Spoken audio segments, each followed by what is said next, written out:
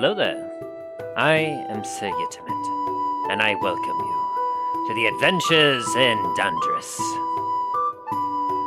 On our last exciting episode of The Adventures in Dundras, our intrepid band of heroes, Talos the Dragonborn Paladin, Dain the Dwarven Paladin, Milo the Halfling Rogue, and our new ally in Greyhound, the barbarian, roguish, wizard-like Kobold.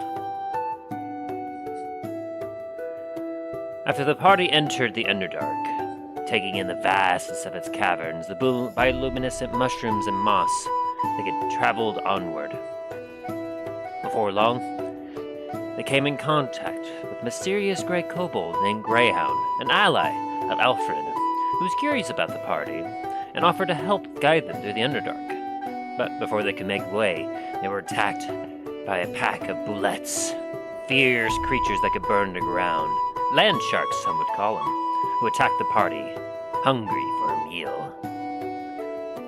The party struggled in a tough fight, but they managed to defeat the bullets and continued on their journey, seeing local wildlife, sights that none other have seen or beheld before. The party continued traveling in the direction of the capital city of Lancasquer, before eventually finding himself before a lake of lava.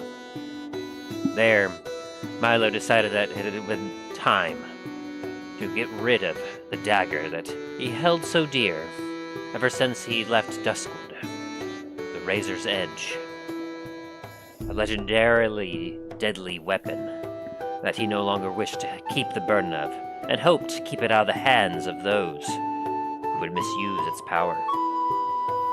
Tossing it as hard as he could, he flung it into the lava, where it sank before his very eyes. As he left the caverns of the lava of the lake behind them, Milo felt connected to his soul vanish. Then, as the party continued traveling, they came across a mischievous pixie who had been playing tricks on the party for several hours before revealing themselves. Apologizing for what they had done, they took the party to their village, where they gave the party food, safe shelter for the night, and directions to help them quickly get out of the Underdark. As the party finished their rest, gathered up their things, they bid goodbye to the village of pixies, before returning their gaze back to the Underdark. What new dangers await our heroes? What exciting adventure shall they embark upon today? Find out on this exciting episode of The Adventures in Dundras.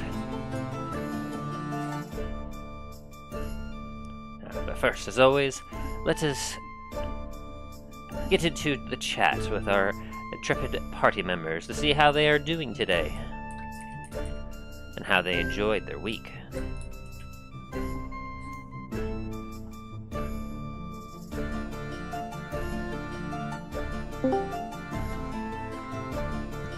Hello there. Hello, hello. How goes, Tim? Going alright. How about you all? Not too bad. Been a hell of a week, but Same. I'll allow you all About a week. I'll allow you all to talk before I give any insight on my day, or my week, I should say. welcome, Talos. Yellow. Hello, welcome. Glad to see you all here this week. So, Dain, how was your week? You said it was quite a week. It's been interesting. I mean, on the work side of things, my ride has been decided it doesn't want to work anymore. Oh. We've been having massive power fluctuations and circuit breaker issues throughout the whole ride, to the point where over the last 4 days, I think we've operated a total of 4 hours in 4 days. Oh, wow. Which attraction is it again? Velocicoaster. Oh yeah, I It's heard about that. bad. Well, a lot of the circuit breakers because there was a lot of water damage because no one after Wednesday, they didn't properly check all the roofs, and almost every building in the park has some kind of damage from the high winds. And the day before yesterday, I had to basically almost every place had to be swamped out because there were like all the restaurants were at leaks. All the Dr. Doom. Yeah, they got fully flooded out because the seal on one of the AC unit roof pieces broke from the storm. It pulled up and water just went into it and followed all the AC ducts and just started gouting out of the AC vents. To be honest, Doom floods on a daily basis anyway. Yep. Well, this one because like it was gouting into their break room from the wall. Ugh. Yeah, So and even after they got it up, they have to put those they had to get the anti-mold stuff because technicians decided, oh no, we don't have to turn off the AC though. It's blowing air and it's obviously that cold air plus the wetness is creating mold, but whatever. gotta love HVAC. Yeah, they had to come in. They got apparently my area league got mad. Had to contact them, and the guy that was supposed to turn it off was complaining that why should I have to turn it off? Nothing's wrong with it. He's like, do you not see the mold? He's like, well, can't you just wipe it off? His manager came in, looked at him, asked him to his face, "Are you a effing idiot?" I mean, yeah. You just wipe the mold off as good as new, eh? His response was to argue back. Oh, bad choice. Yeah, Rip. especially to a full area supervisor. Yeah, Surprised they just didn't have the park closed down like for at least half a week after the hurricane, just to make sure everything was like in good. Oh no! condition. Well, they apparently a lot of people are being suspended because they falsified their inspection checks. Of course. Yep, one of the security guys. They're like, "Yeah, we had a whole." And of course, it's all a bunch of new people. Well, of course. Yeesh. The experienced people wouldn't make that mistake. By the way, Baldur's Gate 3 is fun. It looks I'm fun. having so much. That's what I've been saying. I'm having so much fun. I'm trying to get to where. Oh, sorry, dogs. Dogs reacted. Someone opened the door. They're like, "Oh my God, there's a stranger!" People, run! Do it. People, attack! Yeah, I'm trying to get to where I can get Karlak right now. I'm like, okay, I got 4 people, a bunch of people for my party right now, but I want Fire Mom. How about you, Dallin? How was your week? Or should I say Greyhound? All I'm now? gonna say is I've had a bad week. Yeah, all I'm gonna say is I've had a bad week. Oh no. Looking forward to playing. Had a rough week, man. A really rough week, yeah. Oh damn, sorry, man. No, you're good. Well, hopefully it'll be getting better. Yeah. How about you, Milo? How was your week? Not too bad. Just same old, same old. That's not too terrible. My week's was about the same, okay, until yesterday that was. Uh-oh. You all know how, we do my new schedule, I have to work every other Saturday now. Well, my team members, they were also supposed to work yesterday, and one of them decided that he didn't want to show up. When I texted, he gave an excuse that he had to go to the ER for his son again, for about the 30th or so time this year. Not sure how I can afford so many ER visits, but I guess it's not my business. Yeah. The other two of my guys, though, they decided that after working 2 hours and having been told a couple times by me and multiple times by our store director that they were just going to walk out of the store without allowing any lead or manager to let them out. They just kind of walked straight out the doors, left them open and unlocked. Dear Lord. Yeah, so wasn't much brain power working on over there. definitely. Hopefully nobody stole anything. No, I noticed it soon enough because I've been I try to keep a good eye on my guys, and it was only 20 minutes after they had left when I realized, and I called the directors like, hey, have you seen these guys? I haven't seen them in like 20 minutes, and we had a couple guys that were near the front. No one entered, but it could have been very bad because in my particular workplace, we got there first, but technically my academy, which sells firearms, is in a school zone.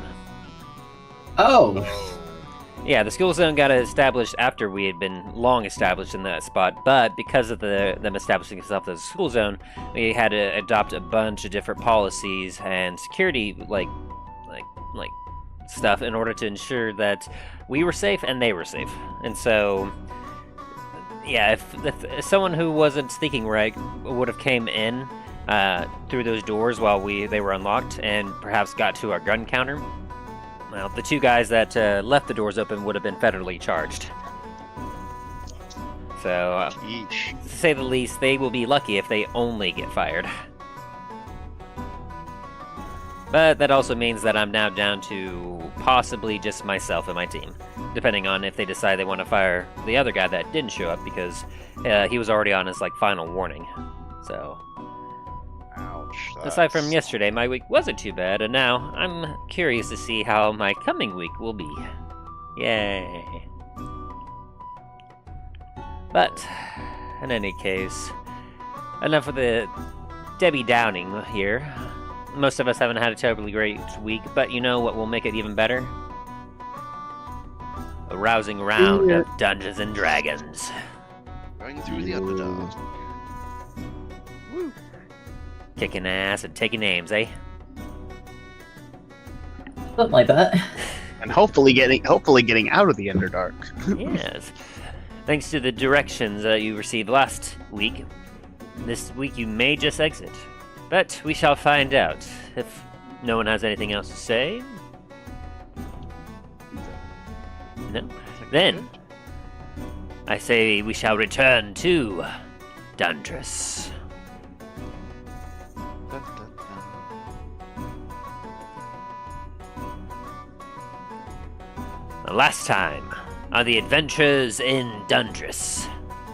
Our intrepid band of heroes, Talos the Dragonborn Paladin, Dain the Dwarven Paladin, Milo the Halfling Rogue, and a new ally they've discovered, Greyhound, the barbaric, roguish wizard, have found themselves in the Underdark, transporting the mysterious treasurer and member of the High Council in Lancasquer to the capital of Dundras. Port Lamontagne is where the treasure's from. They're heading to Lancasquer, the capital of Dundras. A lot of words. And as a result of having gone through Ira Draconis, a desert in between, and finding that it was too inhospitable for them to continue traveling through, the party has taken a side detour through the mountains. But upon discovering that there were no quick or easy routes that would take them to their destination in time, the party has taken the advice of the guardian of the mountains, Alfred, the Goliath, and have delved into the Underdark. Upon which, after delving deep within and finding themselves within the cavernous walls of the Underdark, surrounded by bioluminescent mushrooms, moss, and the sound of falling water all around, the party traveled in the direction towards Lancaster the best they could.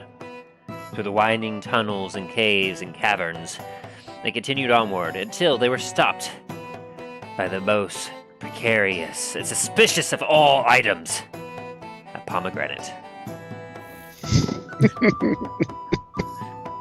Seeing this as a deadly threat, our brave hero Talos threw his hammer and devastated the pomegranate, splitting it in half.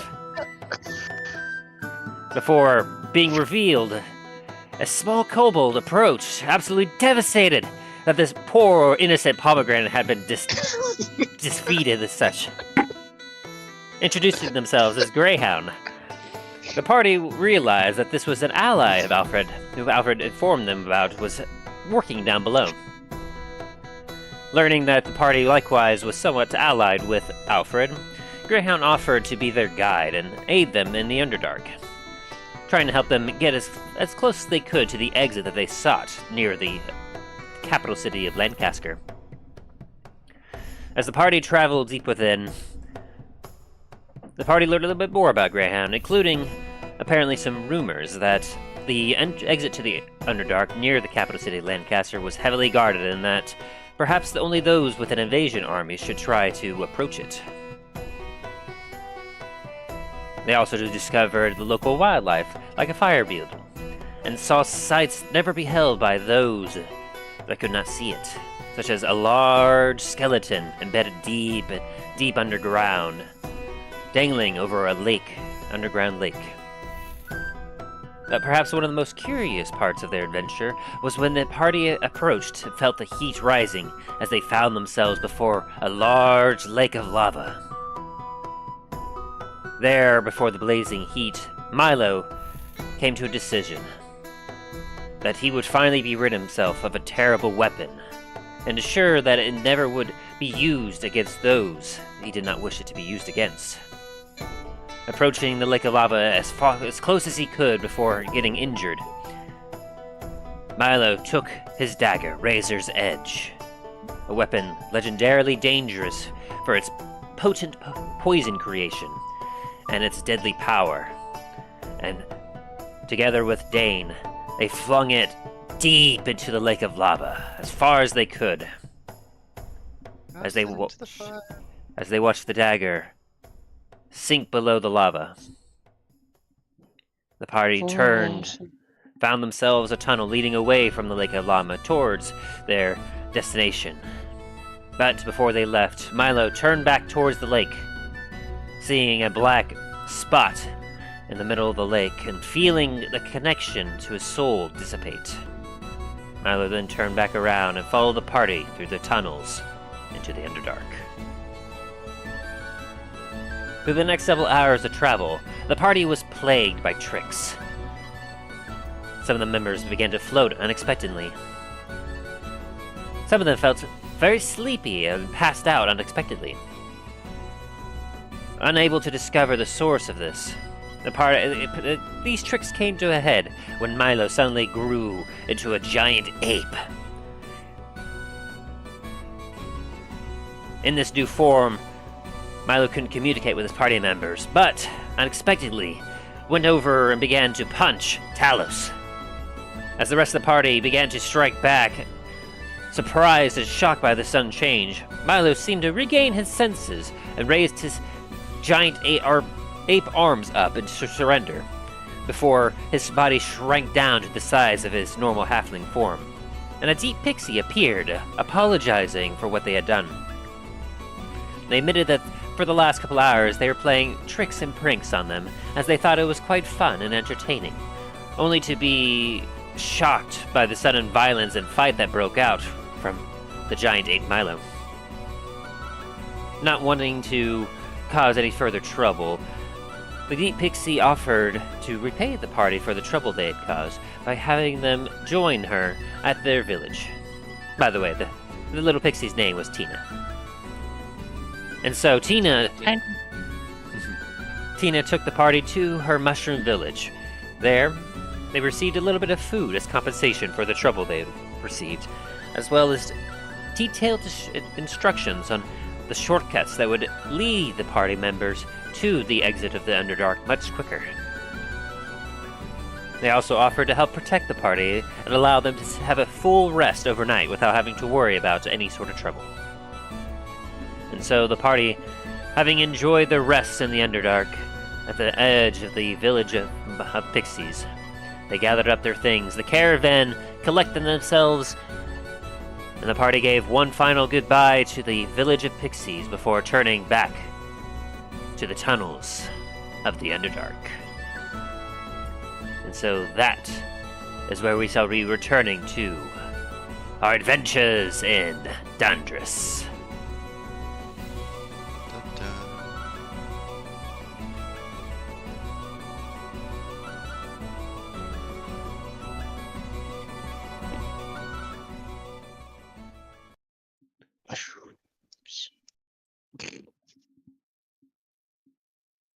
Whatever could it mean?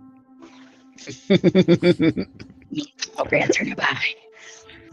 You've lived a Alright. life of sin.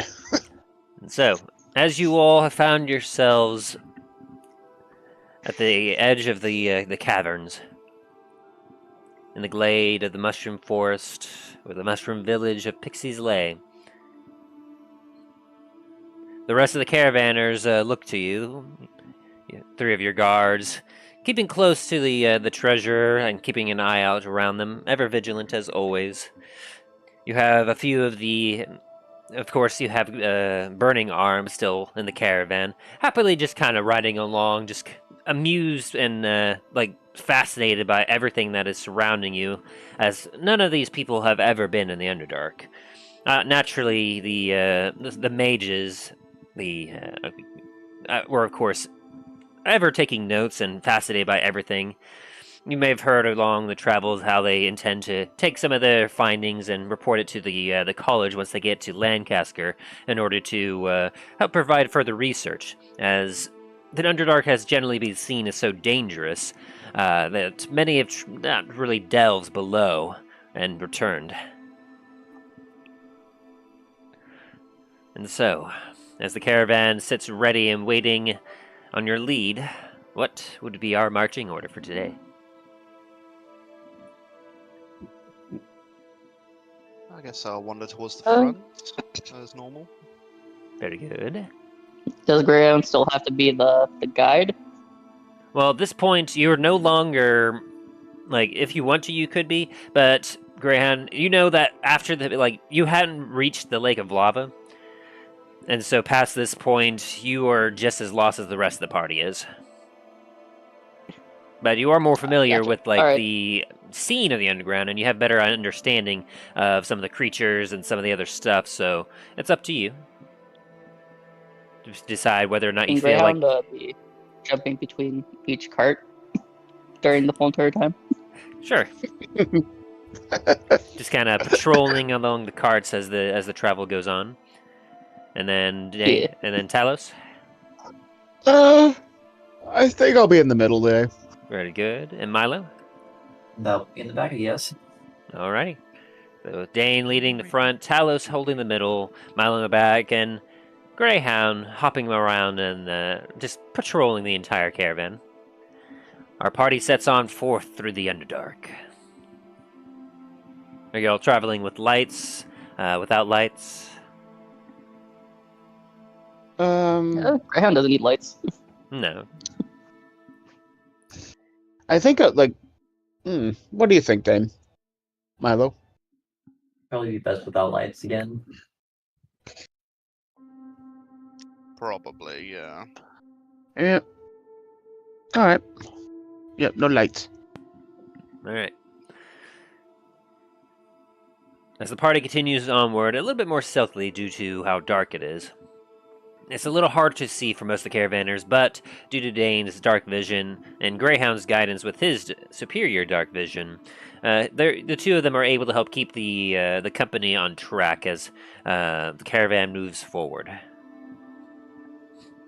After going through a couple winding tunnels, Dain, taking very careful consideration of the shortcuts the Pixies had informed him of, you get to a series of tunnels in a small cavernous opening, where you see one that heads towards the right, one that heads towards the left, and two that somewhat go in the middle before disappearing into the darkness.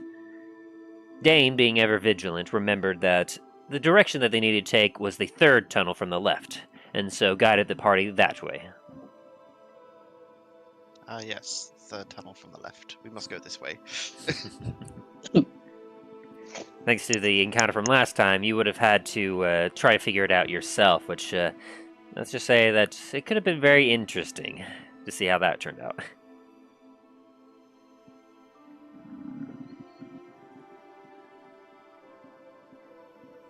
Fair. As you continue through the winding tunnels, I would like one of you to roll me a D50. Good. 29. Alright, let us see.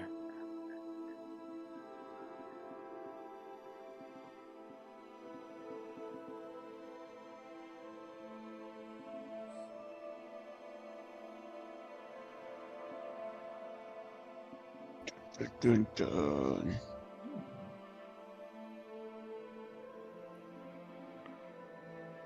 Alrighty. Oh, dang, one sec, guys. Oh. My internet just went out. Well, that's not good. Are Yeah, we you know, about to lose you then? I'm talking through the phone right now, so give me just a second. Oh dear. That's not terribly great. No.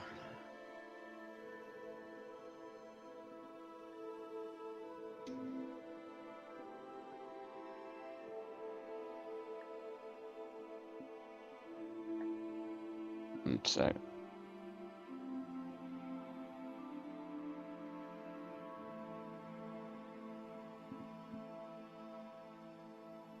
There we go.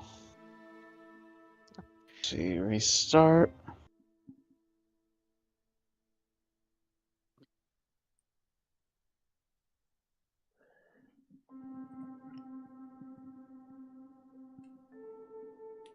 Oh, I forgot. I needed to turn this back to the game. There we go. Boop. There we go. What the Before we heck? continue further. Alrighty. So, One sec. It's still having some issues. oh dear.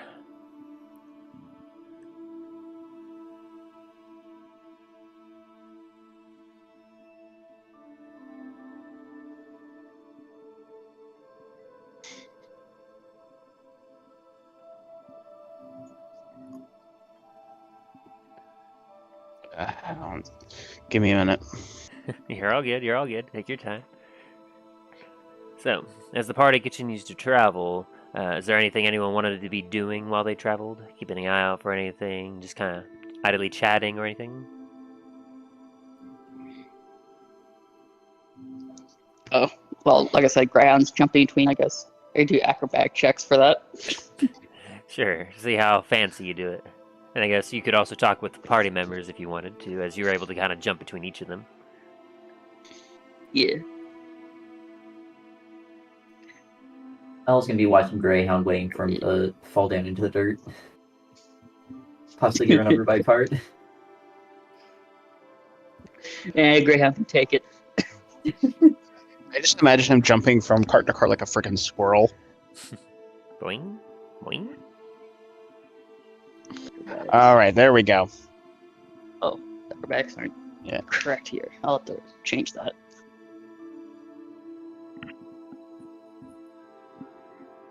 Give me 1 second. There. I know it's 12:30. Hooray! Did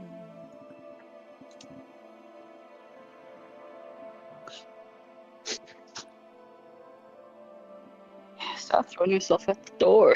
My old dog throws herself at the door if no one gets to it in time, in a timely manner. It's just like, hey, listen. Open the There door. it is. Opening door. Let me in. Opening Let me door. in. Opening door. Lord. That or its nose is like halfway under the door, the little gap under the door, like, let me in. Let me in. Like, I can smell I you. smell- It's like, I smell. It's like, I know you have food. I can smell it. 22, my guy. Like a tiny acrobat gosh. that you are. You do flips and you spin in the air as you kind of hop from cart to cart as the caravan continues to trot along. As you until you get to the cart just in front of Milo, and Milo, you watch as Greyhound just does a double flip spin in the air and then lands on the edge of the cart facing you and your little pony. Fucking show off.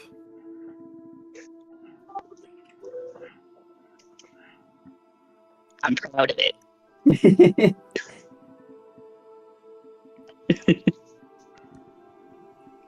Bane's also just going to be watching this to a degree. Does Greyhound know that? Can Greyhound tell if Milo's seen it? If Greyhound's gonna fuck up? I don't know. Can he? And what? And here. Milo. Can I what? Can he tell that you're watching to see if he's gonna mess up? No. He's not gonna be like staring at Alright, you doing never it. mind then. He's gonna be like staring ahead and kind of watching you out of the corner of his eye. Alright, never mind. I was gonna have Greyhound act like he was about to fall down with him, just hop back up. Whoa. Oh, he's not paying attention. He just kind of goes back to what he's doing.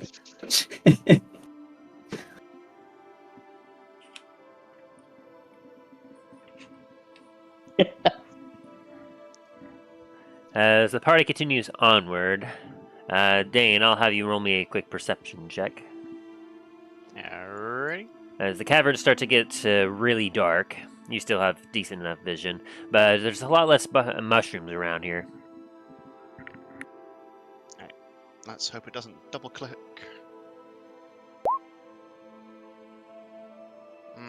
7. Yep, you keep focused on the directions that you're following, and you continue to move onward. Talos, if you want to roll me a quick perception check as you get to the point where he's at. 10-4. 1 sec.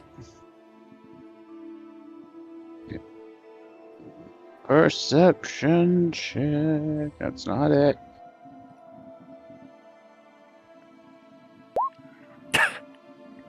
It is completely dark. You're unable to see anything. Greyhound, you want to roll me a perception check real quick? Oh, sure. You cartwheel just way to the front of the caravan.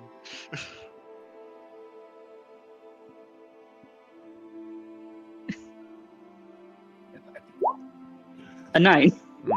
You're too distracted We're rolling by so your bad right now. acrobatics that you're just all out, hoo-hoo, waha, yahoo!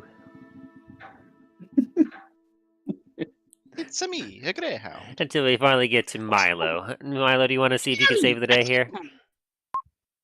And since that is an 8, that will be bumped up to 10, so that'll be 15. Much better than everyone else. As the caravan continues to move onward, you're the only one that notices, even though it's dark, you see a little bit of glinting, just kind of weirdly in the air. Something smells or feels off, and you kind of ride towards close to the edge of the cavern wall, and as you kind of put your hand out towards it, you feel a stickiness to it. As you know how it feels whenever you just accidentally walk into a like spider web that you didn't see. Oh, god damn You it. feel that all over your hand. Oh, And you're like, ooh, ooh, ooh. Oh no, no. The rest of the party has not noticed. I'm going to frantically just shake my hand in the air. Not trying to like get anyone's attention, but get this fucking spiderweb thing off my hand. Yeah, it's not too hard. It just kind of it just kind of dissipates in the air off your hand, and there's still a little bit of remnant stickiness that you peel off of your hand, but for the most part, like, it didn't seem to do anything as far as you could tell. And then I'm just gonna keep quiet and hope nothing else happens. When has that ever worked? Doesn't work for it.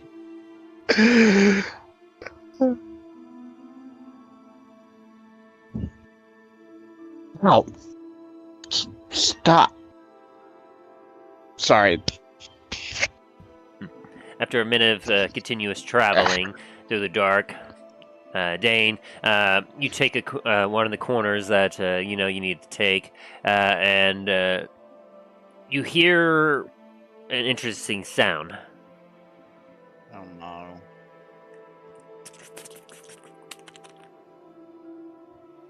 Nope.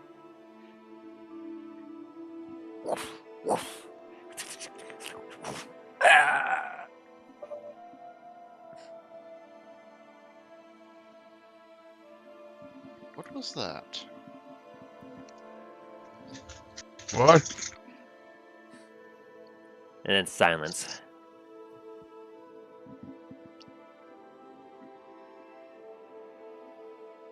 Talos, Yes. could we get some light in here? Sure. How much? Yes. Okay, I'm gonna take out my drift globe and have it warn everyone, like, make sure to shield your eyes, and have it Greyhound immediately dives down and covers his face. do daylight.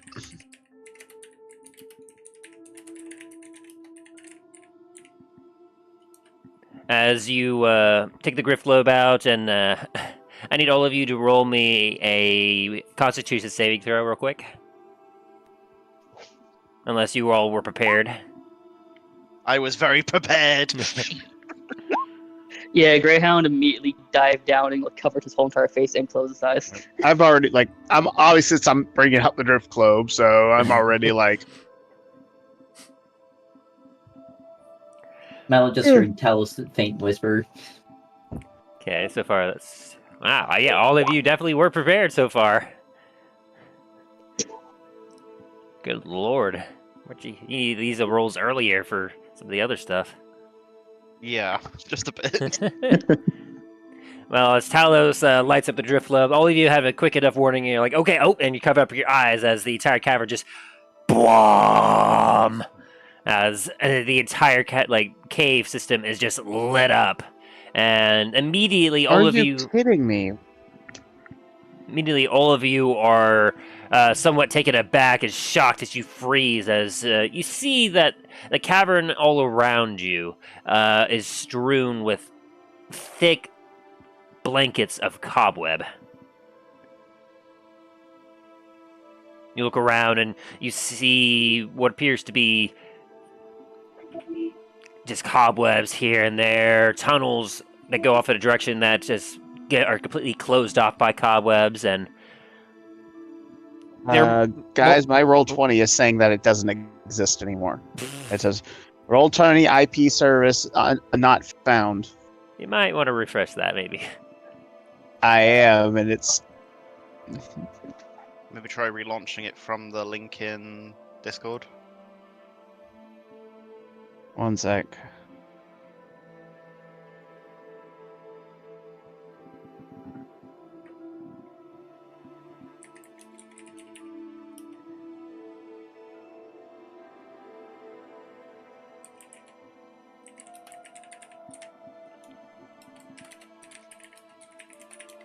What is going on?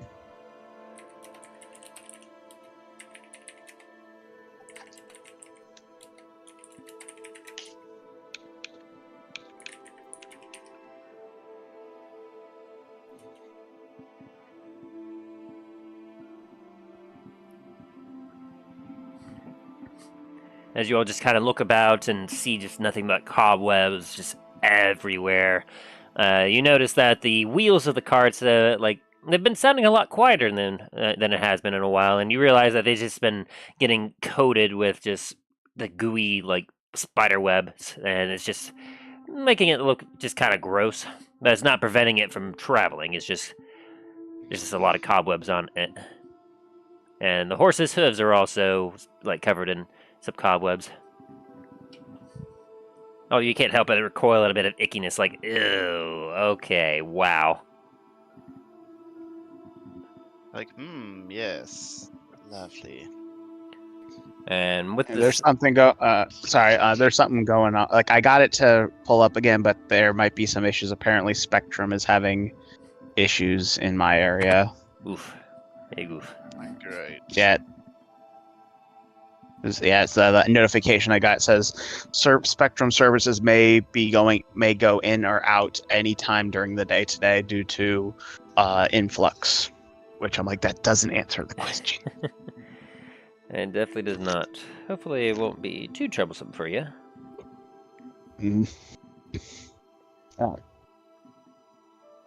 Sorry, proceed. As you're all able to see properly now, you can go ahead and give me perception checks again. I still see nothing. You're blinking as like you're like, okay, I'm not blinded by the sunlight, but man, it is still very bright.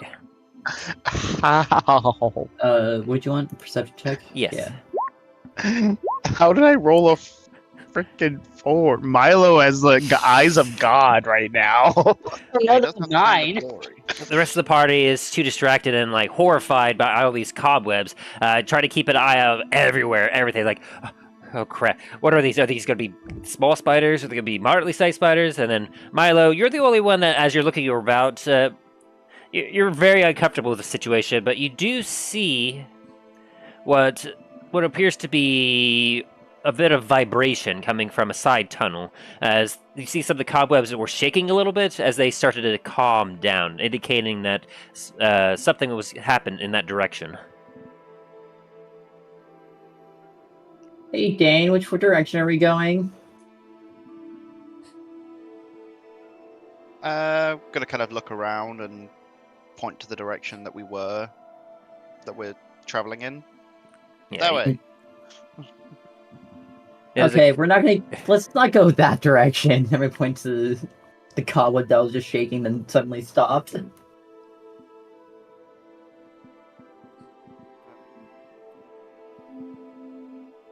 Kinda have to go that way. Ah,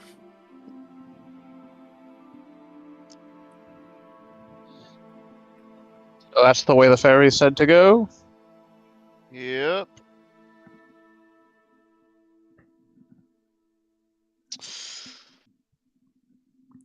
Well, well, pitter patter. Let's get at her.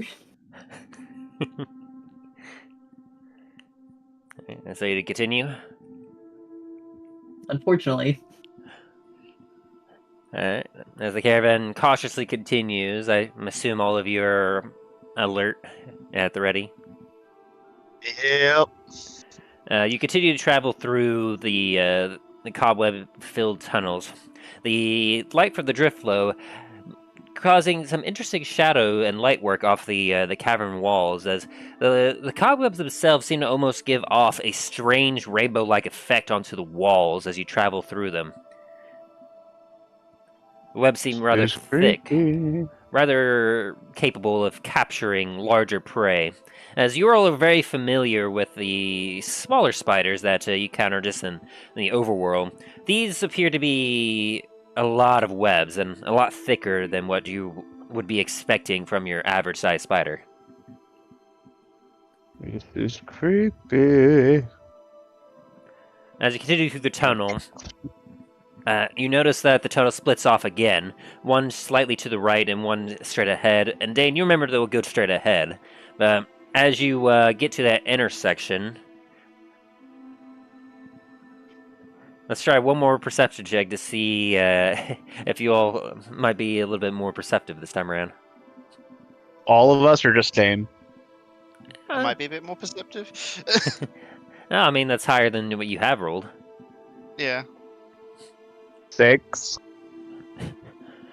Well, I suppose this works for Dane. So, Dane, I'm really just not paying attention, I guess. Dane, as you get to the split in the cavern, you look to your right and you see what appears to be a couple of curled up legs.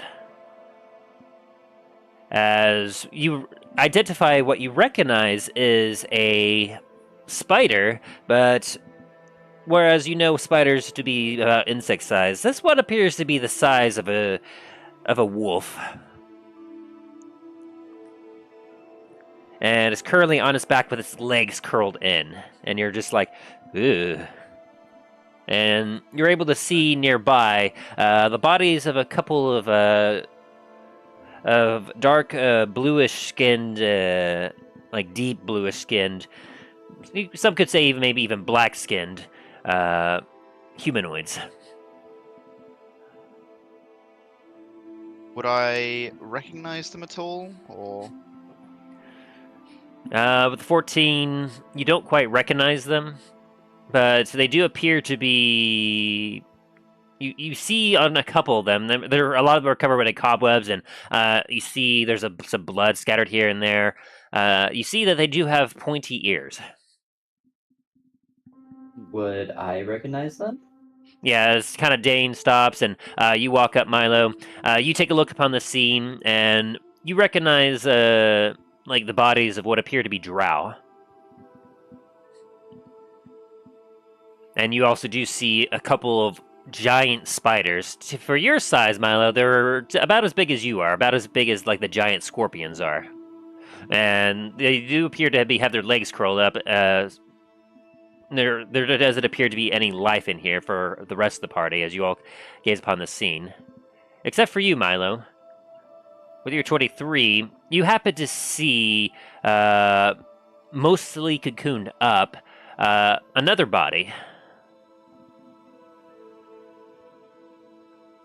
Is the cocoon moving, or is it just stagnant? Compared to everything else in the room, you see the cocoon is slightly rotating a bit. It seems to be shuddering every once in a while. It's very slight, but you are able to see it. Everyone else is too distracted by their other bodies and the skeleton and the spiders.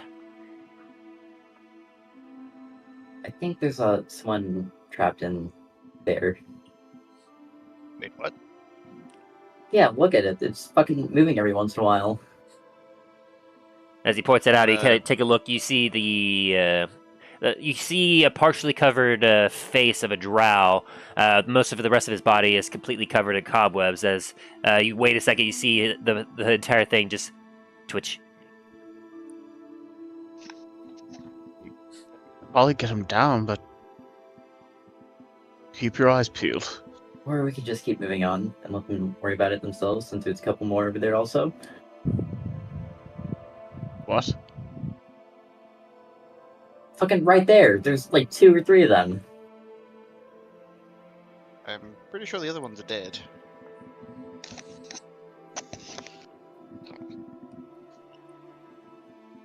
I'm gonna take a closer look.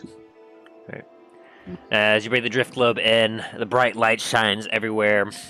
You're able to see in this small cavern before it continues on to another tunnel. The spiders are definitely large, and as you get closer to them, you see that none of them are moving at all. Their leg is curled in. Some of them seem to be cold, and as you take a look at a couple of the drow that lay on the ground, you see that you see that they're definitely, the blood that has been spilt on the ground is definitely fresh.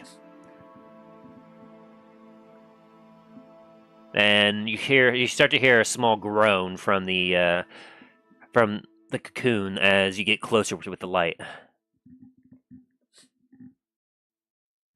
I'm gonna see if I can pull off some of the web near if any of the face is exposed. Yeah, half the face is exposed. And as you get closer to the cocoon and you start to remove it, like you see the eyes like start to squint hard as you begin to remove it.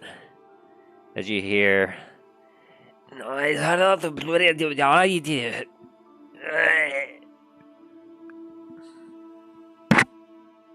Which Common. which Greyhound you hear as the light, turn off the light. The light, it burns. Greyhound immediately goes over and like tries to smack at the ball that's causing the light. Like, turn off the light, turn it off. It's difficult for you, Greyhound, as it's blinding for you too. Like, I'm gonna turn it off. I'm gonna lower the brightness down to more like a candlelight. It's daylight. You can't do that for daylight. Oh, you can't? No, when it comes to the daylight, the daylight spell just produces pure daylight out of the orb, and it's just it lights everything up. All right, I'm gonna put warm. it away then. I'm gonna put it away then. Do you turn it into just the light spell? Yeah, just the light spell. All right. As you kind of dismiss the daylight and have the normal light spell come off of it, the rest of the the intense brightness in the cavern dims down to just the light that comes out of the drift globe, and you immediately feel a lot more comfortable, Greyhound. And the hard squint from the drow and the cocoon just eases up as his eyes are still closed. You hear a.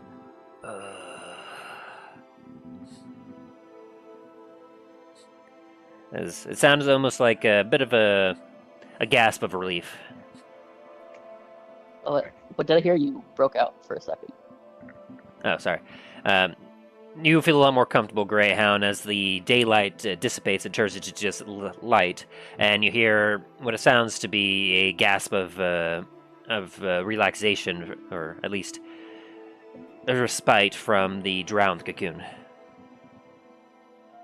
All right, I'm gonna smack him in the face, try to wake him up, and say like, "Hey, what's going on here? Why is your wedge here?"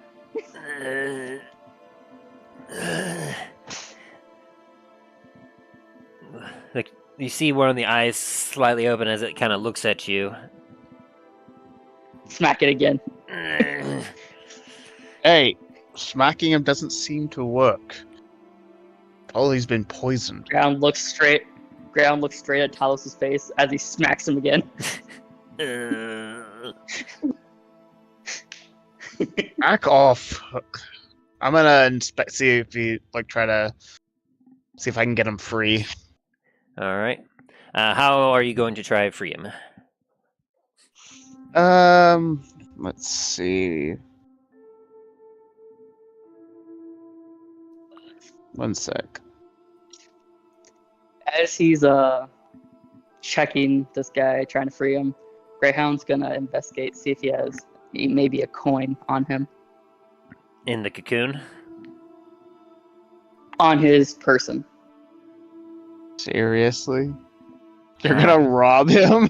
I mean, A specific coin. I mean, I'm gonna pull out the scimitar I have out of my bag of holding and try to see if I can carefully cut the through the cocoon. all right.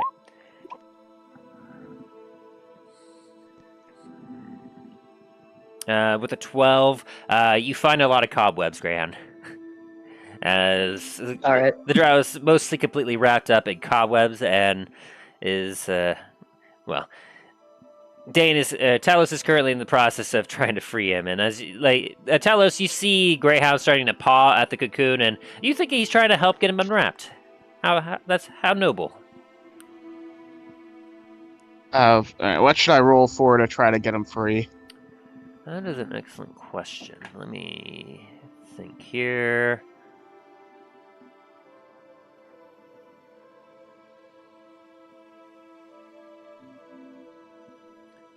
What would be... Because I don't want you just rolling a straight attack. Yeah. I'm not trying to hack through him. Trying to be careful.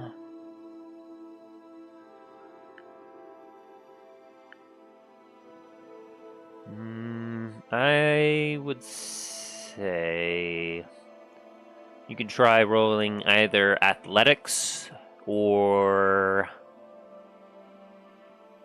survival of your choice. We'll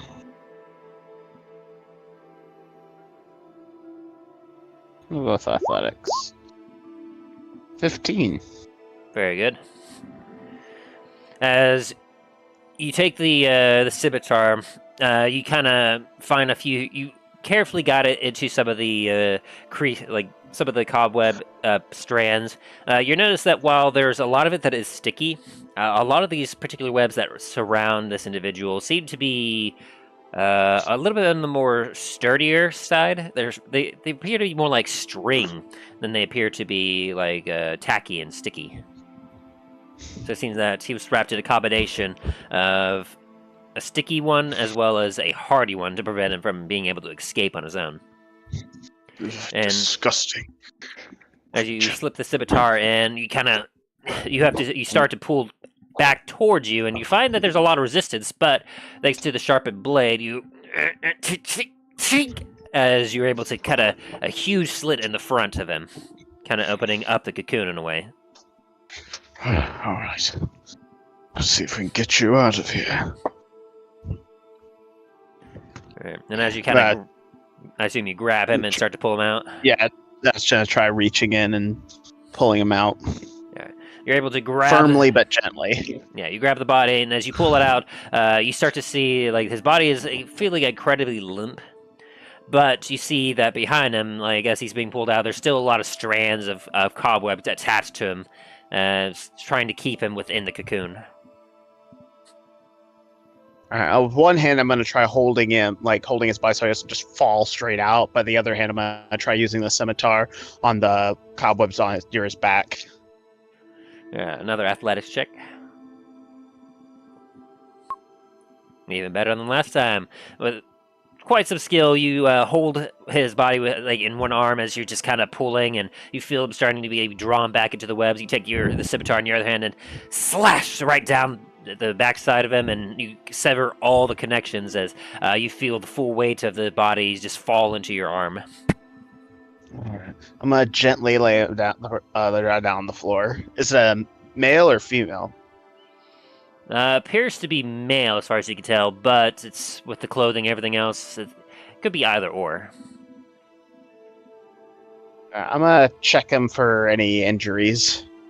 Alright, go ahead, give me a medicine check.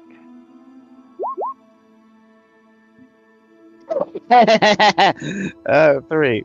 At a 3, as you take a look, it's really hard to tell anything. They got a fair, like, you can see that they have some leather armor on,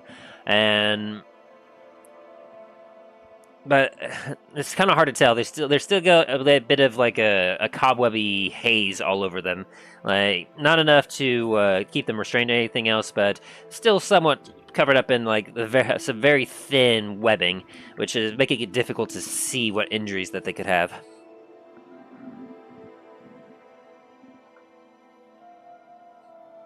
What is the rest of the party doing while Talos is tending to this guy, by the way? Seeing all of Continues to try to check this guy. This person. What? Wait, Sorry, what was I that? interrupted you. Greyhound continues to try to investigate this person. Alrighty. And seeing all of the cocooned drow, Dane's going to do a head count of the caravan, make sure none of our people got snagged. Sounds good. So as you kind of go back, the rest of the caravan is held up at the intersection. There's a couple of guards behind, and have been keeping an eye behind the caravan with some lanterns up. One of the men went to the front in the tunnel that you were about to head to. They seem to be well guarded, and one of the three gives you a nod, like, "Everything's all clear so far, Dane. We should get moving along. I don't like this at all." Hey, we should be moving along here shortly. Talos is helping to someone we found a little bit wounded. But we're gonna push off soon. Alright, well, don't take too long. If they're a goner, they're a goner. And then with an 11 investigation check, Greyhound, as you take a look at this individual, you see that they don't seem to have a lot on them.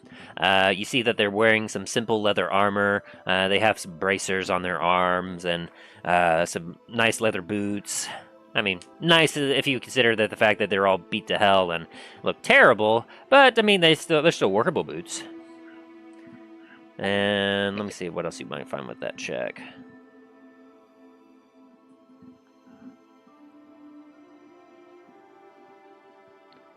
Let's see.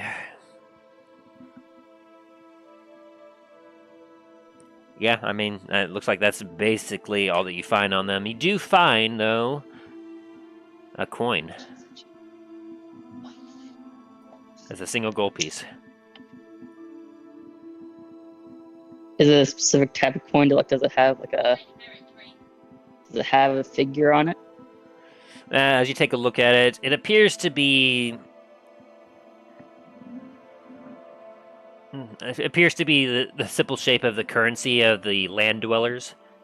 It's still quite shiny. A couple spots of it is tarnished, but it appears to be general currency. Oh, okay. Greyhound sighs and immediately starts helping this guy out, this person out. Don't know if he's a guy or a girl. Alright, so as you start to help get all the cobwebs off the body, you feel that they're incredibly limp still, as they're just laying there, semi-conscious. As you see that Talos is trying to check the body, but it keeps putting a hand on it and pulling up webs with his hand, going ugh, shaking it off, and then trying again, only to get more cobwebs. And Talos, you're having trouble with the bit of the cobwebs that are on them. Okay. Okay, Greyhound, pick this person up. Let me check your strength real quick. I have 14 strength.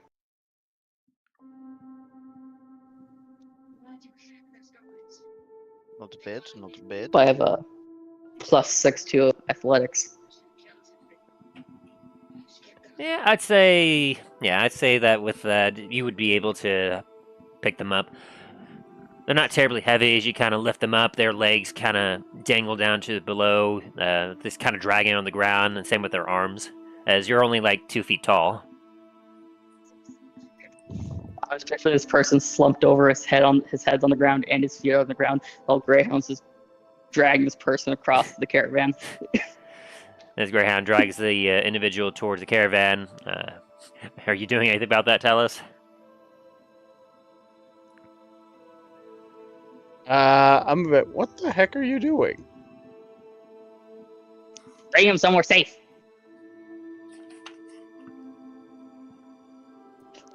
As the body's hopping up and down, as Greyhound is holding his arms like as high as it can, just so he can lift this person up, and just is running as fast as he can.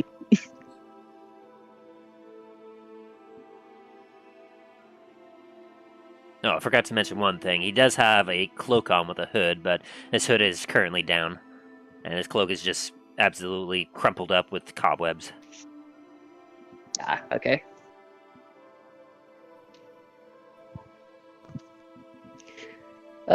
I guess I could check the robes.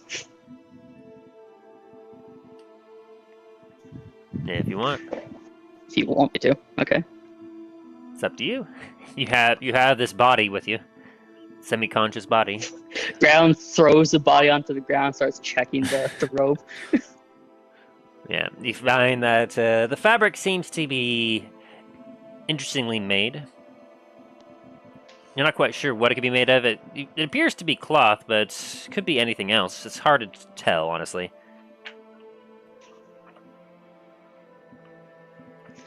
All right. Greyhound, I guess, picks him back up and starts running again. Good lord.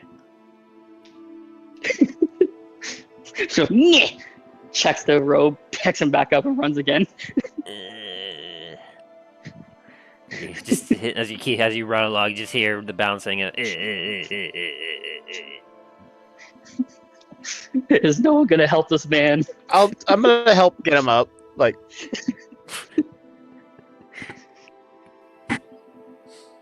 so you kind of trot along behind as Greyhound, and it doesn't take long before, like less than a minute before you reach the rest of the caravan, Greyhound. As you see, Dain is currently standing guard with Milo. What has Milo been doing? Milo has just been watching around for things and ready to leave. I gotcha. Just been keeping an eye on the other tunnel that you're not heading towards. Yep. Yeah. Just keep an eye and ear out. So you don't hear anything. You feel a little bit of wind, just kind of idly gust through the tunnels as you feel it every once in a while from as you're traveling, but you don't catch any sense or anything from it. It seems to be empty for the time being.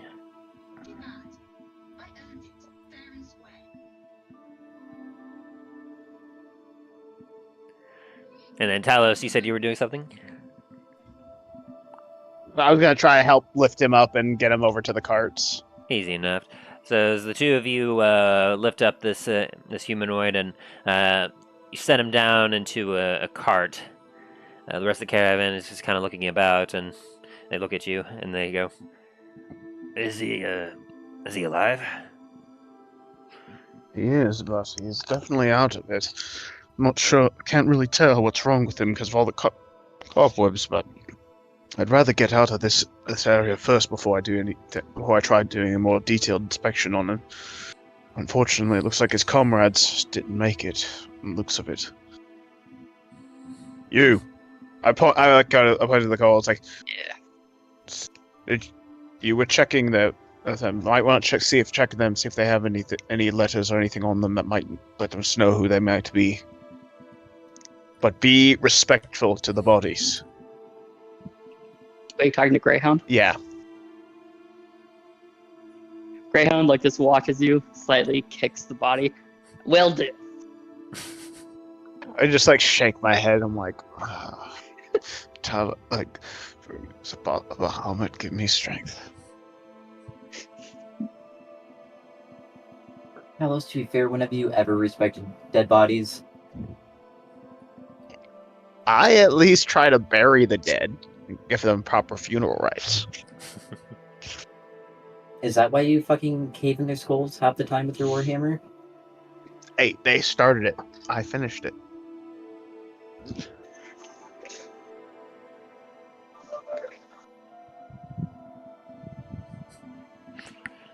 So it's Talos and Jane back at the caravan, getting them ready to travel on in the direction that they know they need to travel. Greyhound checking body. Milo. Waiting to go. Back at the caravan with the rest, just kind of like, all right, let's go. And Greyhound? Greyhound, I guess we'll keep on checking this person, also try and take off the cobwebs. All right. I was talking about the dead bodies back there. All right. Greyhound, I guess we'll do that then. Like, change your plan. As Greyhound hops over towards the rest of the bodies, you can give a general investigation check for all of them if you want. Yeah, give me 1 second. I gotta find my charger. The fuck is this? There it is.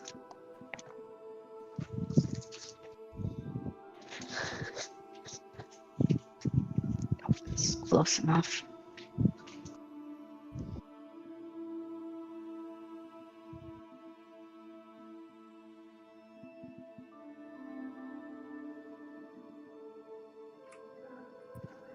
Just barely. Okay.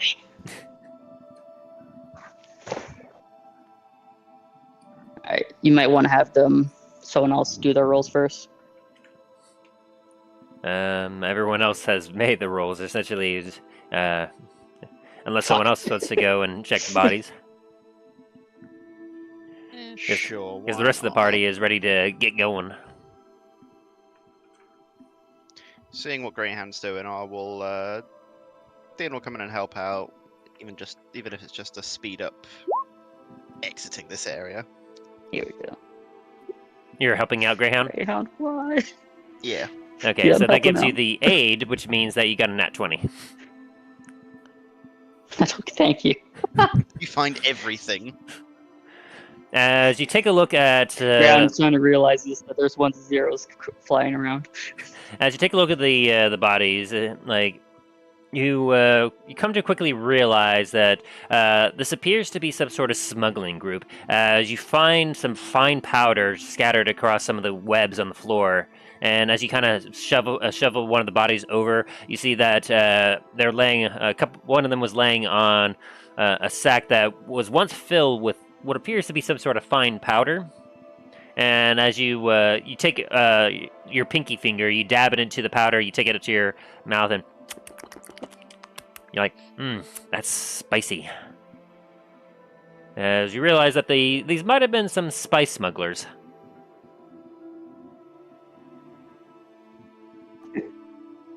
Are any of them all still alive? No, with your investigation that's what you see that you're able to definitely tell each one of them is dead. Multiple puncture wounds in some of them parts of their abdomen, arms, as well as their neck. You're definitely with that nat 20. You're able to see where those puncture wounds are.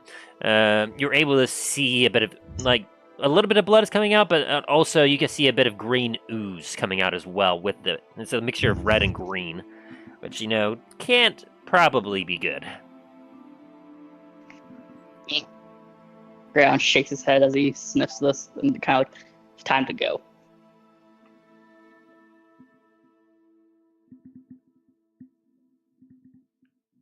And so you make your way back to the rest of the caravan? Yeah. Okay. I guess I thought Dain was over there, so I was talking to him. Oh, okay. Sorry. So Dain, your hand's like, time to go. Sounds good. All right. Graham gets on all fours and just dashes over there.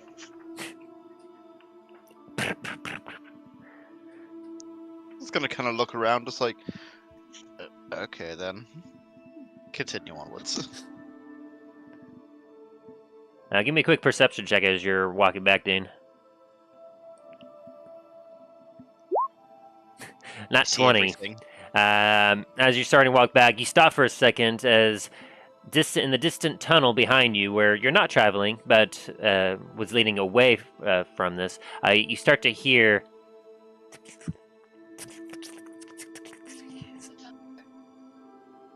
as you realize that, yeah, now's probably a good time to get going. Yeah, time to go. As you get onto your horse and the caravan quickly moves away from the area.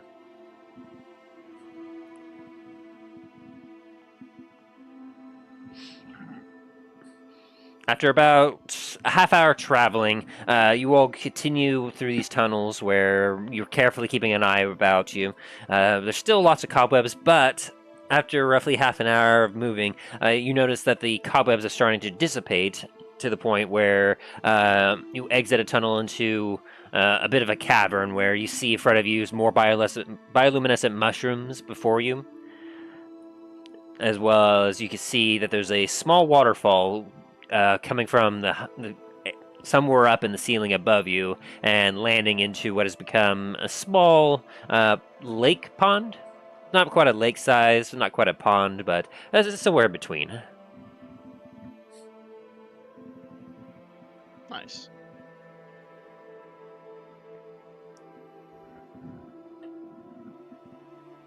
And you look behind you, see the cobwebs ending in the entrance of this tunnel that you just exited.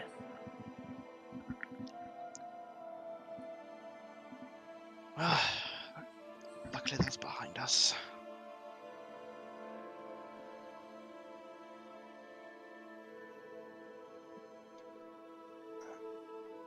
We don't have to worry about any more of those things.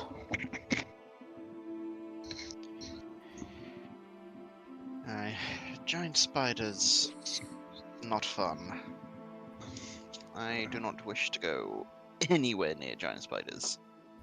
I've only read about them in books. Thought they were just stories of places far, far to the south.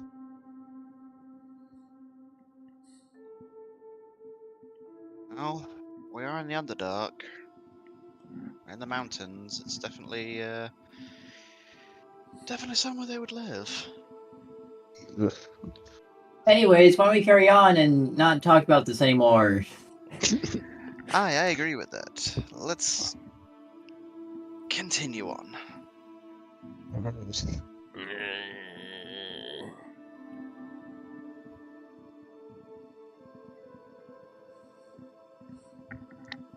What was that? Greyhound goes over and checks the guy. They seem to kind of have come into a fetal position, curled up, as they just are holding themselves, and they're not looking too good. Is he in one of the carts? I can try He's in one of the carts now, medicine right? check. Yes. A 2. Nah, he's just a wimp. He's all right. Can someone give me assistance? I'm gonna put my horse's lead attached to one of the carts so it doesn't wander up. But as they're walking, and I'm gonna hop up into the cart with we have our new passenger and check on them. Sounds good. To you, Greyhound, this guy's just a wimp. You've taken harder knocks than that. Loser. 19 for medicine, by the way. All right, with a 19, as you kind of take a look over, you see that they don't have they don't have a lot physically wrong with them, as you could tell, but you do see a spot where there's a single puncture wound and a bit of what appears to be some sort of ooze starting to come out of it. As you kind of take a closer look, you're able to kind of figure that perhaps they might have been stung there and become like both poisoned and paralyzed.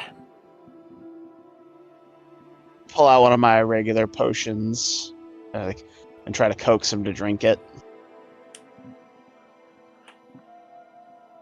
They do not really resist. They don't currently have the strength to do so.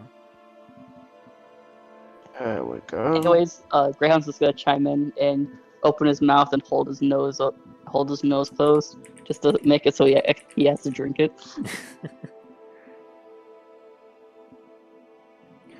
There we go. That should help out a little bit.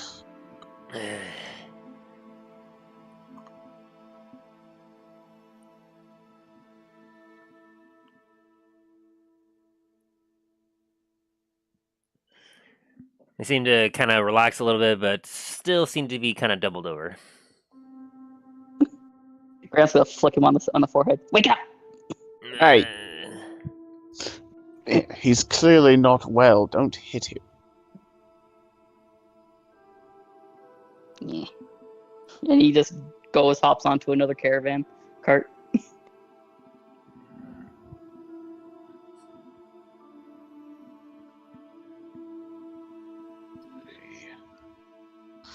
I'm gonna cast Lesser Restoration on him. Ooh, okay. Let me see what that does exactly. Let's see, Lesser Restoration. Touch a creature and can end either one disease or one condition afflicted. This condition can be blind, deafened, paralyzed, or poisoned. Alrighty. You're able to determine that they're currently paralyzed and poisoned. Which of those are you going to cure? The poisoned, because I don't have any antidotes, and I don't know if what I have would even work on him. Alrighty. So as you kind of lay your hand on his shoulder, and you feel the glow exit through your hand into the body of the before you, as the body seems to relax a bit. There you go. They still seem unable to talk or move, but you can see definitely, like, you notice that a bunch of the sweat that was piling up on them seems to have dissipated. I don't know if you could hear me or understand me, but I was able to get the poison out, stop the poison, but still paralyzed, and you might just have to power through it for now until we can get out of here. I want you to stay here. I know it may be a bit of an inconvenience, but I am going to have to tie your hands and feet. Not quite knowing who you are, but it's for both your safety and ours. Again, I apologize. I'm gonna look at him to see if he understands. The eyes have opened, but he's unable to make any response, being paralyzed. Blink twice if you He's can paralyzed, understand Talos. He can't move. me. You're literally telling the paralyzed person not to move.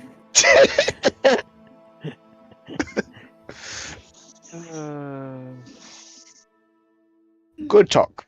As I'm gonna wave over to Brain.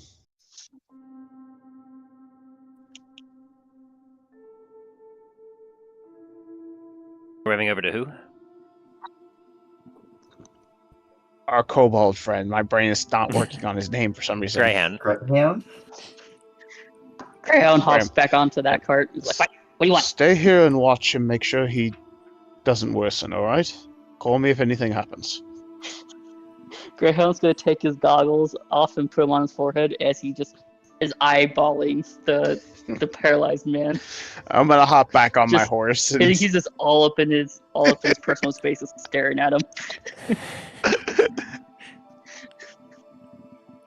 Alright. I'm gonna hop back on my horse. Alright. As you hop back on your horse, Dane's at the front still. Milo, are you still keeping the rear? Might as well. Alright, I'll move back to my position and continue forward. Okay, so Greyhound, you're currently guarding the paralyzed individual. Yes, I'm currently in his personal space, just eyeballing him in his eyes. Like, I got my eye on you. And have any of you bound him or no? I did. Talos did. Currently bound at the hands and the legs. Very good. All right. So as the caravan continues, as Dain, you continue to direct the caravan onward. About 15 minutes passes by when Greyhound, you notice as the body seems to relax and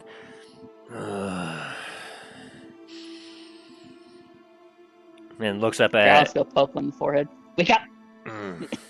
The eyes kind of flutter a little bit as they got really dry, and then looks to you as you hear an undercommon. Who are you? What am I? I'm Greyhound, and you're mine now. Oh dear gosh. Just kidding. We found you and cut some cobwebs, and we took you out of there. You're currently in a caravan. Give me a quick perception check, Greyhound, or insight of your choice.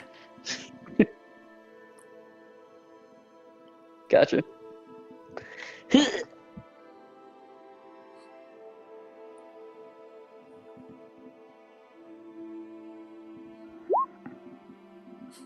As you say your name, and you start to joke with him, you see one of the eyebrows raise up on this drow before you, before it goes down again.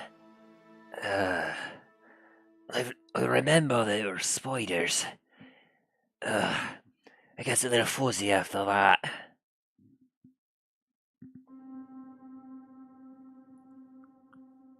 Well, you'll get better. As pats him on the back. Where are the rest of me mates? Dead. As he starts to look around. Oh, damn. As you see as he's looking around, and you see his legs start to shuffle a little bit, and his arms. Did you tie his hands behind or in front of him, Talos? Behind him. Behind him? Yeah. As he kind of shuffles a little bit, realizes he's all tied up. So what's to be done Greyhound's with me? gonna form one of his soul blades and just poke him a little bit, not hurt him, but just poke him like, don't do that. Stop it. He kind of his brow furrows a little bit as his teeth start to grit a little bit. So what is this? You're going to torture me? Greyhound stops and thinks about it for a few seconds. Nah, I just want to ask you some questions. I'll say, Talos, you'll probably be the closest one. What? You hear that weird, like, undercommon tongue that you heard earlier from Greyhound in two different voices. Go ahead, Greyhound. That was a very strange place you were heading through. Well, last our Why were intelligence you there? told us that was quite a safe route to take in order to get towards the surface, but those weird spiders have taken over. They're quite dangerous. Who told you? Who told you that was a safe place to go? I told you. And he kind of eyes you a little bit. And then you, Milo, give me a perception check real quick. Okay. Because you're kind of near the back, you might hear this. You do. You hear. You both hear in a cant that only you two understand. Wait. Do you understand this? Whereas Talos, you just hear more gobbledygook of the weird undercommon tongue. Yeah, I'm just like how look.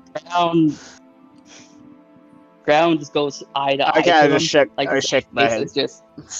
is on his face. Like, yes, I can. Why are you speaking like this? I'm gonna tie my horse up to the cart and hop in also. Like, the fuck you saying? As the two Press rogues. where up You here. see Greyhound. You see Greyhound's face is on this guy's face as the eyes is eyeballing his. He's leaned back as far as he could, but then his eyes whipped towards Milo and widened a little bit. As a bit of his brow just kind of goes up to surprise and then relaxes a little bit.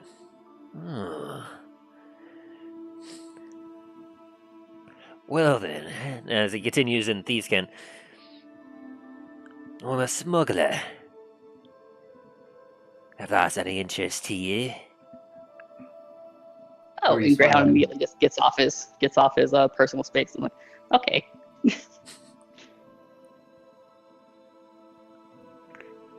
So, What are you smuggling? it What do you seems got? like Greyhound immediately pipes up. I took a taste of one of them. It was spice. So none of it survived. And he looks back towards you. Nah. Nah, it was all on the ground. Damn. There goes a lot of profit. At the very least, I got my portion. At least be worth 100 gold at least. Oh. Where was that spice going to? Well, I don't know if I should tell you. After all, I don't know you, and you all got me tied up. Also, Greyhound we immediately did starts save poking you. him in the stomach with his soul blade again. Like, come on, tell us. Are you intimidating him?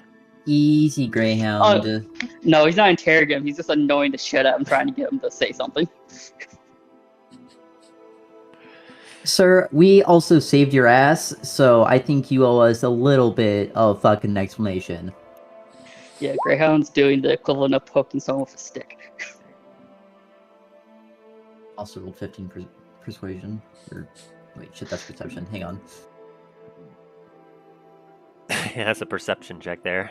I realize that. You see that he is tied up, and Greyhound is very much in his face. 23 Very nice. for persuasion. Well, I suppose that doesn't mean that necessarily you're my enemy. I had a boy here in the city, just on the surface. We're gonna get quite the payload for the amount of spice we're bringing him. And I suppose what I have will have to do.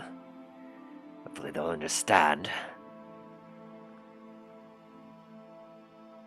What about you, lords? What are you doing down here? Confidential. Yeah, what he said, confidential. Yeah. I'm just gonna, like, put a hand on Greyhound and just, like, you just let me do the talking.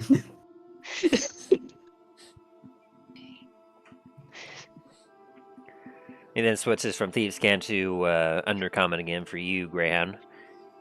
Well, what are y'all gonna do with me then? Keep me tied up? Well, we're trying to figure out if you're mean or good. Do I look Quick like I'm question, mean? Greyhound's gonna...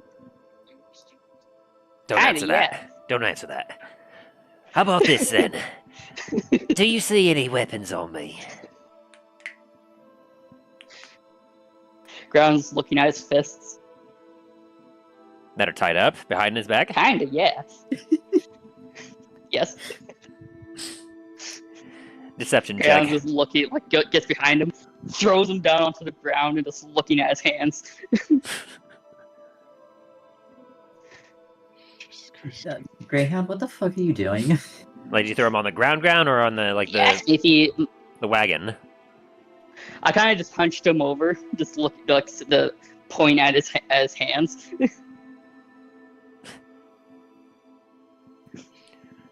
Did I press perception? No, I didn't. 13. What are you looking for specifically? No, he's just looking at his hands, his fists. As you look at the hands, you see that He's pointing out that he could hit us with that. his hands, they appear to like be fingerless gloves, like hooked up to like on both of his hands. They're kind of like relaxed behind his back, as being bound up, he's unable to really do much with them. You can see that there's clear signs of some calluses and clear working hands. But aside from that, the nails are not too bad. Not too bad. A couple of them could probably use some trimming. Greyhound puts him back upright. Says, "You got soft hands, boy. You got soft hands." Bullshit. These are the hands of a working man. Greyhound shows him his hands, just covered in calluses. As you bring up your claws and your, don't kobolds only have like 4 fingers? I think so, yeah. As you show up your weird hands, he's like, ugh.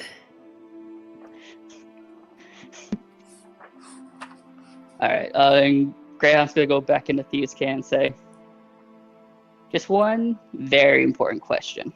And Greyhound's tattoos will start glowing as he's looking straight at him. Have you ever heard of the coins of Gordon? The coins of what? The coins of Gordon.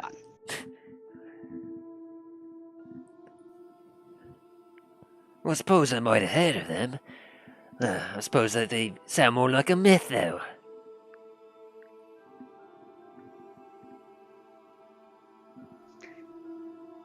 Okay. You wouldn't have to have a coin on you, would you?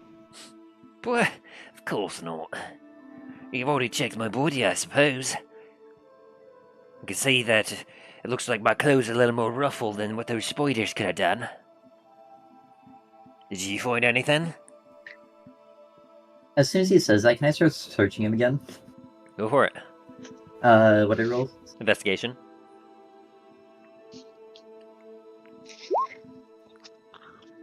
Oh, come on! As you just start to, like going through him. Ugh.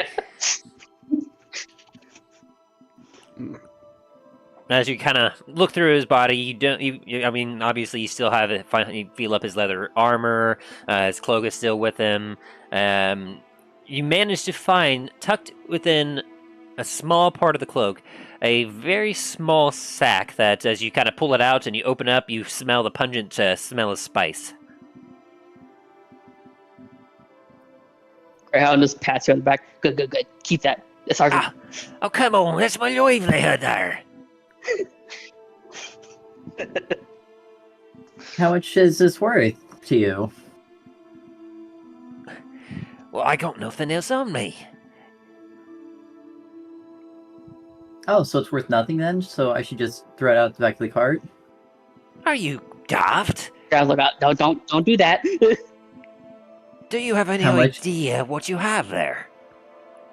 No, I don't. That's why I'm fucking confused.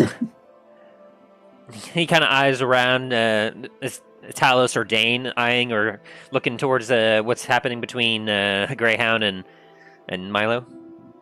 I'm slowing down my horse a bit to kind of back up to see what's going on. I'm very engrossed in where we're going, and also just looking at the mushrooms as well. Is the wagon covered? This one, no. This one just kind of a straight wagon. Okay. You see his eyes kind of flick over to Talos, and it says quieter and in Thieves' Cant. That there's premium spice. in the right hands, you don't have no idea what you could do with that stuff. I was hoping I could get at least 100 gold for that mount there. How'd you get this spice? I have my ways. I told you I'm a smuggler. Well, I guess you should figure out a better place to hide stuff, and I'm gonna kind of tap on Merce and kind of put the spice in there. Oh. Greyhound immediately loses his shit. What the fuck is this thing?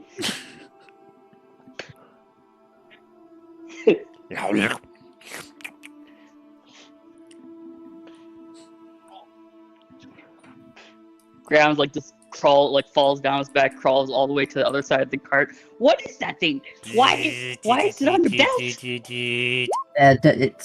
It's spicy. Spicy.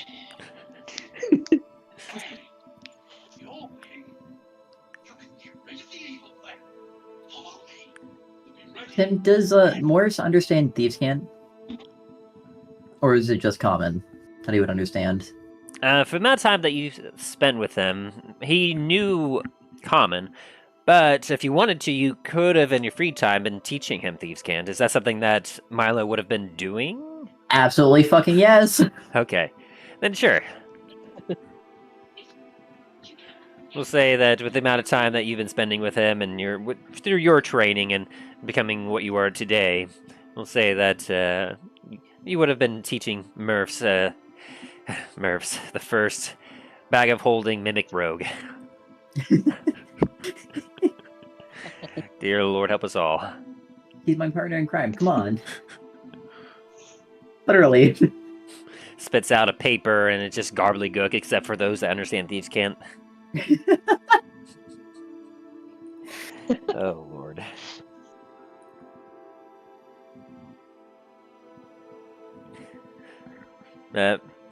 Murph now has control of it, and the drow in front of you just kind of looks at it and goes, "Are you carrying a mimic?"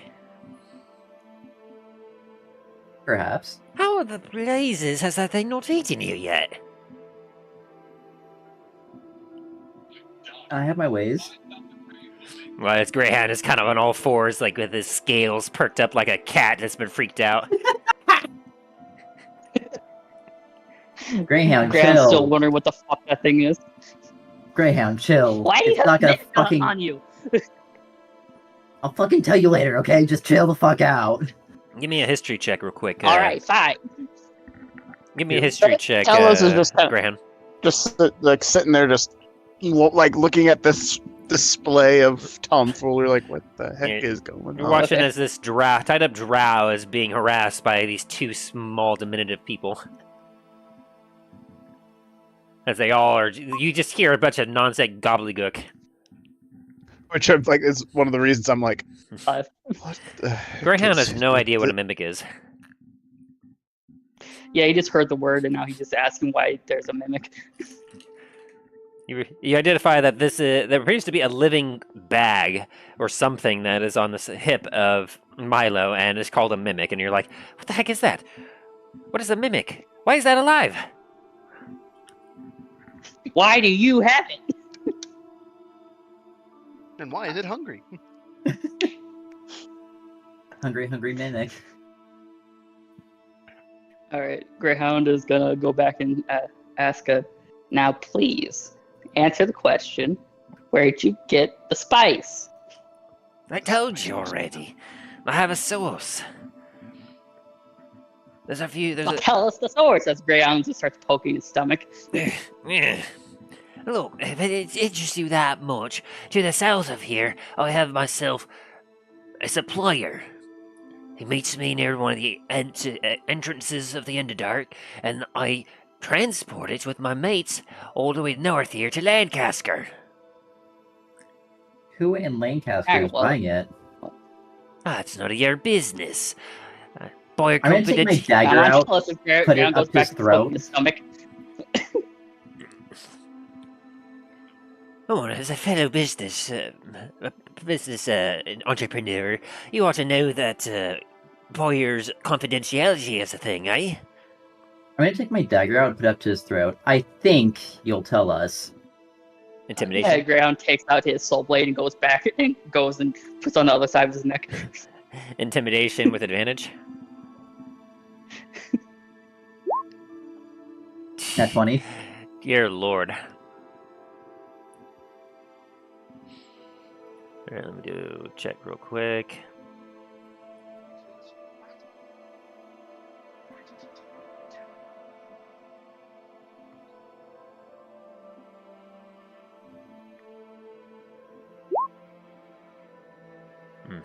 A good check, but not a nat 20. As you both like have your daggers at his throat, he starts to sweat again. He's like, whoa, hey now, let's talk about this. You know, you're not one to just kill an old man, are you? I'm gonna just make an audible cough. Hey, Talos, why don't you leave us alone and go help Dain? We got this under control. You speak common? As you all hear that in common. I raise an eyebrow, like not really saying anything, just kind of raise an eyebrow, but looking at him. Hey, mate. Why did you get these two off of me here? They're trying to cut my throat. Talos, it's in your Greyhound best goes over to interest. Talos and just kind of shoos him away. Shoos Talos away. Talos, it is in your best interest to just head up towards Dain. Just don't damage him. That depends on his. Greyhound just mumbles. That depends on his cooperation. As I'm gonna stare Greyhound into just his mumbles eyes. Greyhound mumbles in orc. No promises.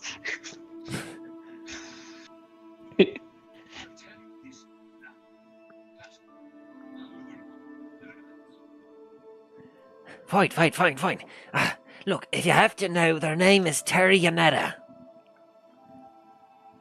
Some human chap up in Lancasquer.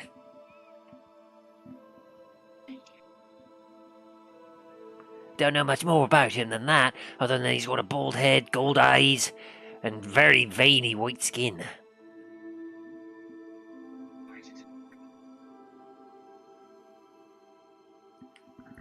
Is that That good wasn't enough so for hard, now was it?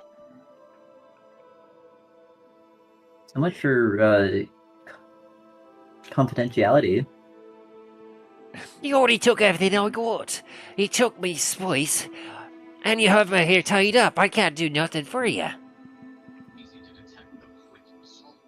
Well, he kind of narrows his eyes and looks to the side a bit.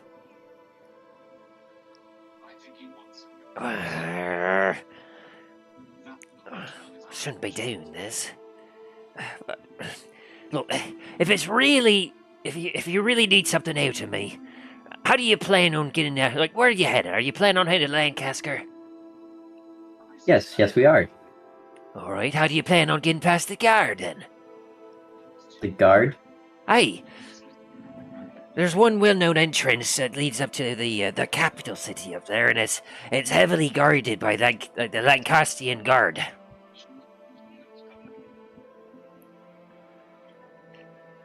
And there ain't no way you're going to be able to get through with that spice there. I'm sure we will. Yeah, we throw it We away. have our ways. Oh, yeah, him, what he said. I highly doubt you'll be able to get through that. They got ways of detecting magic, and whatever that mimic is doing on your side, I highly doubt they'll be willing to allow that mimic to pass. After all, they'll see it as a monster.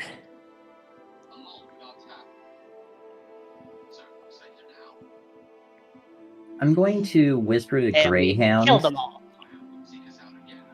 and tell him to watch the captive here and head over towards the treasurer's cart. Alright, as Graham gets back into his personal space and just is eyeballing them again. You'd be daft if you tried to actually kill the guard. You need a small invasion force to get through those defenses, and you go here just... And he kind of eyes around. You got yourself a modest caravan. were very persuasive. I tell you what, how would there be a lot of trouble? What if, in regards to if you free me, I'll guide you and your caravan through a secret smuggling passageway of mine. It'll get you through where you don't have to deal with the guards, and you don't have to worry about any contraband. As Greyhound goes into a sloth squat and just is stroking his horn goatee. Do I hear that I as I'm shall getting tell to my the... friends. Yeah, I'll say, like, you're just getting out of the cart, and then you don't get too far away when you hear him say that. Don't give him an answer, Graham. Just wait for a minute.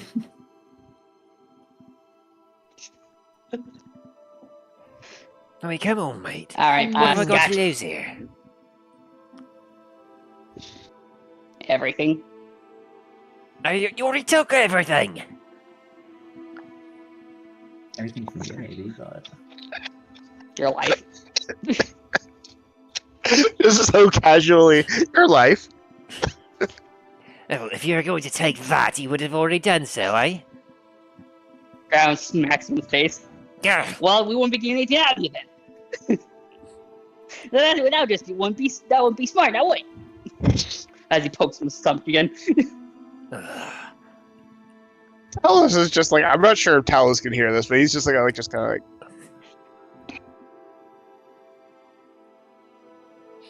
I'm not sure how far away the middle of the cart is from the cart he's in, but. And you just kind of trotting along, and you just kind of hear the commotion as everyone else around is just kind of. A few of them are kind of looking over, just like, what the heck is going on? And a few of them are like, what a beast. I'm just shaking my head. Man is a barbarian. You guys have the barbarian watching the fugitive. As you make your way to the treasures cart, Milo, like one of the guards that's near the front kind of looks at you and goes, "Yes, sir, Milo? What is it?" May I speak to the treasurer, please? Kind of opens the flap. "Milo, to see you, sir."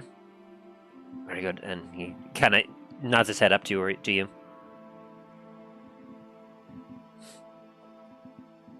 Who's the treasurer? The guard nods his head to you. Oh. I'll enter then. All right, you'll hop onto the cart and open the covered flap, and inside you see with a small lantern that is just idly glowing. The treasurer with a book in his hand, just idly reading as he sets it down and looks at you. "Yes, hello, Milo. What seems to be the problem?" No issue just yet. However, when we do get to Lancasquer, how are we going to get past their guard? Well, when we reach Lancaster, I should be able to present my title and name to them. That should be more than enough for them to let us in. That's what I thought, but then I'm gonna kind of put my hand on my bag. What about this? Is that what I think it is? That depends. What do you think it is? That appears to be spice. Highly illegal substance in most of the known land. I was meaning Morse, since the spice is inside Morse. Oh, you didn't take it out? No. I put it inside Morse, and I was putting my hand on Morse. Oh, you're talking about the mimic. Oh, okay, sorry. Yes. Sorry, I thought you pulled out the spice and whatnot. It's like time magic rewind. You're referring to that mimic that is your companion? Yeah. Well, I know some would be rather nervous about him, but I suppose so long as he was able to pretend to be a bag, and they didn't take too close a look, I suppose it wouldn't be too terrible to have him around. Now, fortunately, when the time comes, we probably will have to allow the guards to search our belongings to ensure that we have no contraband on us. Now, I don't know about you, but being a mimic, I imagine that he may not take kindly to strangers' hands entering his mouth. That could be problematic. I'm gonna kind of whisper in these Cantimers. Is this going to be an issue for them?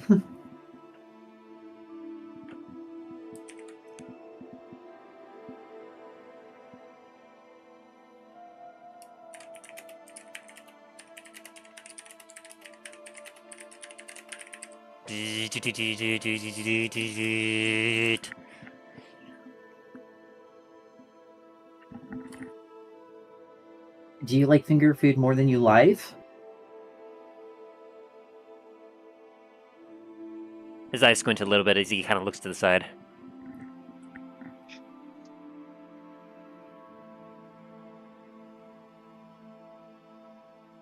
What was that you were saying? I was asking him if it was going to be an issue.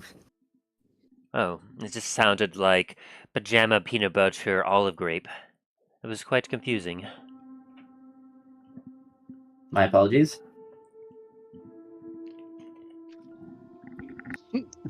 I assure you, it should not be an issue.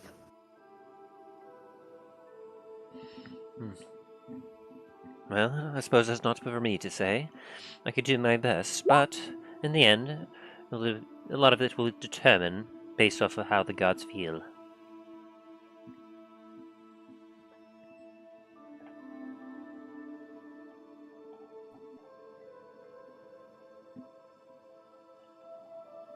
When we get to the guard, do you think they would turn a blind eye if we said it was your bag? Highly doubtful. As powerful as I am, I still have to follow the laws of the land. After all, Very well. These were made by the ruler of Lancasquer. Essentially the ruler of Dundras. Very well. Thank you for your time. Of course. Hopefully we're soon to get out of this dreary cave. It's not doing good things for my skin. I'll try to tell everyone to pick up the pace a little bit. He gives you a nod and picks up his book again. Milo does a slight bow and then exits. The guard kind of giving you a bit of a squinty weird eye, like absolutely confused of what he overheard.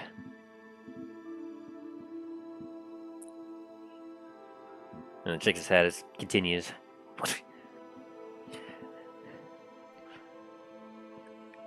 Look, I'm telling you, small one. I could guide you a nice, quick, safe way out of here, and that way you'll be able to get to Lancaster faster, and I'll be able to get myself back into a good business venture.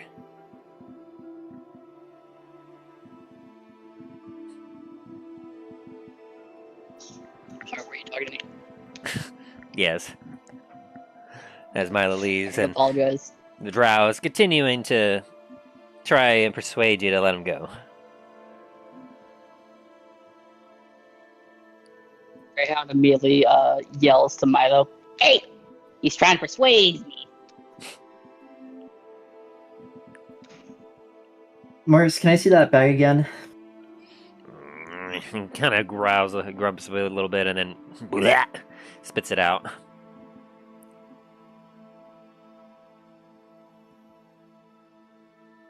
So what does this actually do?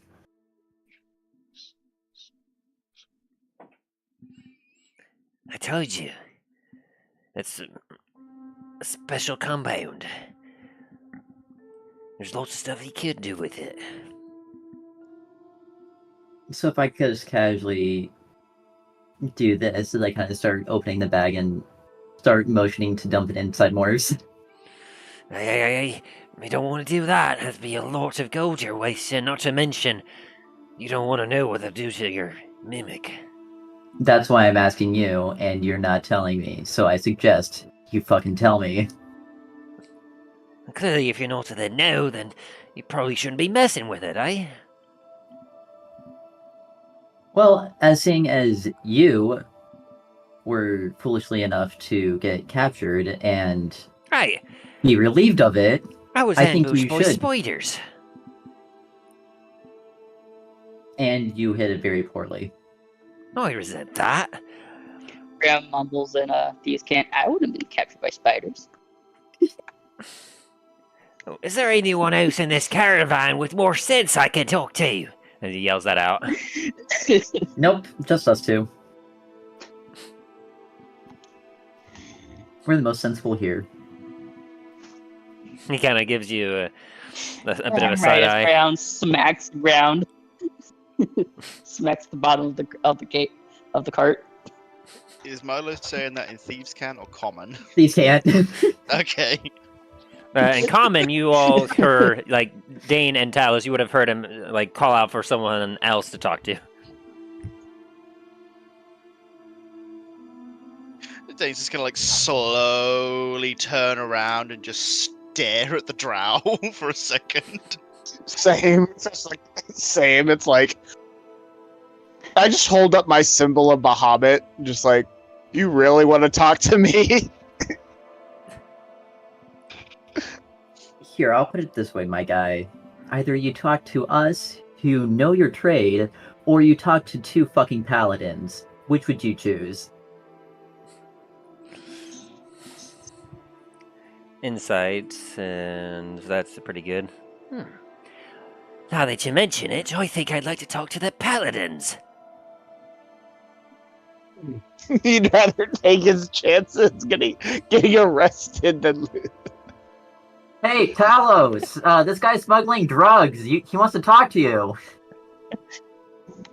Oh, I me? raise my eyebrow and kind of look back between both Hey, Paladin. between both of you. What kind of company you keeping? I thought you were supposed to be keeper of law and justice.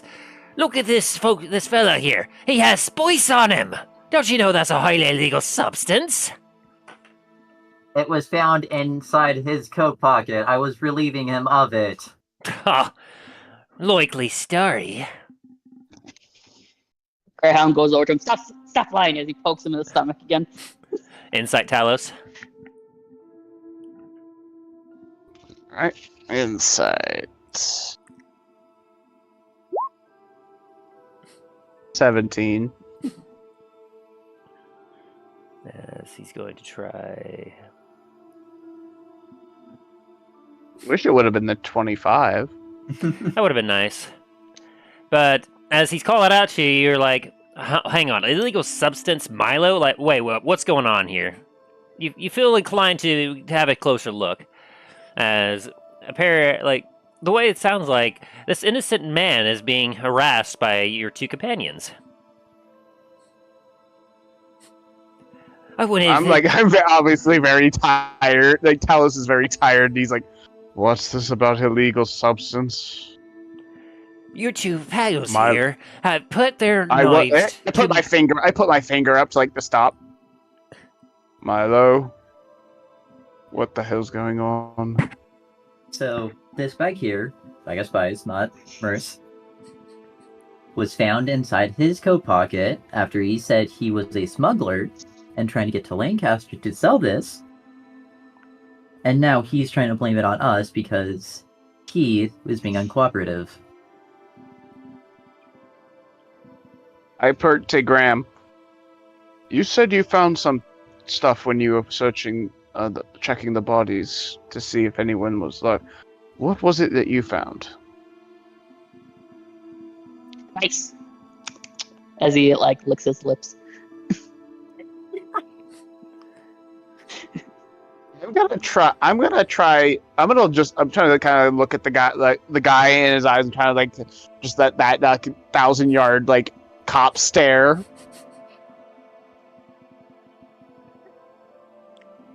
Look, Slightly cock my head.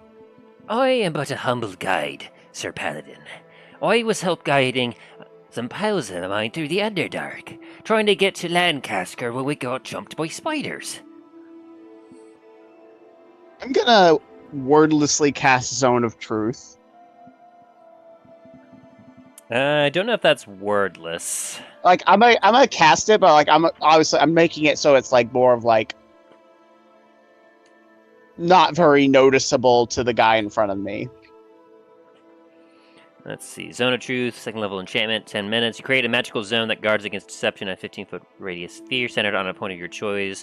Until it's been a creature that enters the spell area for the first time on a turn or starts its turn there must make a charisma saving throw. On a failed save, a creature can't speak or deliberately lie while in the radius. Oh, can't speak a deliberate lie while in the radius. So that's going to include Greyhound, Milo, as well as this. All of you have to roll a charisma saving throw. What's the DC? 1 second, I'm double checking. I'm going to choose to fail this. Oh, It's a 14. 14. Greyhound, are you going to roll for it? Nope. You feel that Milo... Casting this, I'm casting this at this is a level 2 spell anyway, so yeah, I'm like, never mind. Yeah, I think there's only one level casting you could do with Zone of Truth. Yeah, I was like, wait a minute. It's like, wait a minute. Anyway, go ahead. You feel that Greyhound succeeded, so Greyhound is not under the effects of it, and you feel that the Drow also is not under the effects of it, but Milo is. Ugh. Yeah. Hey, what are you trying to do? Cast some sort of spell on me? What kind of caravan is this? That you just pick up and tie a helpless, innocent man here? I look over to Milo. It's like, now again, Milo. This bag What here was it you found? was on his body. Inside, and I kind of open his jacket. This pocket right here, full of spice. He says it's worth 100 gold. He was trying to take it to Lancasquer.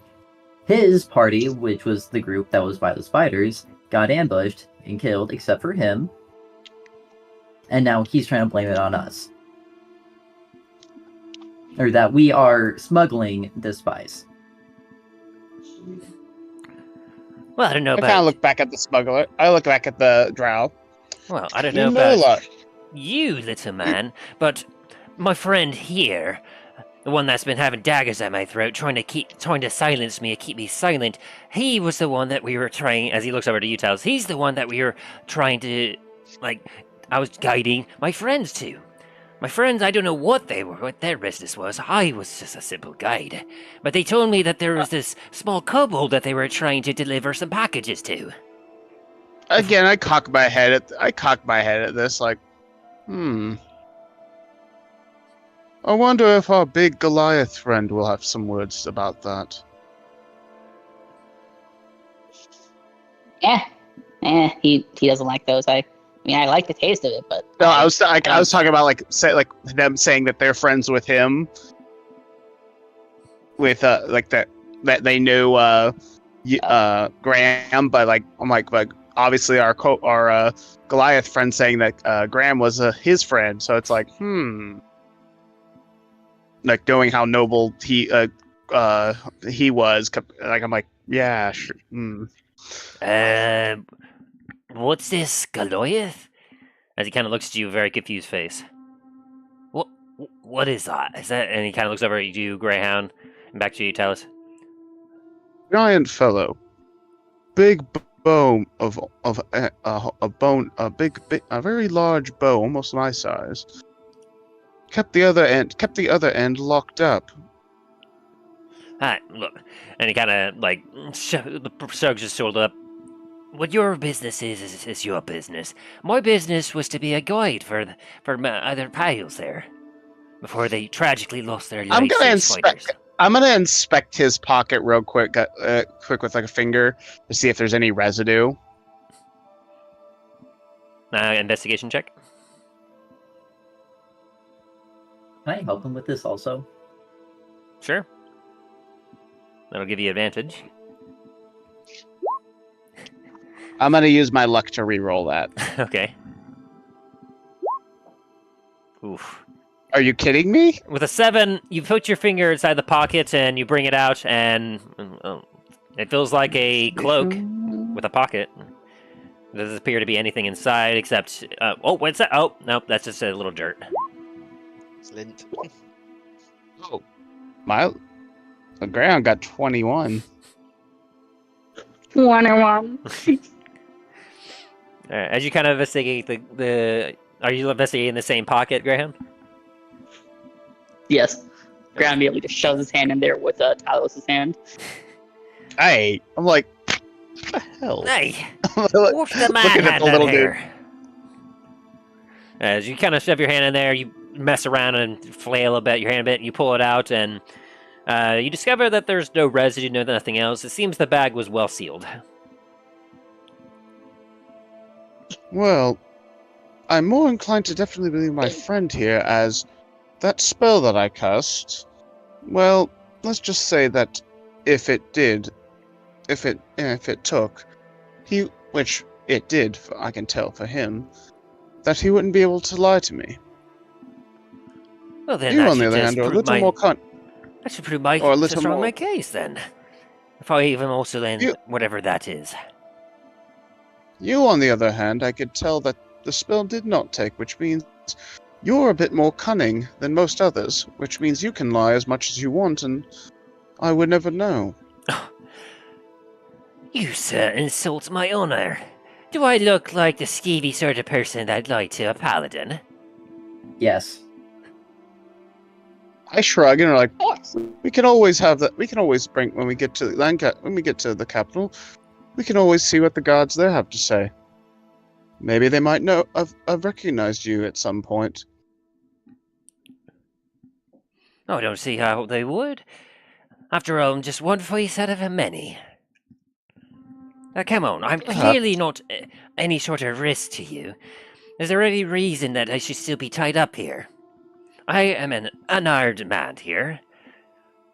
With all of you just bearing your daggers and threatening my life here. At least said threatening as he takes out his dagger and threatens him with it. I Jesus. put my hand up to kind of lower the dagger, like gently lower the dagger. Well, Is this any way We that could- you treat a prisoner? Yes. As he's looking at you, Talos. Or am I not a prisoner? What am I to you? not quite sure yet. Granted, we've run into quite a bit of the strange, odd, and violent type on our journey. That I'd rather not take take many risks, especially with what our main goal is. Regardless, traveling down here, especially in the Underdark, with your companions, and since we don't truly know if you are lying or not, for now, we'll just have to hold you until we get to Lancasquer, and then we can have our friends, if anything, we can give them the location of where your friends were, and the location in here, and we can send someone to do an investigation. Do you even know how to reach Lancasquer from here? Quite, actually. Not only do we have a map of the overworld, we also have exact locations on how to get through.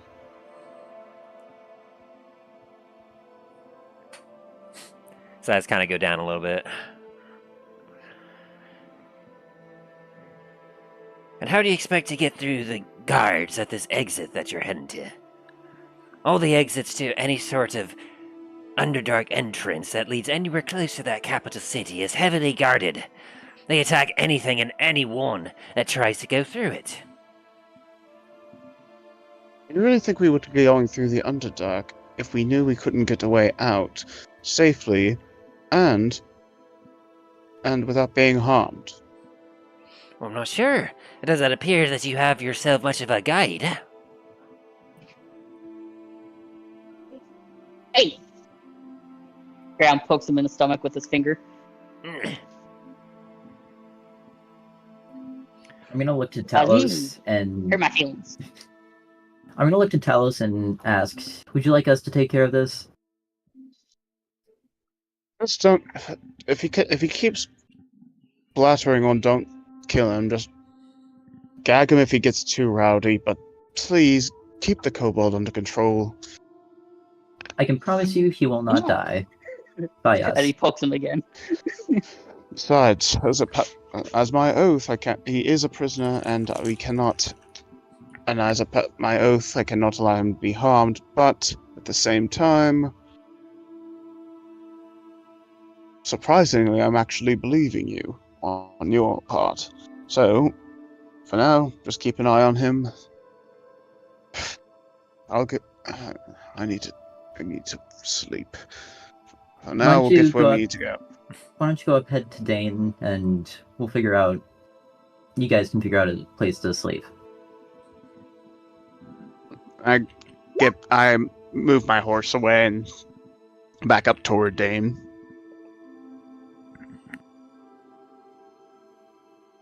I've been looking for a place to camp out. As the caravan is continuing to travel, you find that there's a small alcove near a small body of water. That the area seems pretty flat. It looks all right.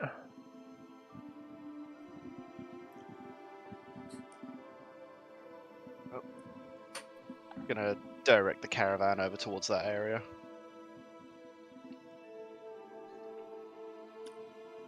Right. So as the caravan makes its way over, you all indicate that you want to take a rest there. Yep.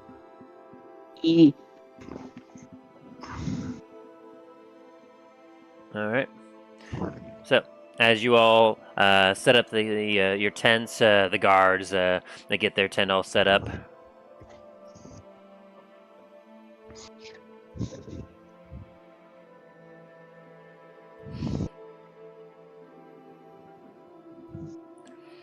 Where the guard sets up a campfire to help keep everything warm, as you all kind of build up your tent in a circle around to make sure that you're well guarded. Around you are, of course, more mushrooms, bioluminescent mushrooms, and rock structures. It is quite a peaceful little area. I'm gonna go to Milo and kind of just whisper, like, think we should tie him up to one of those rocks there that's close by. What do you think?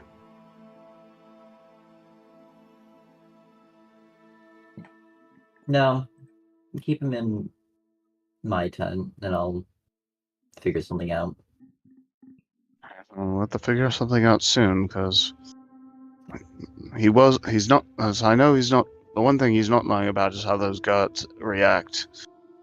In the stories I heard, unless you have clear documentation, they will attack. But if they search our stuff and he tries blabbering his mouth out before anybody else can, we may have some trouble.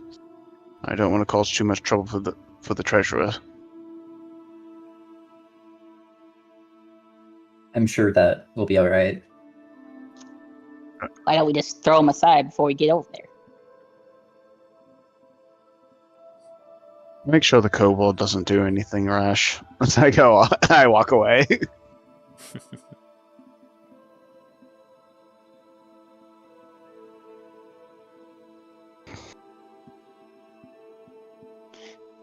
What'd I do? He's more of the honor and justice type. He believes in the law being able to do its job, so next time maybe refrain from things, just pick him out. No comment. Fine.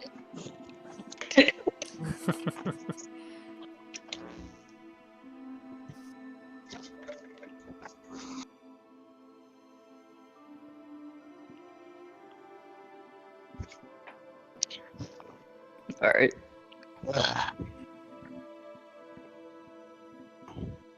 Your little nude is just a ball of chaos, isn't he? Yes, yes.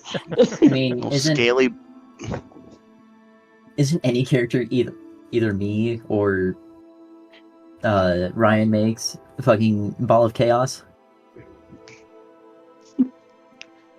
No, your characters are more balls of chaos, but with a purpose of what do I get out of it. His, on the other hand, are just like big red button that clearly states exactly what it would do if you push this button. Press it. It's like, get your hand away from that button. You will kill us all if you do. What did I just say? So we the meme of the exterminatus button. We just like face plants against it multiple times. Freaking like a Dexter's Lab, it's Dee Dee. Ooh, what does this button do? Please don't push the button. Now I have to. Click. Anyways, I'm Yeah. gonna, after I'm done finish setting up my tent and all that, I'm gonna go ahead and gag the prisoner and drag him in.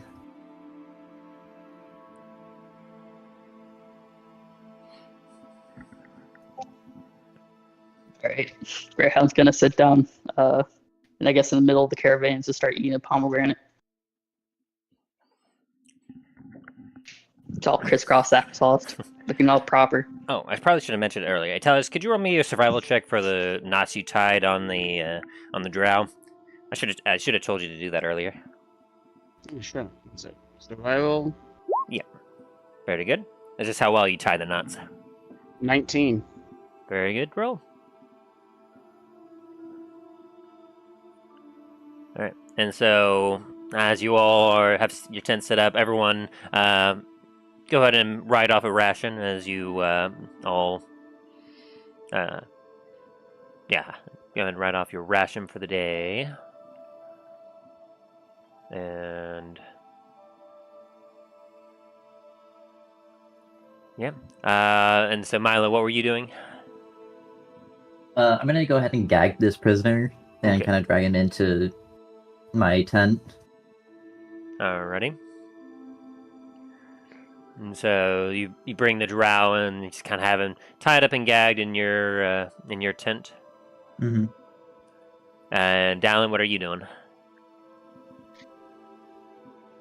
Like I said, he's just sitting in the middle of the caravan, eating a pomegranate, seeing if he wants to come over and talk to him. Nom, nom, nom. And Dain, anything you're doing? Just my usual, making sure that my equipment is all good, and also just gonna take a look around the camp. All right. You can investigate for your stuff, perception for looking around. Yes, everything is where it should be. You yell at your Intimidation? bag. You yell at your bag. You fucking stay right there, god damn it! Everything stays goes. exactly where it is. Your bag You of will holding be is attacked. incredibly intimidated right now, Dain. As the rest of the camp looks at you confusedly as you're just like, you stupid bag! Why do you do these things? Why? I know. I'm just yelling at my bag to become a bag of holding. Greyhound is just looking at one of the guards For and the is like, perception. guy's a little nuts, isn't he?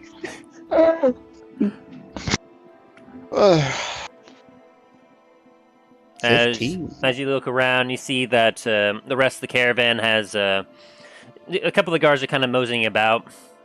With the introduction of this this new individual, you see that they've put the wagons at a small distance away from the camp to ensure that if he tried to sneak over, he wouldn't be able to access them easily. And they also have been putting up a bit of a fence around the campsite to help prevent entry from anyone that wanted to try to, or creatures, because you've noticed that there's been a few of those fire beetles that have been kind of starting to get into the camps at night, so they've been trying to prevent that from happening. Fun. And so the encampment is looking pretty good. And now do you want to investigate instead of intimidate? Oh, I did click it. I was wondering why you were saying intimidate. You clicked I'm intimidate, sure I'll intimidate, do and perception. To be honest, in this they do look exactly the same. There you go. Everything is where it should be. Yeah, as you After take a look at Dain your yelling, stuff. You find those last couple rations that you were missing the other day. Hey! And as you take a look, you see that your gear's looking pretty decent. Your axe, My bag enough. axe is still sharp. Your armor, you kind of smudge out a little bit of some ick that has started to accrue on it from being underground. But other than that, everything looks pretty good. I'm just gonna nod, satisfied that I've intimidated my stuff to where it knows it should be. I'm gonna be checking the horses, trying to see if there's any, like, making sure that cobwebs are off on their hooves and stuff like that. Sure. Do some animal handling for me. 18. Very nice. Yeah. You take one of the animal brushes that you have, and you proceed to brush the horses real good, getting all the cobwebs. You see that a lot of dust has started to gather up on the horses, and they haven't been enjoying it terribly. So you take a good time to go to each horse, brush them, and give them a bit of their rations to help them stay well fed and energized. And by the end of it all, they all look very much happier as they bend their head down, and a few of them start to nibble on some of the bioluminescent mushrooms. Hopefully that's okay for them to eat. We're just gonna get drugged up now. Like, suddenly one of the horses just stands up on two legs and just starts trotting around. Yay! James Baxter. Oh, God.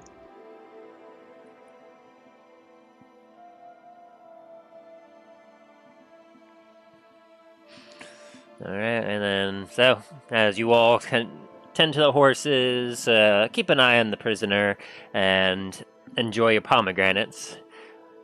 And so it gets to about the time where you're feeling pretty tired. You all gonna hold a night watch?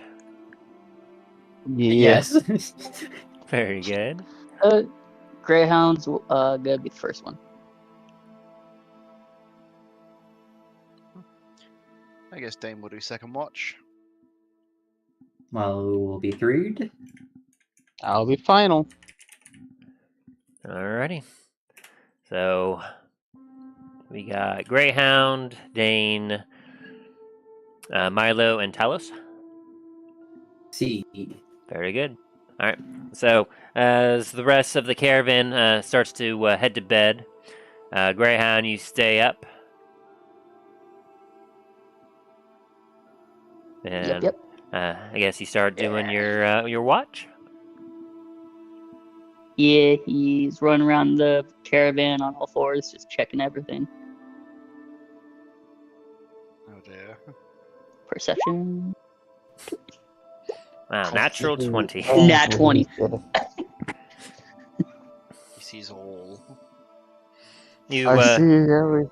I know everything. as you kind of look around, you're patrolling everything. You have a good sense of, like, there's a lot of large mushrooms nearby.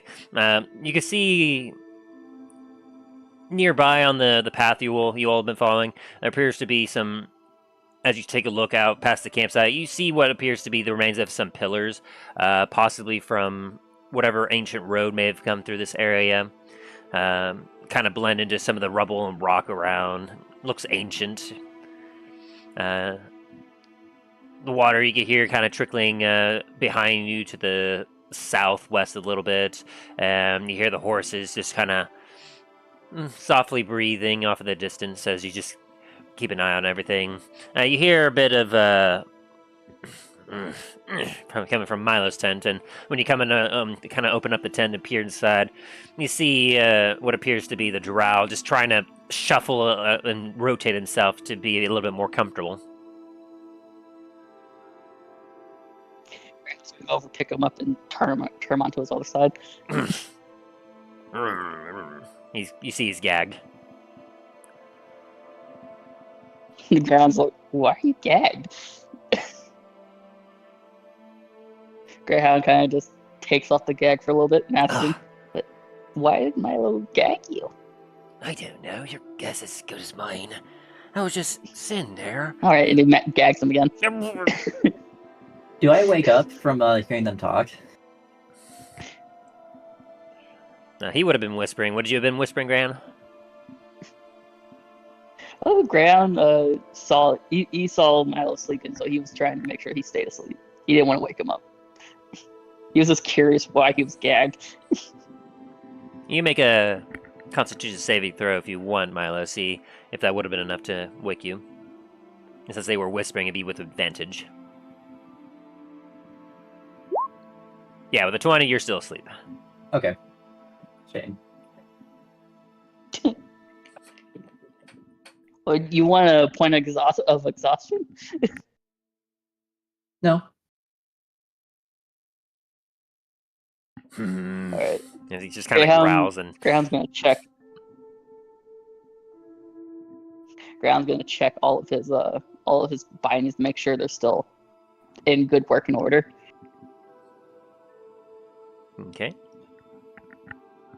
Investigation, or what do I need to do? Yes, investigation. Gotcha. 18. 18. Yeah, everything seems to be in good order. Your pomegranates, as you take a look at them, you see one is starting to get a bruise, and you're like, I should probably eat that one sooner rather than later. Oh no, I wasn't talking about the pomegranates. I was talking about the dude's bindings on his arms and legs. As you take a look at the drow's bindings, you see that they are well tied. It looks like Talos did a pretty good job.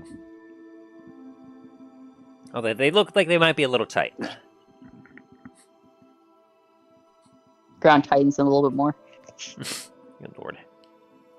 They're as tight as they can be. And This is chaos Grumpling. Okay, Greyhound immediately gets on all fours, kind of crawls away. Yeah. I guess, is there anything else that he sees during his watch? nothing else. As you just kind of take a look out and around. Everything, like, you hear what sounds like the distant sound of critters, but besides from that, nothing else seems to happen on your watch. Or hears? Alright. Greyhound's going to go over to Dain and shake him awake. Okay, wake up! That time already? Yep. Greyhound immediately curls into a ball and falls asleep where he's woke him up. Just gonna kind of look down at Greyhound. So. Fucking kobolds. You're gonna get up and kind of just like stretch and start looking around the camp, in the area. Alright, you can go ahead and roll your perception check. Not my intimidation. Ah, yes. Ooh. I Intimidate see everything to get away from him. everything. Fuck it, game. Game does not like me today. Alright, so. As you proceed to have your round, you feel a little tired, you stretch a little bit. Fire crackles as you kind of sit nearby it. You hear the sounds of creatures all around. Nothing seems to happen on your watch.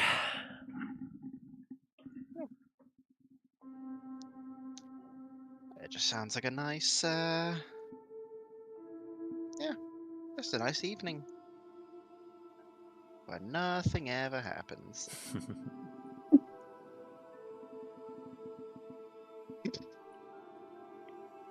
I forget, was it Talos or Milo that was doing the third watch? Milo. Milo. I'm gonna go nudge Milo then. Is it that time already? Unfortunately. Very well. Milo, what? You know what? I'm not even gonna ask. As I just see the prisoner just kind of tied up and gagged in the room. What prisoner? Fucking what? You just see Milo in his tent? As you just woke him up? As Milo wakes up, he's gonna look right over towards the prisoner is. There's no prisoner. Dain, Eh? where's the prisoner? One of the caravans where you guys left him, right? No, he was right there, and I'm gonna point to the other side of the tent. Why was he in here? The question you should be asking is, where the hell did he go? I don't know. Everything was pretty quiet on my watch. I didn't see anything. Alright, well, have a good night. Hi. I'm just gonna wander off.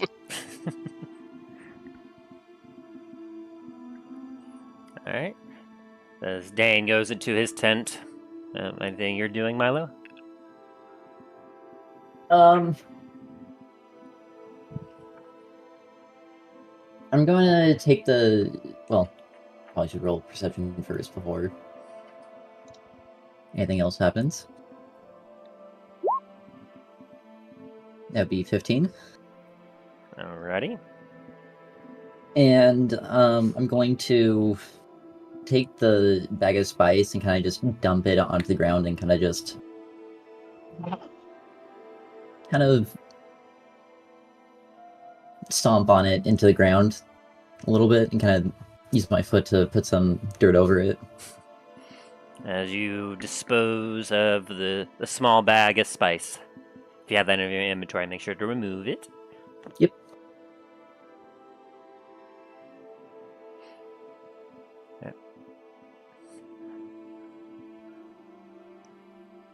And as you proceed to have your watch, everything seems quiet as you walk around. Everything's quite dark. You hear the crackling of the fire behind you as you're just kind of keeping an eye out on things. Another hour passes by as it's getting close to the end of your watch.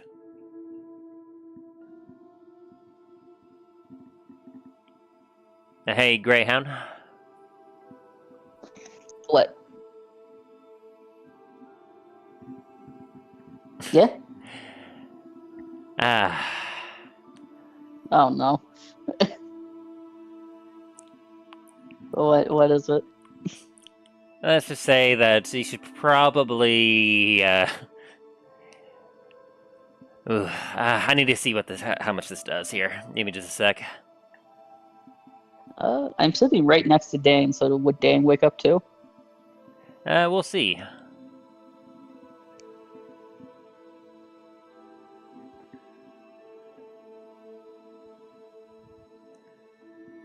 Ooh.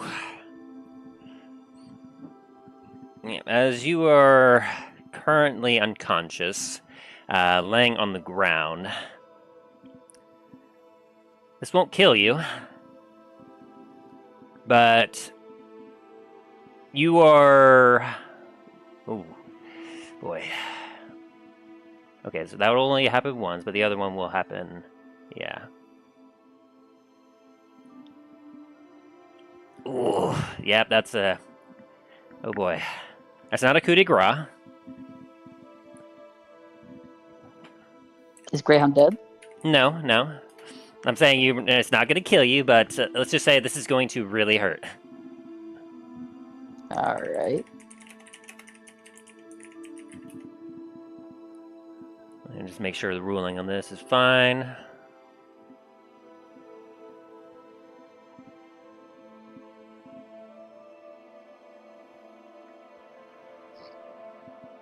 Yeah. So, you are woken up to the sharp pain of two piercing objects penetrating your chest as you take a combined total of, between the sneak attack and the two daggers. I need to do some math here.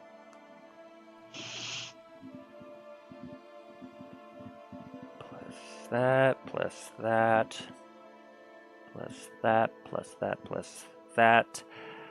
Whew! Yeah, you take 79 points of damage as you get violently stabbed while you're sleeping. I guess I was kind of asking for that, though. the way how Greyhound's acting. Okay. And I imagine you probably like wake up screaming because of that. Yeah. What? So whoever can hear him, so it's woken up by that. Talos and Dain will need to make a Constitution saving throw to see if they get woken up by this. And Milo, you hear this. Oh, yeah. 1 sec. Let me roll. Would Dain have disadvantage because he's like right next to him? Is it Constitution, you He said? would, but with a 16, that's not nearly enough.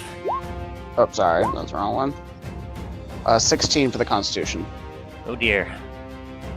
Dain and Talos, you're still asleep. As Milo, you hear this, and but you're not able to respond immediately as you're currently getting peppered by arrows. 1, 2, Wait, what? 3, 4, 5, 6. Tim, I also do have alerts, so I can't be surprised. I know, but this is a surprise round. Yeah, but I can't be surprised, Mm, since I have alert. that is fair.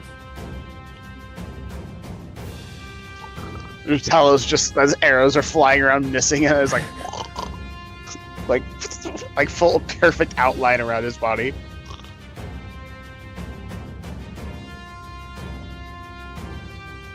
Dave just rolls over and goes back to sleep. If you need to, you might need to zoom out to see this. I'll kill you all, simply. Should Talos and Greyhound be switched?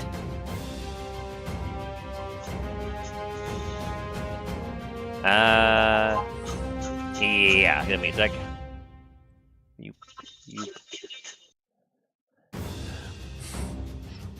Jesus Christ.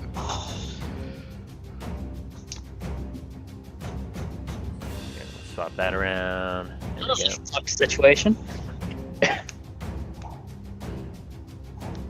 And since he did attack, Milo, as you kind of take a look, you can see the guy that you had prisoner currently like crouched as he had 2 daggers in Greyhound, but then he lets go of the daggers, and as he kind of stands back up again, you see that the daggers disappear. As he then kind of looks at you and gives you a salute as he attempts to go into stealth. If you want to roll a perception check. Absolutely.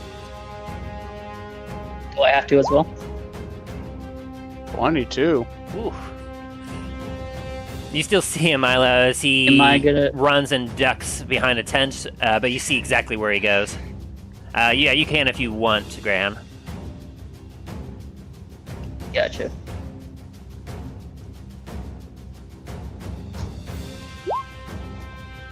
$13.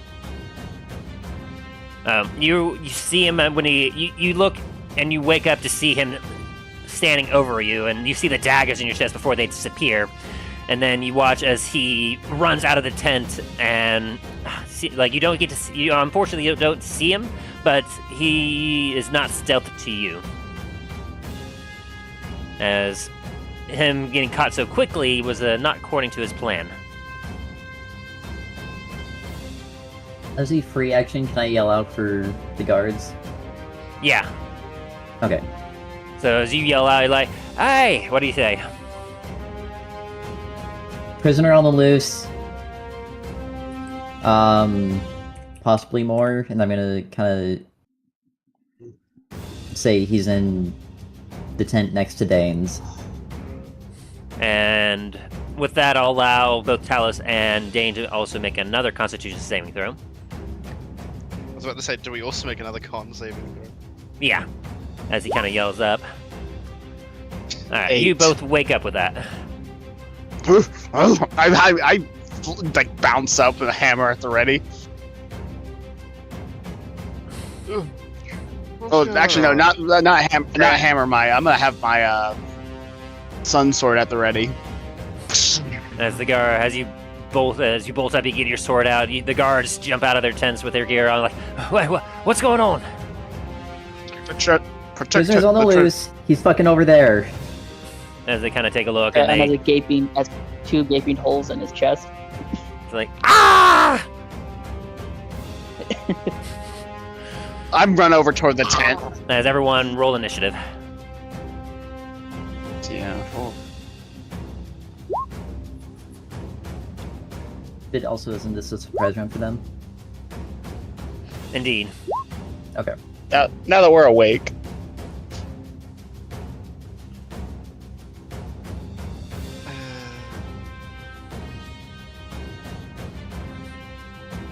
Alrighty. Hello, where is he? I fucking already said he's over there. Okay.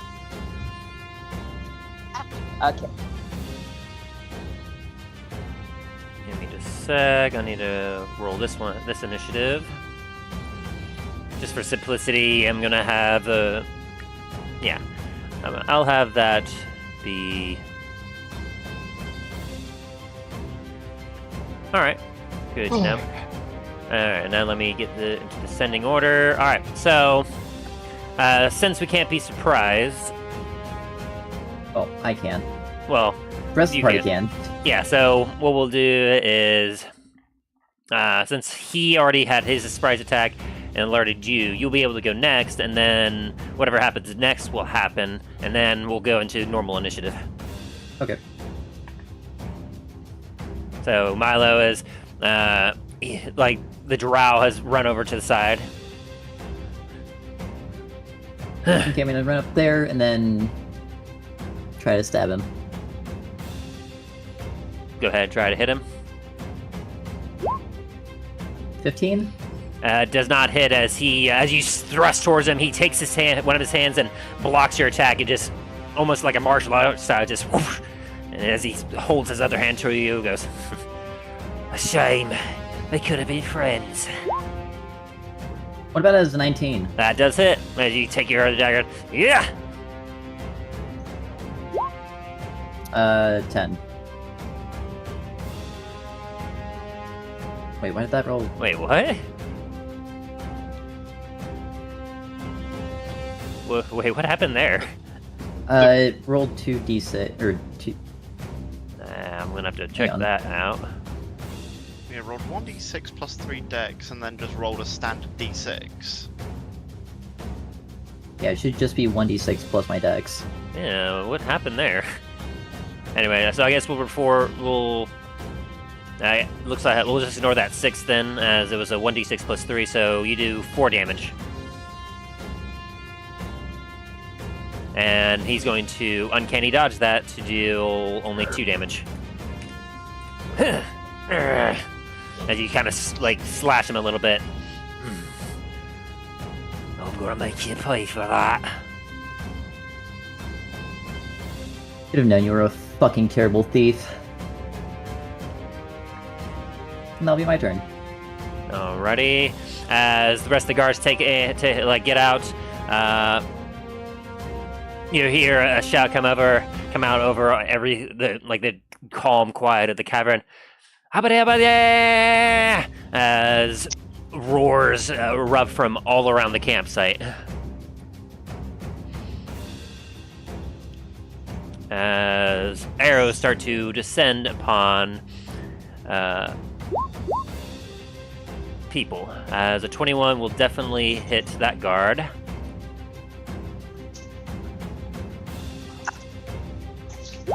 Dealing 5. Ooh, right, I forgot they had that. Ooh. What? Oh god. Give me a sec, I need to look up the guard stats real quick. We don't need to be losing more guards. Let's see how many people we lose in this fight. Oh no. Okay, so...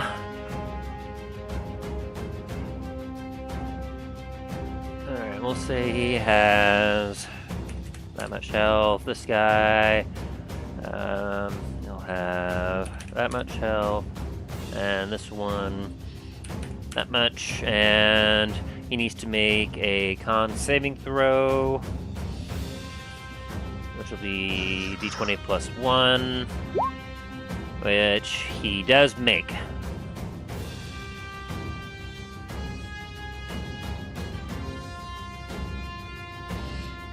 Very good. And then, but of course, we still have more attacks that's coming.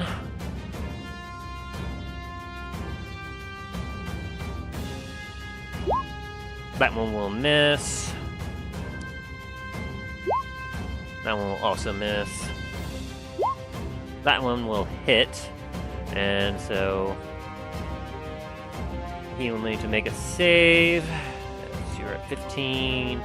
And need to make a con save, which he does make, but he will take 6 piercing damage. Alright, that is 1, 2, 3, 4, 5. One more attack, as he was the only one that was close enough to have it and has visual.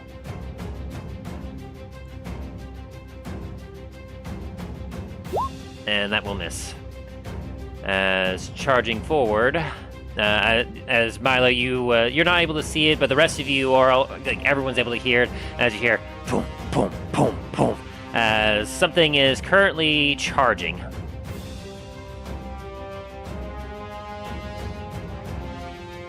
Oh dear. What's his movement speed? Sounds quite big. 5, 10, 15, 20, 25, 30, 35, 40, as at the entrance of the camp. Boom, boom, boom. Moo. Is that a cow? Oh god, not another one. It's like, is that a cow? Do I look over the camp and do I recognize this? You recognize that you saw something without all of its skin and muscles.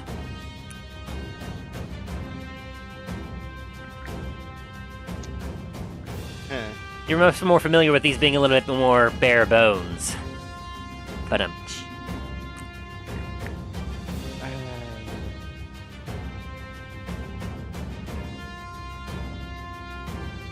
just gonna kind of look over it, like fully ready the axe, and just go, oh no.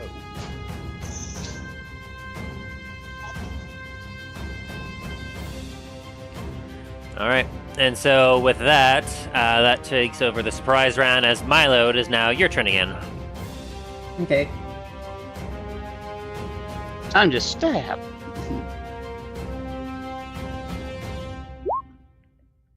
When do I want to hit? Both of those Sorry. do hit, as Okay. you take your dagger and yeah. As the drow desperately tries to block, like. Okay, I don't know exactly why it's doing fucking 2 rolls. Oh, that one didn't. What the fuck? Okay. Boom, boom. As you slash at him again, he'll take the 14 points of damage. As you're getting him with some good hits there. And anything you're doing? That'll be it. All right. Talos, we get to you. As you just woken up. And I assume that both Talos and Dain are not in their armor. Since you would have had to disrobe in order to sleep properly. Yeah. Okay. So I'm just in my night clothes, basically? Yep. Oh, God. Ouch. You can have your shield, though. One sec. Let me just go check something real quick. Jeez, that makes me squishy as fuck. Well, I'll say this. Like, would you have tried to sleep in your armor? Down here? Hells yes. Talos don't like it down here. And Dain?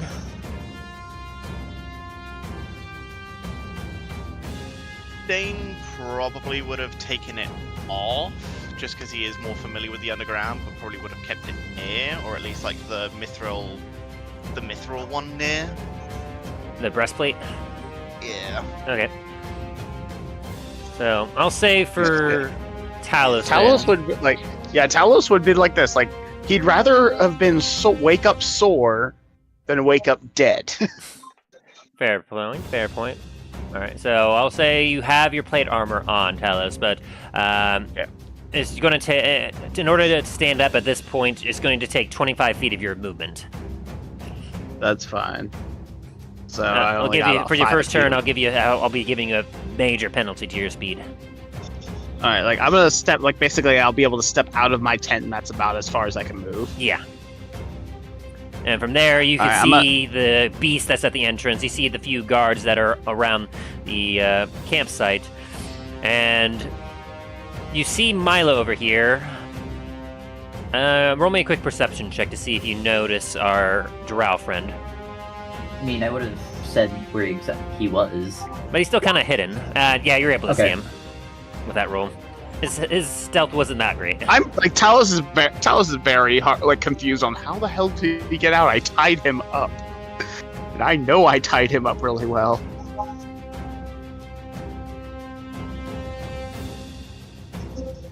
I think as the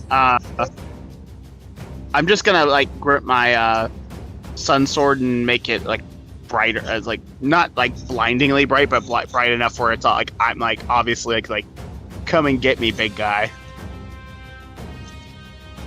Alrighty. And so is that your turn, Talos? Yep. Alright.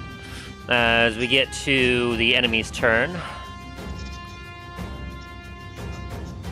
we're gonna have an advantage attack on you, sir.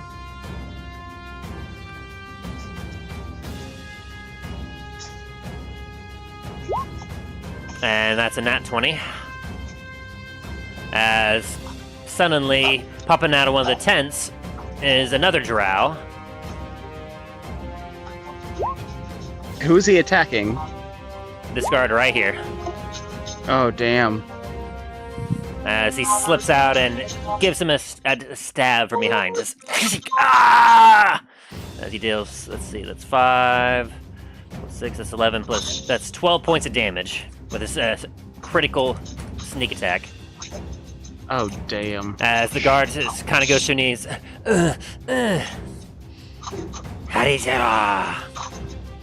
As this guy here, boom, boom, as he charges. Or actually, roll me a quick persuasion check real quick, Talos, to see if he would target you or if he would target that thing.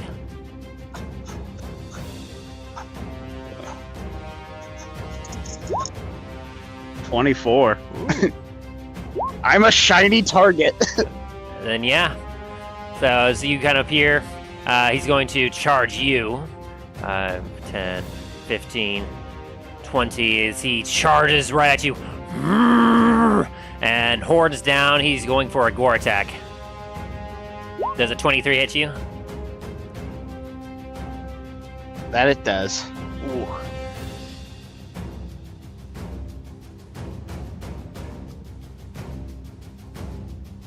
So you will be taking 14 plus an extra 2d8 piercing damage, and I need you to make a strength saving throw. Strength saving. Ooh, that is a critical fail. So God. you're taking 20 points of damage as this Minotaur rolls up to you, and you are immediately flung back into your tent as he gores you, just boom, hits you with his horns as you fly back all the way into your tent and are immediately knocked prone. Oh, I'm just like, okay, that hurt. 20, 25, 30, 35, 40 as he runs up behind you, Milo, and as you feel hot, heavy breath behind you. And more arrows are going to come out as the Drow is going to see you, Milo. He's going to take a shot at you. Does a 17 hit you? Yes, it would. Oh dear. Then I need you to make me a Constitution saving throw, as you're taking 3 points of piercing damage. It's like we just hit the luck of 0, didn't we? You just saved. You don't remind me. As you feel the arrow hits you in the side, you're like, ah!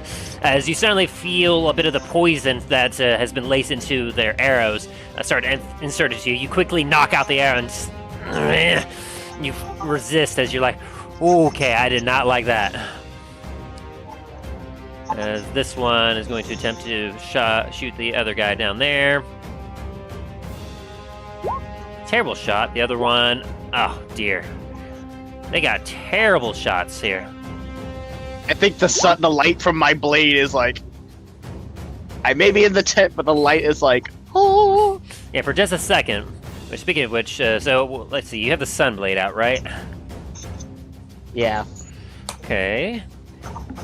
That will actually play a factor into this. Because if they're drow, then they're gonna be like, my eyes. Which you may not necessarily know that, but it doesn't really matter. Yeah, I don't know this, but I'm on my back just like...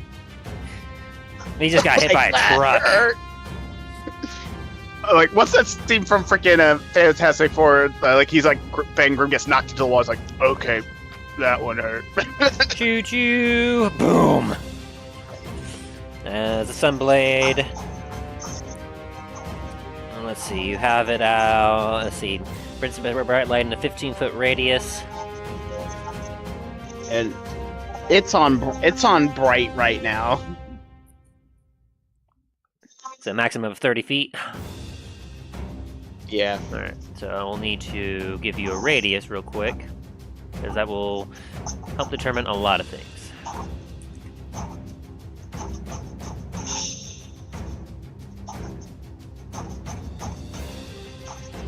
Now, it's obviously going to be covered up being in the tent, but we'll get to that later. As this one is going to also attempt to shoot that one guard, as he's the only one that they could see. That's a miss. The other one, miss. And the final one there is going to miss. Oh, nat 20. Oh dear. Oh, guard! Poor guard! That's going to be 5, and he needs to make a Constitution saving throw. Which is a d20 plus 1. 12. Alright, he fails, so he's now poisoned. Oh.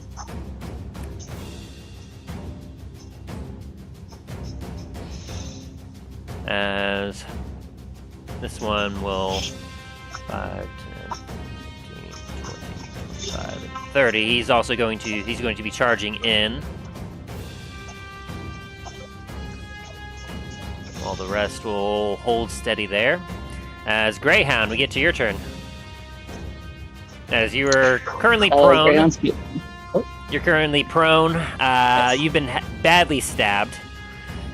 And your attacker went out, and you just saw... So you felt the ground shake as something big just ran by. Greyhound is immediately gonna go in bonus action. And, I guess, oh no, I shouldn't do that just yet. Actually, I'm gonna enter stealth as my bonus action. And, Alright. I'm gonna get up and come out to here. Come on. Go ahead and roll stealth. Gotcha.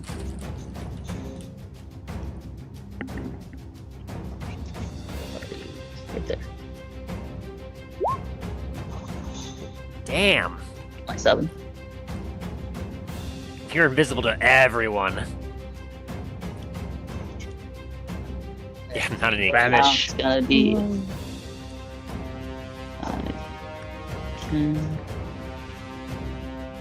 And I'm gonna throw 2 daggers at this guy. Alrighty. Go ahead and throw your first attack. You had advantage for being stealthy. I'll do a double check for him just in case, but I highly doubt he sees you. Well, no, he doesn't see you. Okay, yeah, the 24 definitely hits, and the 23 definitely hits as well. Gotcha. All right.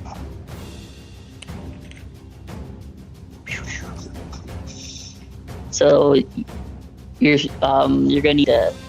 Maybe I can add a 2 to it to the damage since he. No, he's not raged yet. God damn it!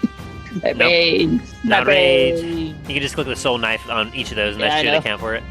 And then you should have like a little thing on your thing that will roll up the sneak attack, if I'm correct. Boom! As you. As I'm. Are they attached to the ethereal chains? No, not currently. Okay. As you throw out a couple daggers, and they land straight into the back of the Minotaur. Kind of huffs a little bit and eyes back towards you as you're no longer stealth. As it definitely did not appreciate that. As that is a total of 25 points of damage. Off of a bucket of blood. Like, come on, get me! Alright, is that your turn? Yeah, that's my turn. Alright. As our drow friend, he takes a look at you, Milo. As you can see, I myself have some powerful friends. Yeah, we'll see how powerful they are. As you watch as he takes his empty hands, holds them up, and then as he flicks his hands forward, 2 daggers pop out of his bracers into his hand with an ethereal light to them. As he tries to attack you with a natural 20 and a 30 to hit you, since he's flanking you with his ally. Oh, wonderful! Let's see. So he also gets sneak attack, doesn't he? Yep. Oh dear. Milo, oh no. I swear to God, if I die, This is you're a going to be fuck pissed. situation. And so so initially he's hitting you for 21 points of piercing damage just from the daggers. Okay. As for the stealth sneak attack, that's going to be an additional 18 points. For Okay, total. uncanny dodge the 21. Yeah, I'll go ahead and allow that. So that'll bring you down to 10 piercing damage plus 18, so that's 28 points of piercing damage as he stabs you with both the daggers. As he you're like, ah! And then he just lets go of the daggers before rolling out of the way and making his way in this direction. 5, 10, 15. Oh fuck, never mind.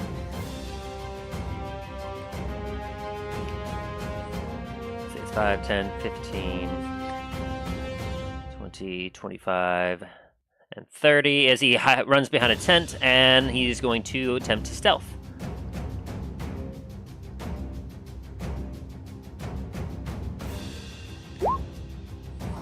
$15.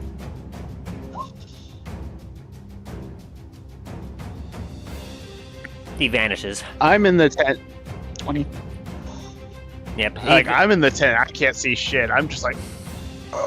He vanishes Okay. before all of your eyes. Yeah. Talos. Fuck. Okay. It's like Talos is like, okay, buddy. There. As Dain, it is now your turn. Can I spend the turn actually getting my armor on? That's gonna take you 10 minutes. Well, if he's trying to put on his medium armor, is that what you're doing? Yeah. Let's see. The ruling on donning and doffing armor is Isn't if you're, medium armor like you 5 need- minutes? you need 5 minutes to don your medium armor, which would be 50 rounds. Never mind then. Fuck that. I'm gonna come out of the tent and swing at the Minotaur. Alrighty, go ahead and swing bada bada. Oh, okay, closer, please. Ooh, yeah, but 25 definitely hits. And I'm guessing what we were chatting about before hasn't actually happened yet. Not yet, no. Alright, cool. I'll let you know, don't you worry.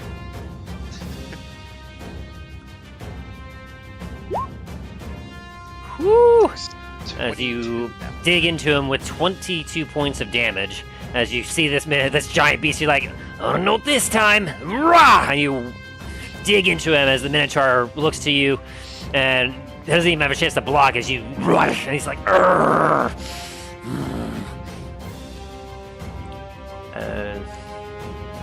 Yeah, I didn't think so. Oh, what the fuck? And that also hits. It double clicked. I mean, it hits either way. Oh yeah. Milo, you're lucky I didn't have my thing on. Cosmic Fury. I didn't have Meteoric Meteor. Strike. Just like meteor starts, like the roof of the cave just starts glowing red. Both the It's like rogues. melting rock as a meteor comes burning through it. Takes another 16 points of damage. Ooh, spicy.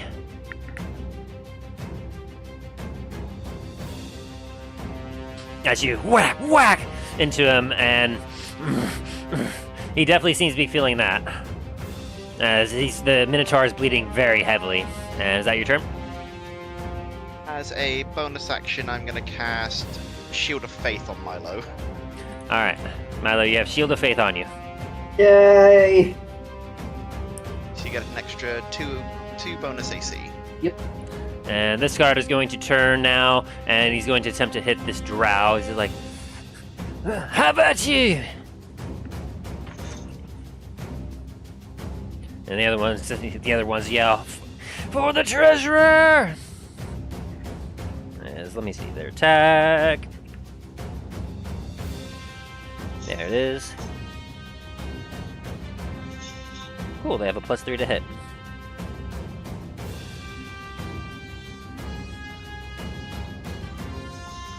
So we'll just roll one of these. Oh dear.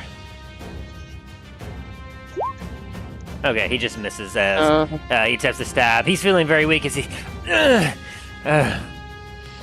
and he just misses. This one charges. 5, 10, 15, 20. To get next to his ally as he attempts to stab. Oh my god. Another nat 1? Also just Are a you miss, but kidding? what in the world was that? Everyone's pretty sleepy right now.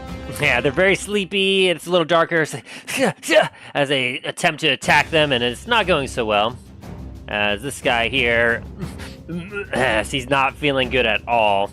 Still going to 5, 10, 15, 20, 25, and 30 as he charges up towards the Minotaur, and he's going to attempt to attack him with disadvantage. What a That's trooper. 2.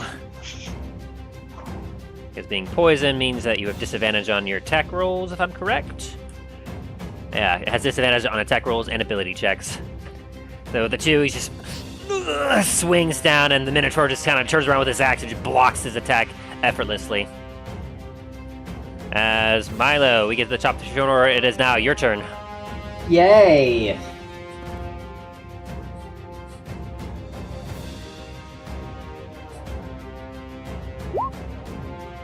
Does that hit the Minotaur? Definitely does. Okay. It's 7 damage and then 26. Yeah. As you just kind of, how do you do this?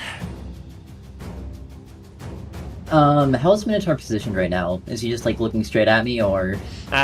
He's kind of in between. Like he turned around to block the attack from the guard, so Okay. he's kind of facing in this direction. As he was like, he's facing a lot of adversaries right now. Okay, I'm gonna kind of just yeet myself up onto his back and then kind of just slit its throat. As you just jump onto his back, you spin the dagger around, get it underhanded, and you just whoosh, as the Minotaur goes, as it just falls to the ground, and everyone, one of you feels a shudder as it just hits the ground, and boom. As he's going down, Graham's just gonna flick him off. Move over here. And try it again. 14. As you're flanking with an ally, that is a 20. And does hit. For 4 damage. As you come up and stab, and he's like, "Urgh!" As the drow looks behind him and looks at you as... And is that your turn? That's all I can do. Alrighty, as Talos, it is now your turn. I'm prone, right? Yes. Yeah, so that's half my movement to get up. Yep, you have 15 feet left. I get up, I am like, ow. Let's see. 5.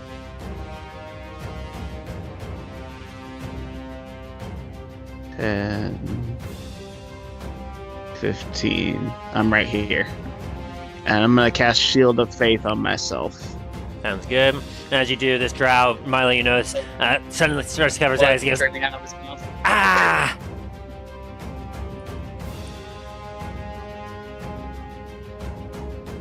Alright, so use your bonus action to do Shield of Faith, or was that an action?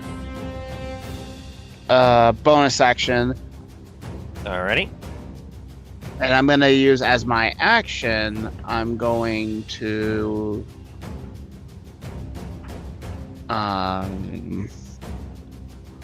let's see. I'm gonna use Cure Wounds on myself. Sounds good. Go on, roll for it. That's 1d8 plus 2.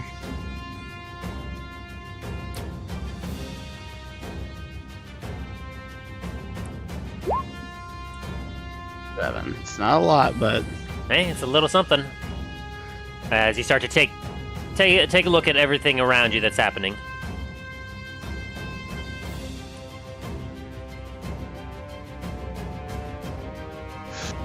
damn.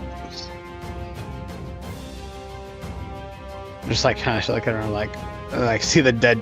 It's like, fuck you, Minotaur. All right, that's gonna be my turn. All right. As we get to the rest of the enemy's turn, this one here is covering his eyes a bit, but he's still charging. 5, 10, 15, 20. As he comes up to you, Talos, and he's going to attempt to stab you.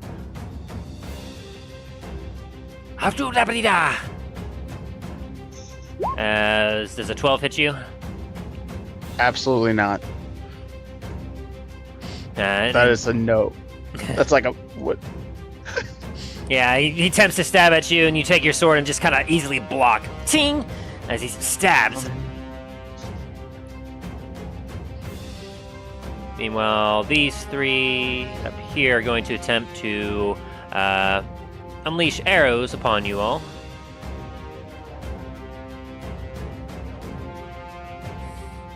As they are continuing to use their ranged attacks. 9 will not hit you, Talos. 6 will not hit Greyhound. And a nat 1. Oh my god. Please, it's like these. You're snapping. Ah! Ooh, that was a low roll. Okay, well, let's see how... Okay, he succeeds his Constitution saving throw, but he will be taking 5 points of piercing damage as Talos, you watch as the drow in front of you gets shot in the back.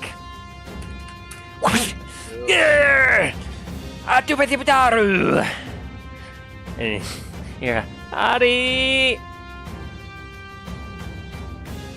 As upon you, Milo, and the others down here, let's see, he will be attempting to finish off this guy here, as he's going to stab at him. And a 13 will not hit, as he bounces against his shield. And this one here will shoot down. Oh dear, that's a natural 20. To deal 11 points of damage, and now Mr. Guard has to make... Oh, the guard. Yeah.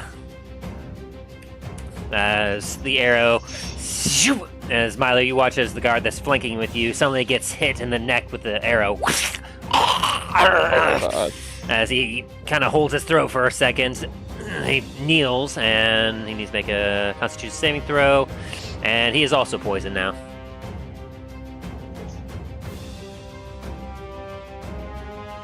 This one is going to take a shot at you, Milo.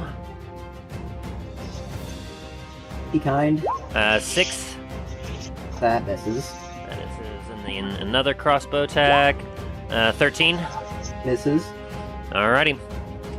And then the rest are going to continue holding for right now. It's Greyhound, we get to your turn.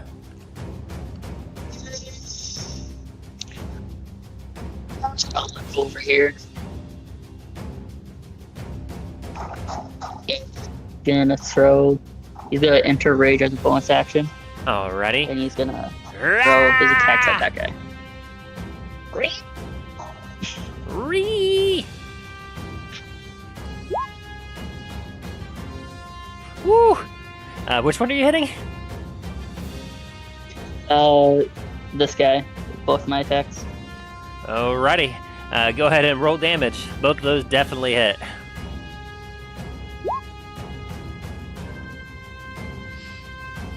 And your first blade hits him, and you watch as he kind of shudders with the blade, just boom, and then your second blade launches him back as he just flies, and gets nailed against the barricades of the encampment.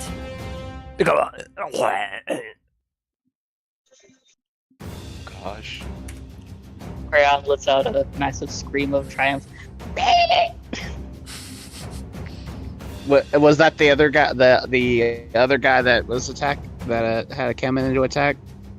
Yes, it's the only other drow that had made it in, which some of you, if you're smart enough, you could maybe think that he may have snuck in to free the other drow during Dane's watch. I was enamored by the mushrooms. I'm sorry. Hey, next time don't look at the fucking mushrooms. Stop taking shrooms. Stop being like Dallin.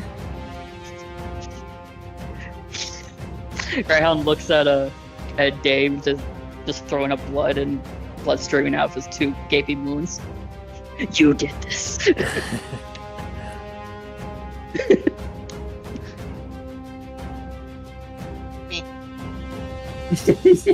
Alright, is that your turn, Greyhound? Yeah, it's my turn. Alright. As he is still stealthed, he's going to move. What was his stealth roll? Good lord. Oh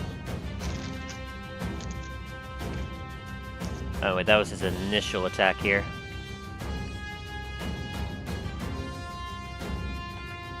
Oh wait, no, that was his other attack, and then his stealth was, there it is, okay. And none of you rolled successfully to see him. Oh, or at least Greyhound and Milo failed. Talos and Dain, you can go ahead and roll to see if you can spot our friend here with a perception check. Sure. Yeah, none of you see him. I'm more distracted by the guy that tried to, that's right in front of me.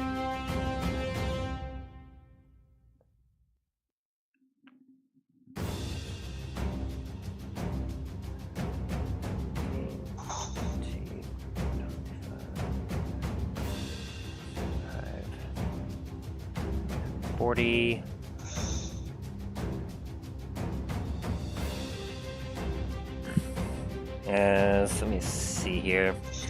He's going to whip out his couple of daggers. And he knows a tough target when he sees it. So he's going to activate his sharpshooter.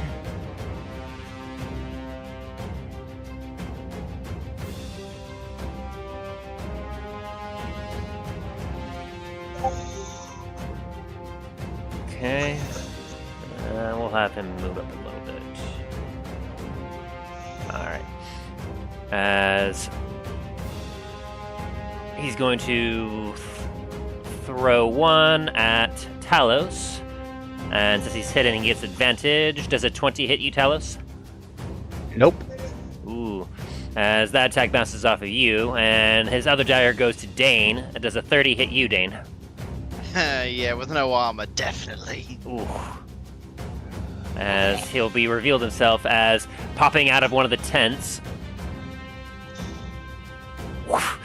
Whipping out 2 more daggers from his bracers. He laws both of them. One bounces off of you, Talos, as you see it coming just in time. You're like, whoa, ting! But Dain, you're a little bit slow to the take, as unfortunately, it still manages to hit you. Oh wait, I activated his sharpshooter, so... Oh, not one. Let me roll for that real quick. Okay, yeah, that was just a miss. But as for you, that was a 25 to hit, Dain. What does that still hit? It still hits. Okay. I figured as much, so that's going to be 9 plus 10, so that's 19 damage plus a sneak attack. Which will be 13, so that is a total of...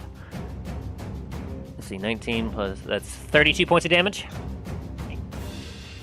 The dagger comes and embeds itself in your side. As you're like, ah! Ow! It hurts. Where is that bastard? As Greyhound, you hear in Undercommon, be sure to knock them unconscious. They'll make great slaves for us later. As he's going to then roll again into stealth. I would like to make a perception check if I can. Go for it. Same. But he rolled If I really can. well. I rolled 20. Likewise. I see shit. He vanishes. I've just been God damn it. stabbed. I'm grumpy. Little horseshit. He rolled really high for stealth that time. I'm sorry, guys. You rolled really good, but unfortunately he rolled a 25. Damn. Sorry, he didn't have fucking like disadvantage or something with being in the light. He's just outside the range of the light. Ah, The yellowish circle is. Yeah, anything that's within that has disadvantage to attack. Dain, it is your turn. Alrighty. What's it? I'm gonna move up to the drow up there. You know what? Full 15, and I'm gonna smack the drow in the face. And he's kind of covering up his eyes a little bit from the sunblade in front of Talos. He's like, ah! As you come up and you're like, "Rrrr!" It's a 14 hit. The 14 does not hit. So as you come up, he kind of sees you through his squinted eyes, and he takes his blade and manages to just nimbly dodge out of the way as your axe slides into the earth below. That one will hit though. On the rebound of like taking it up, I just smack him in the chin. Takes 29 damage. As you just cleave him in half. Jesus Christ. God! Like he just drops his body, just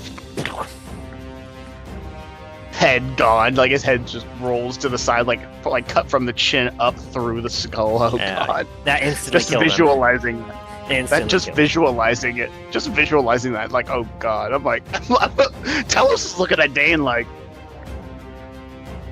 huh? no, you've done some pretty fucked shit too, so I wouldn't be. Oh yeah. Oh, I've done some messed up stuff. I'm looking like, huh? Anyways, All right, is that your turn, Dain? Yeah, it's gonna be my turn. All right, as we get to the other guards, they're going to attempt to. They're going to pull out. Well, I guess they both have a spear handy. They're going to run over here look up at the drow they can barely see up here. And they're going to attempt to throw their spears. Oh dear.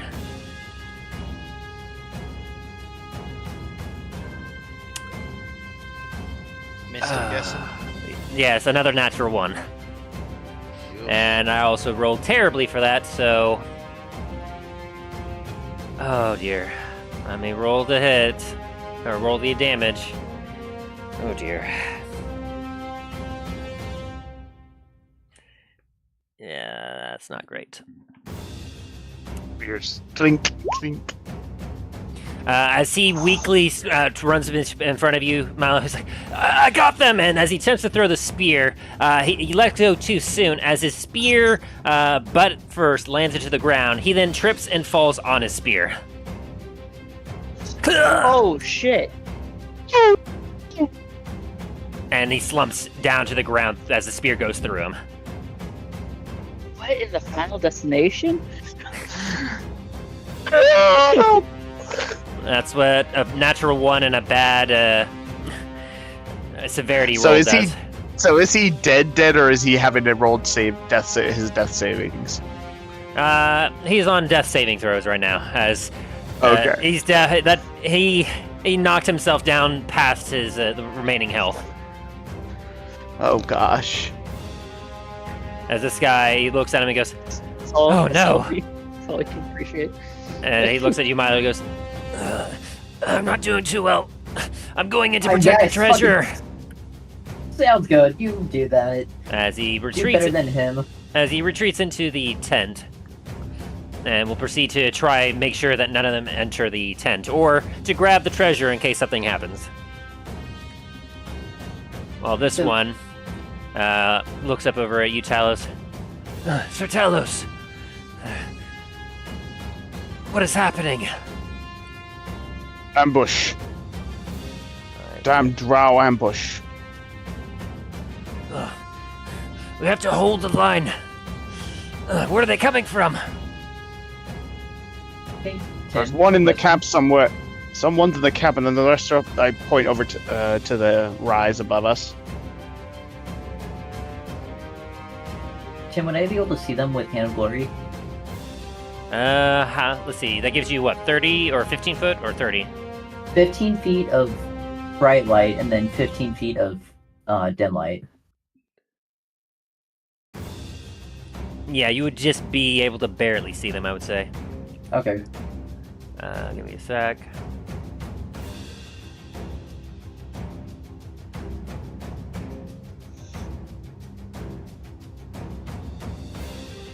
As Milo, it is now your turn. As the guard next to you, Talos, says he's not feeling too well, he's going to take the dodge action.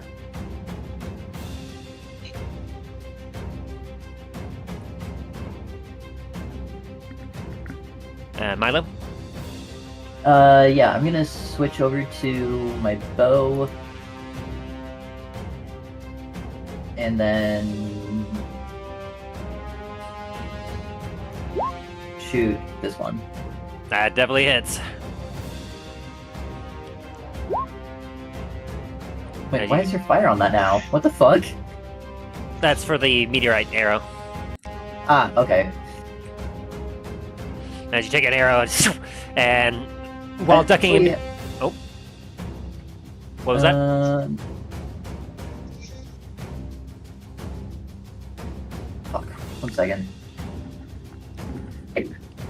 Did I mess up something again? No, you're fine. I'm trying to see.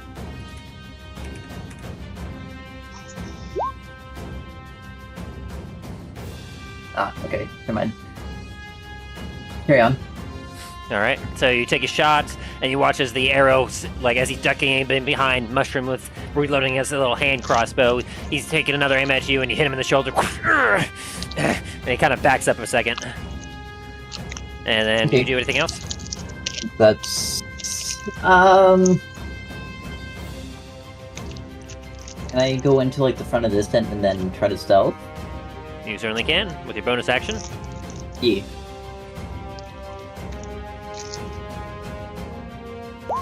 That's sleight of hand. I mean, it's gonna be the same roll either way, but I'll take a nat 20 though.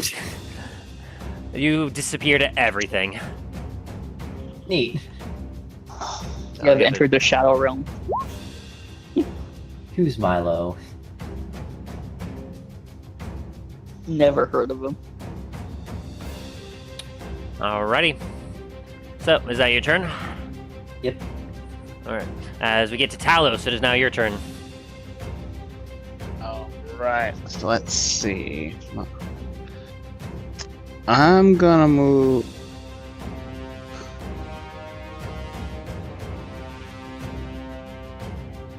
This. What's this over here? It's 5, 15, 20, 25, 30 to here.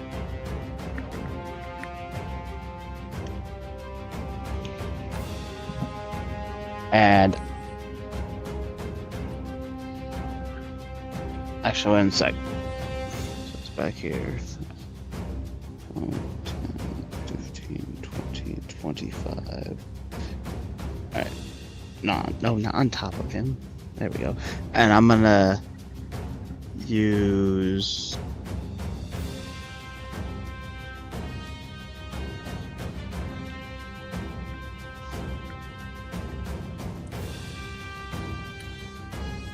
Cure wounds on second level on the guy that's right below the guard. Alrighty. He hasn't had to make any saving throws yet since we haven't hit the next turn, but this will be good.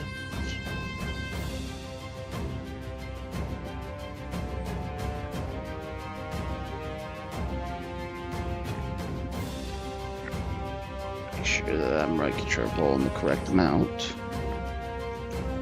Yep. He regains 9 hit points. 9. I'll say you basically kind of go through. You grab the spear that's still in him, mostly through him, and you pull it the rest of the way out, toss it to the side, and then boom, put your hands down on his body, and whomp, as you hear, as his eyes flash open again. Sir Talos. Get a chance, get to the tent with the treasure and keep and protect him. We'll take care of these fiends. Yes, sir.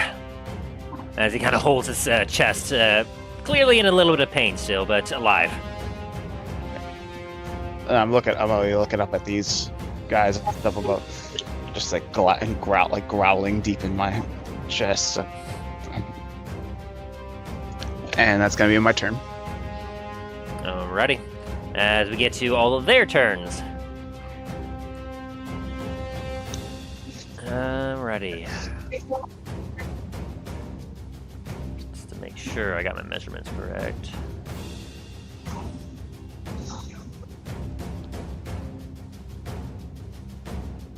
Oh geez, yeah, they got all the range. So we'll start with these 3 down here. Since Milo has vanished, they're going to attempt to, let's see, the one on the left will attempt to hit you, Talos, with a 19.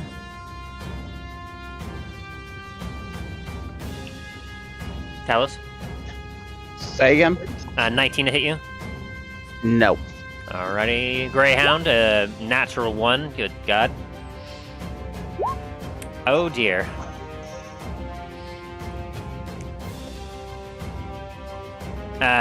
This one here, as you're watching, climbing up at him, Talos, he watches, he brings up his hand crossbow, and as he pulls the trigger, the entire thing snaps, and it breaks in his hand, and he's like, ah!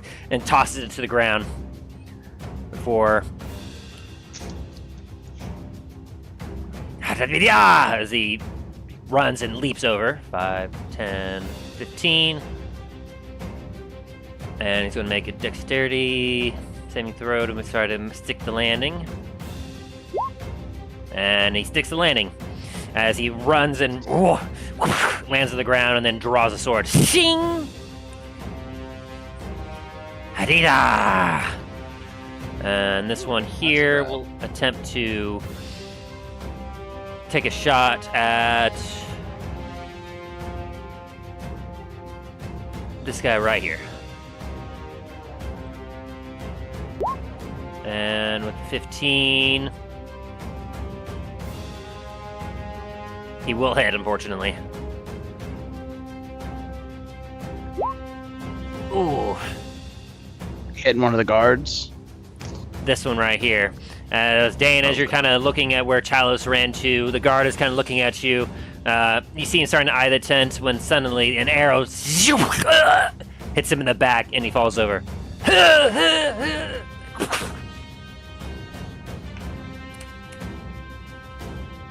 I'm guessing he's on death saving throws. Yep. Lovely. And then for you, Dain, you're gonna get peppered a little bit here. Does a 22 hit you?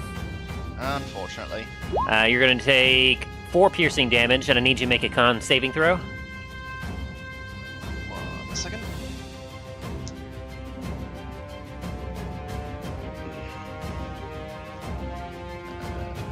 And I think as a dwarf, you have like a bonus to this or something. I have, if it's poison, I have advantage against poison. Okay, so that's a 21 save then. Cool. So you get the 4 damage, and you feel the poison, and you're like, ugh, that's uncomfortable. It's a little itchy. As another crossbow bolts fly out. God. Ah, yes, I Okay. passed my curse on Tim. As a miss, as an arrow just flies by you again. Shoo! As one more arrow. This one will be aimed at Greyhound. As a 15 hit you, Greyhound? No, it does not. Shoo! As arrows are just flying into the camp from both sides. Greyhound, it is now your turn.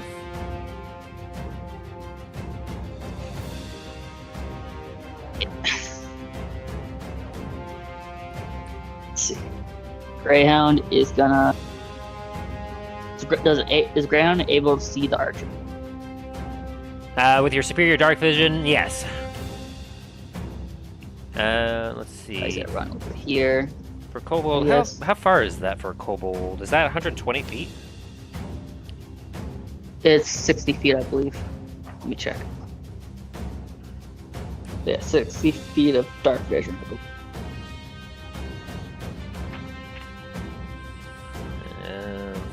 Yeah, here we go. Yeah, 60 feet of dark vision, so let me see here. For where Greyhound is. Okay.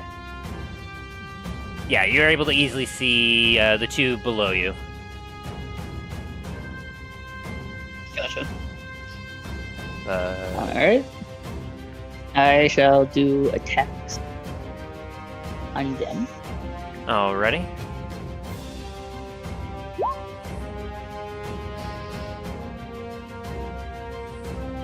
Oh, did you roll 3 times there? Yes.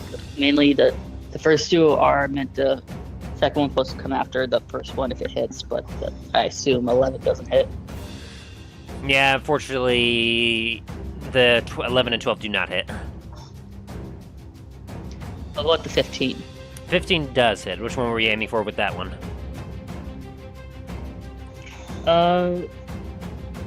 I don't know where they are. Let me see. One's right here, one's right here. I'm aiming for this one. Alrighty, that one will hit it. Go and roll damage. 4 plus 5. As you throw up your daggers, says shoo, shoo, shoo! You watch as they kind of duck down as the daggers fly, but then one of them, the one that you managed to hit, was just beginning to peek over cover and was getting its arm up to fire another crossbow bolt when you hit its hand. Ah!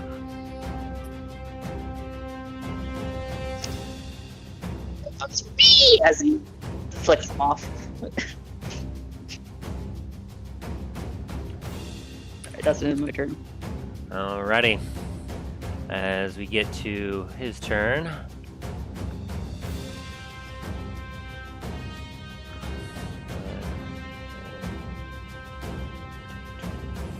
He's going to run there before making his attacks. One to Dain. Does a 22 hit you, Dain? Unfortunately. Yeah. Just double checking. Stealth. When you're in stealth, that does give you advantage, right? Yes, it does. Thought so. So yeah, so he hits you, and then he throws another one at Talos. Does a 26 hit you, Talos? It does. Ooh.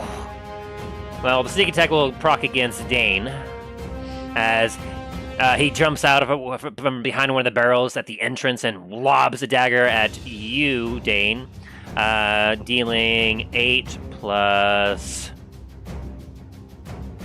18, so 26 damage to you, Dain, as he hits you with that. And to Talos, you get dealt 8 points of damage.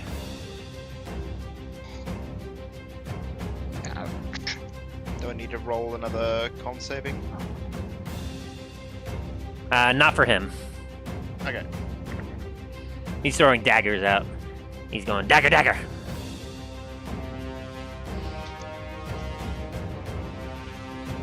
And then he turns around after he sticks you both with daggers. And he runs 5, 10, and stealths. Okay, my entire screen. There we go. I'm like, what the heck's going on with my combat screen? I'm guessing a 14 doesn't catch him. Nope. Okay.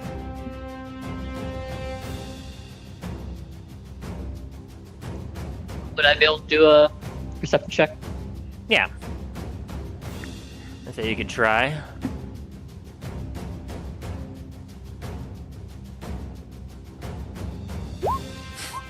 No shot.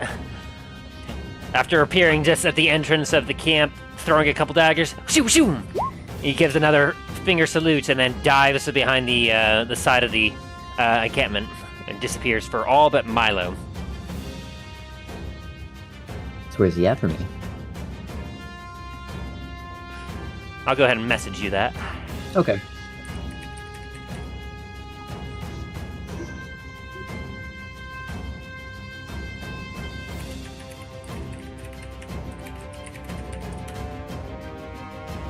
All right, and so with that ends his turn as we get to Dain. Now wait, is that from where I am or from the... Yes, from where you were at. Okay. Well, seeing as asshole has decided to disappear out into the wilderness, I'm gonna move down here and stabilize the guard with lay on hands. All right, how much you putting into him?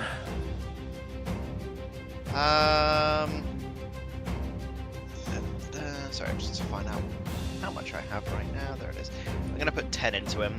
Alrighty. As you boom, you watch as his wounds heal over, the arrow pops out of his back as he eyes look around wildly. I'm gonna put my hand on his shoulders, like, stay down.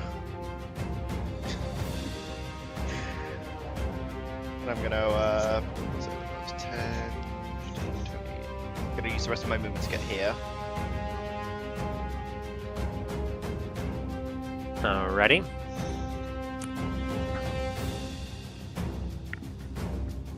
Let's see. Your shield has a 20-40 range, doesn't it? I believe so. Question mark. Oh. Oh, I have 2060. rolled it. Yes, 2060.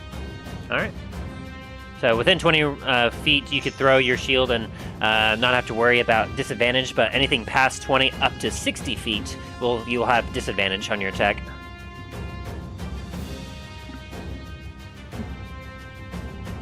Yeah, getting close.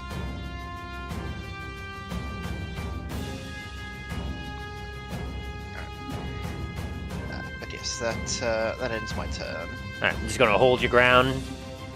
Yeah, hold my ground for a bit. Alrighty.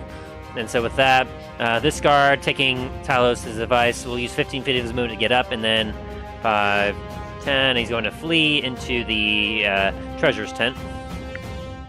This one here will also use 15 feet of his movement to get up, and he's going to flee. 5, 10, 15, as he's going to get over here. As we get to the top of the turn order, it is Milo's turn again. Alright. Who You're the son of a bitch. you stealth, didn't you, Milo? Yes, I did. With the nat 20. You're getting a lot of nat 20s this time around, Milo. You know what? I'm not complaining. I'm gonna move my feet Buckle. back and then shoot this guy. Alright, go ahead and roll with advantage. 15 just hits. Just hits, I'll take it. So And- that's that, and then there's that. As you take your arrow and you ready your bow, you jump out of the tent and you watch as the arrow as the guy is just coming around to shoot at Greyhound, and you watch as the arrow goes straight through his skull. And he drops his hand crossbow and just crumples on the ground. Nice shot. And then after I shoot him, I'm going to Yeah, yell out just to does a the... little happy dance. After I shoot him, I'm gonna yell out to the rest of the party that fuckface is right here. Like, hey, that drow's just over there.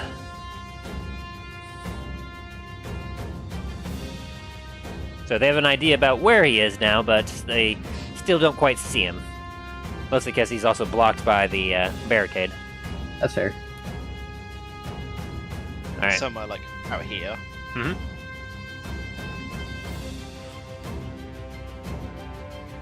Very nice. Alright, so anything you're doing now, Milo? That's all I...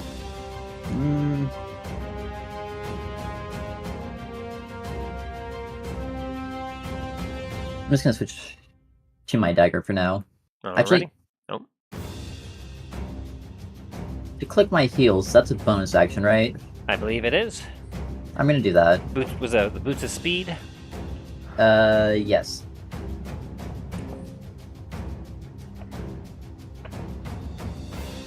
About to get speedy, boy.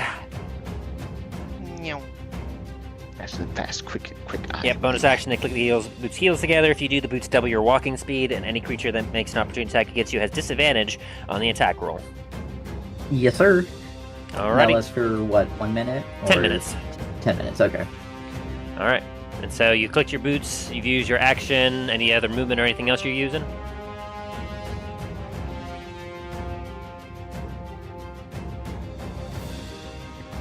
Or are you ending your turn? I'm gonna go there. Meow.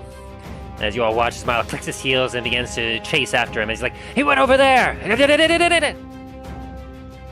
As Talos, it is now your turn. Oh. This is the Benny Hill I team of see. walked I in. see a target right in front. I see a target right in front of me. So Oh yeah, you do. As he came down at you and he brandished a sword, it's like, shing shing! gun sword, bitches. 1 sec. It's not pulling up. Dang it. There we go. I had to reload the my attack page. Oh god, yes. As you take your sword as the heat and the sun radiates. And what's the plot? What was it? They added an additional. I had to roll for 1d8. the. You get an additional 1d8 radiant damage. Max. Wowzers. As the 16. sunblade rises up, the drow instinctively covers his eyes. He's like, ah! And you slash what in his unprotected body. Whoosh! As you deal a devastating hit to him. Again. Oh God, yes.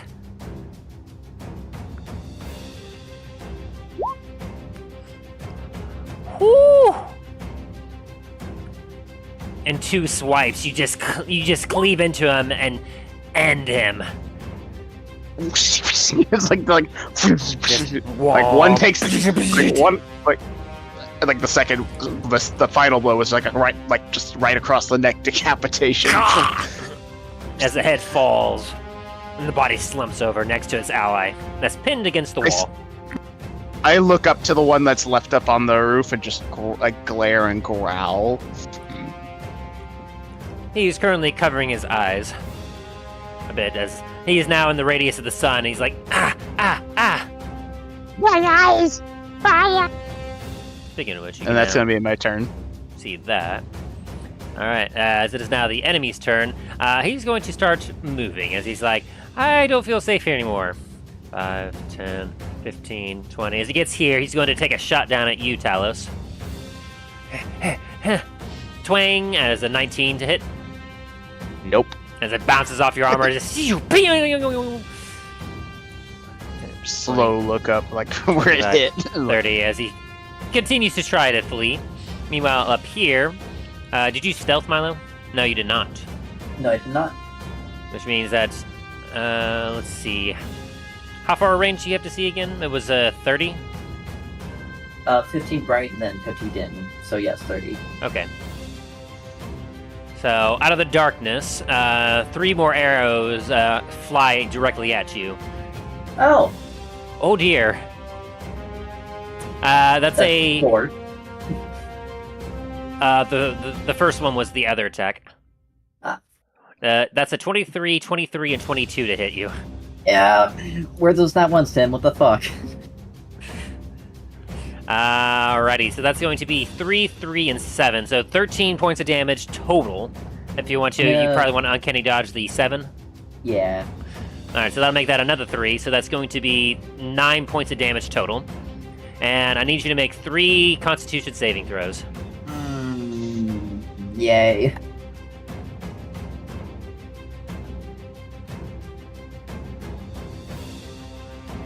Oh dear. Oh no. So, you I'm want unconscious now? you want the bad news or the worst news? I'm unconscious and I'm poisoned. Yeah. As the arrows stick at you, shoop, shoop, shoop, you're like, ah! And with the second one, you feel, and you slump and fall to the ground, unconscious. Oh, well, actually... Actually, wait, no, I wouldn't be unconscious because I got shot again after that. Indeed, and actually, since... Okay, so, subtract the 7. So I no longer take uncanny dodge. Because the first 2 would hit, but then with the second one, when you fail it, you fall unconscious. Then the third one was an 11 to hit you, and since it was since you're on the ground, ranged attacks have disadvantage, so you only take 6 damage total, and you're poisoned, but you're still unconscious. Okay.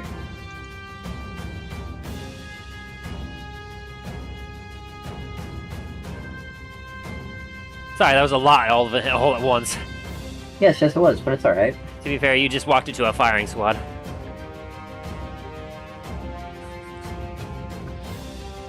Since I didn't see them. There's some out that way too. Yeah, there's been arrows flying up from the north. Like I've told you that arrows have been basically flanking you on both sides.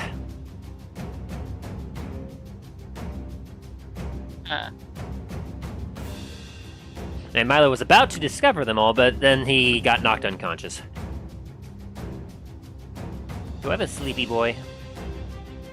Do I have a sleepy here? Good lord, these... There we go, sleepy! As that ends their turn, it is now Greyhounds. Alright, you guys finish the fight, I'm just gonna finish my long rest. Alright, Greyhound's gonna attack this guy, try to finish him off.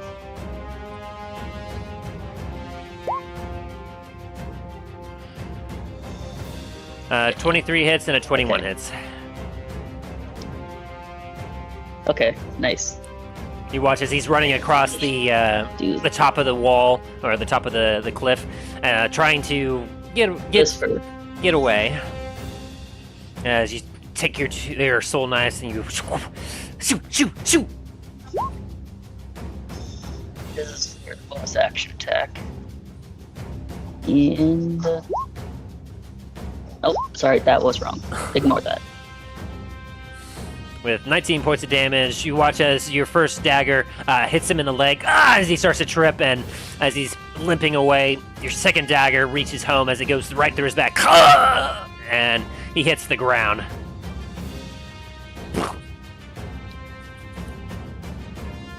Just gonna start limping over here. And enter stealth.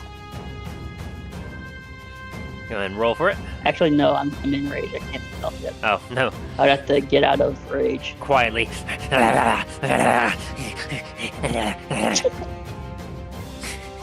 Oh, we have to move. Alright, so you move over there. Anything else you're doing? Do I have to use an action? Oh, no, I already used my bonus action, so I can't. Never Yeah. mind. Yeah, that's my turn. Alright, as for him, he's going to remain stealthed as he's going to continue fleeing. Seeing that the primary threat behind him is gone. 5, 10, 15, 20, 25.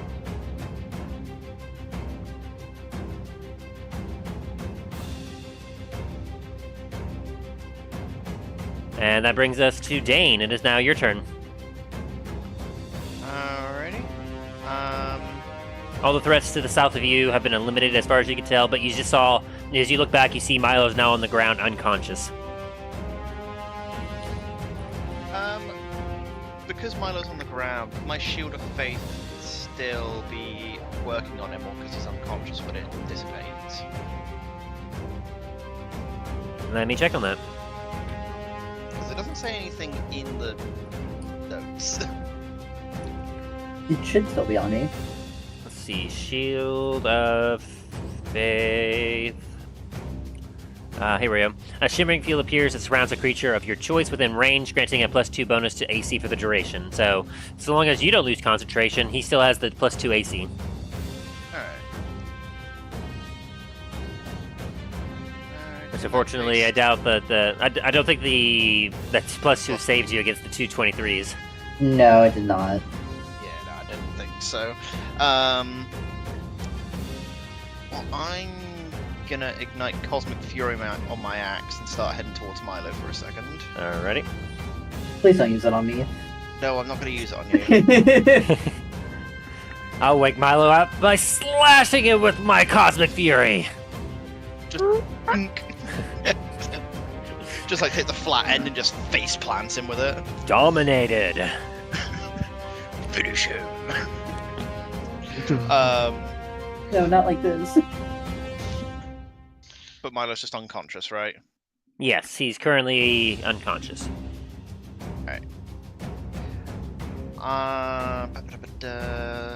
Lay on hands doesn't do anything for that. You have to take an action to shake him awake, or he needs to take damage. Again, please do not hit me with your fucking I'm axe. not gonna hit you with the axe. Oh no, you say that, sit there and say, makes me wonder. I'm gonna use my action to try and wake Milo up. Alright. So Milo, you get woken up as you feel shaking, as you're like,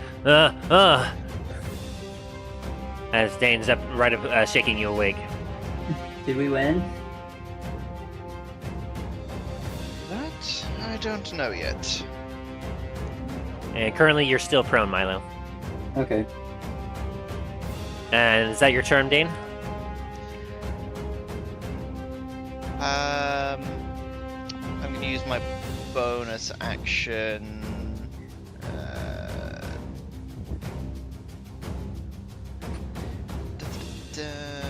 1 moment. You're not below. Are you below half health, Milo? You could do a free medicine check if you want, Dane. Sure. Where is medicine? There it is. Ah, yes. Good lord. Where were these earlier? Yeah, as you take a look at his body, you can see that he is just above half health.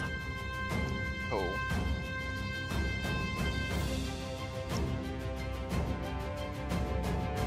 Is the... Without telling me where he is the douchebag within 30 feet of Dain right now?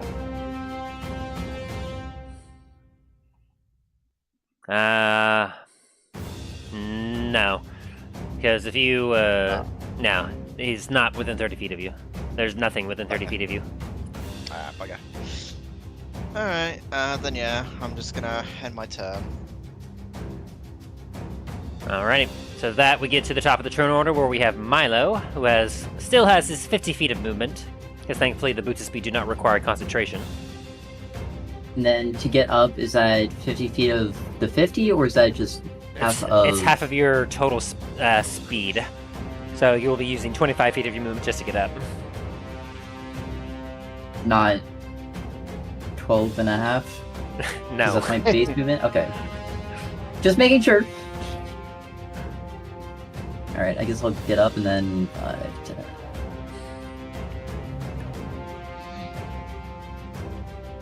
Okay, I'm gonna get up, move to about... Yeah, move here, and then stealth. Alrighty.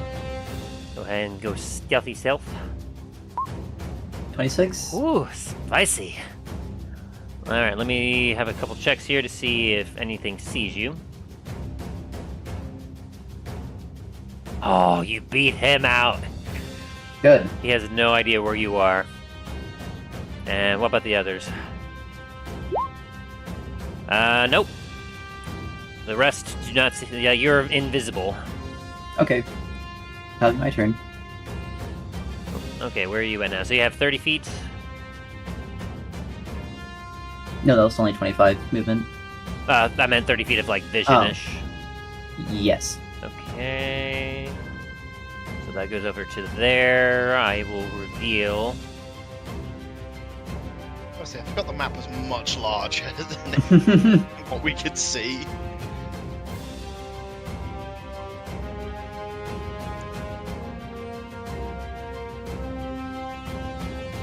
There we go. You're able to see the couple drow that have been pelting you and your friends with arrows. And where's our little stabby friend? Currently still stealth. Did I make a perception check for that? Sure, I'll give you a free perception check now that you could be within range of his vision. I just need to remember what I rolled for stealth on him.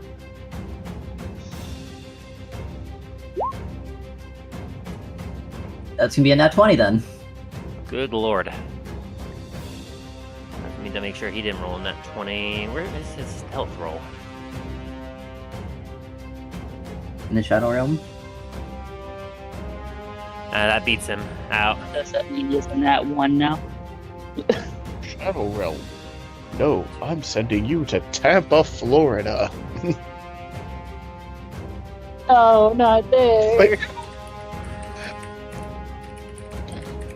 Oh, the humanity. Please, no.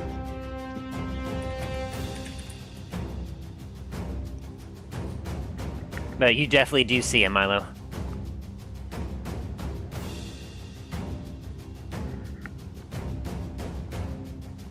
Are you going to attempt to... Are you using your action for anything?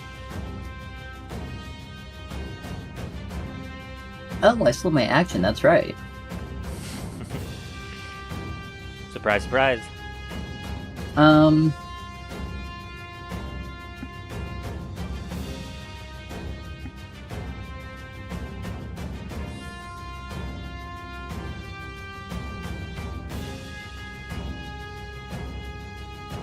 Can I use my action to dash? Yeah, that would give you an additional 25 feet of movement.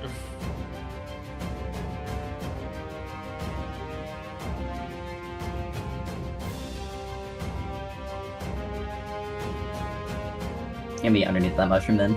Alrighty. As you.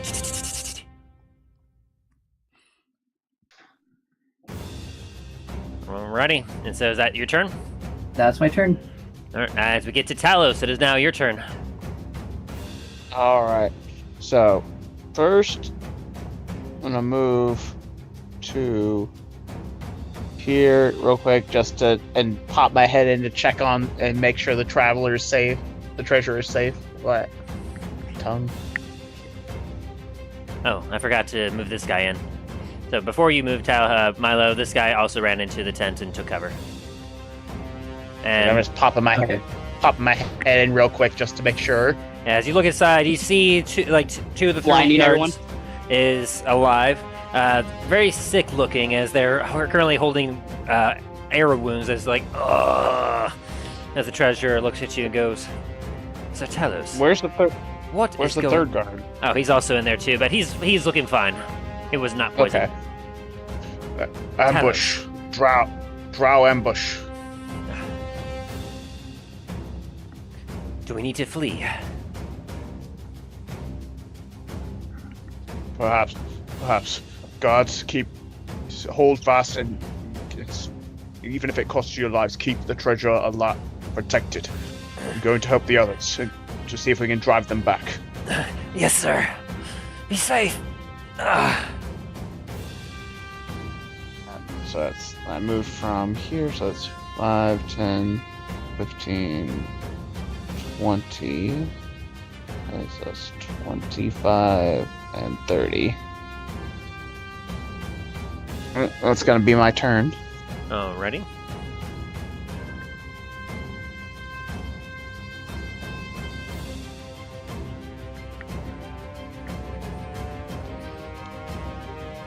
So, with that, it's our friend's turn now, as seeing as Dain and Talos are starting to make their way out of the tent and campsite, he is going to flee into the darkness. 5, 10, 15, 20, 25, and 30, and he is now out of your vision, Milo, as he's way past the 30 feet.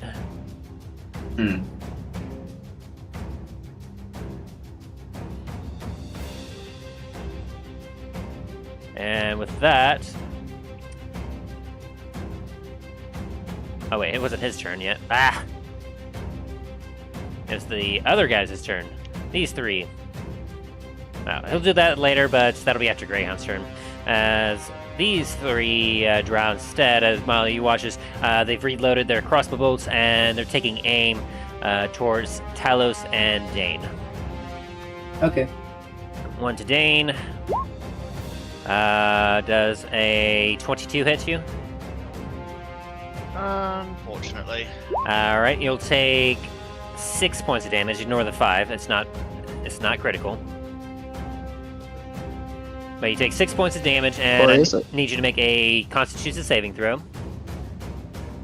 And Talos, that's a 9 to hit you. Nope. As that one misses you. And another 16 to Talos. Nope. Alright. As arrows just fly by you, Talos. Shoo, shoo, as you're like, whoa, whoa, ducking and dodging. And Dain, you make the Constitution save, so you just take the 6 damage. You are not poisoned. Nice. As the rest continue to hold their action, just waiting to see what happens. As we get to Greyhound. Yeah. Okay. Little feral demon, like.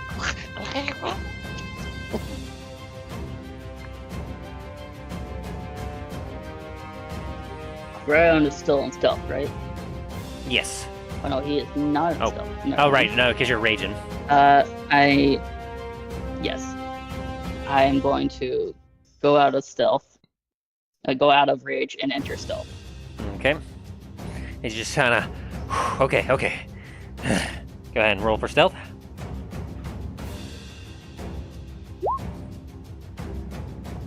$18. None of the drow see you. Nice. 5. Someone sees you, though. 15. 20, 25.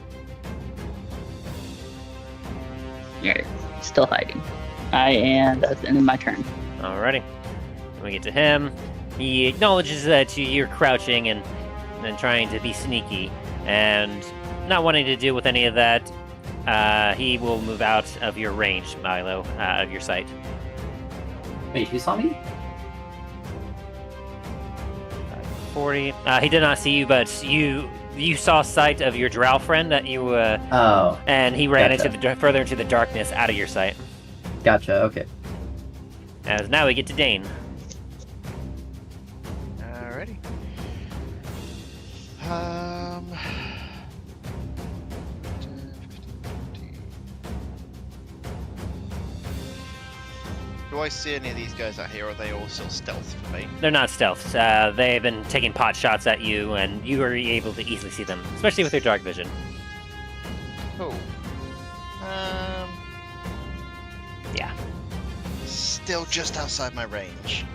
Well, said you have a max range of 60 feet, so you could you could attack. It's just it would be a disadvantage. Yeah. You know what? I will throw. 22 will still hit. Which one you hitting? I'm gonna hit the one closest to Milo here. Alrighty. Go ahead and roll damage. Woo! So As you throw your shield, it cracks into his head, and Milo, you hear a sickening as his head almost goes completely back.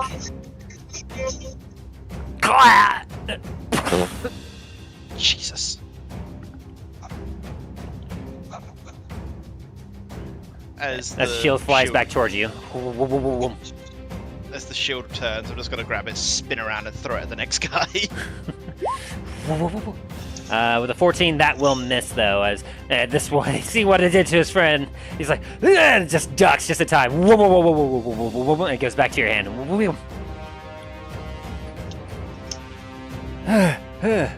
He's looking wide-eyed back at his the head that is currently below the body of his ally.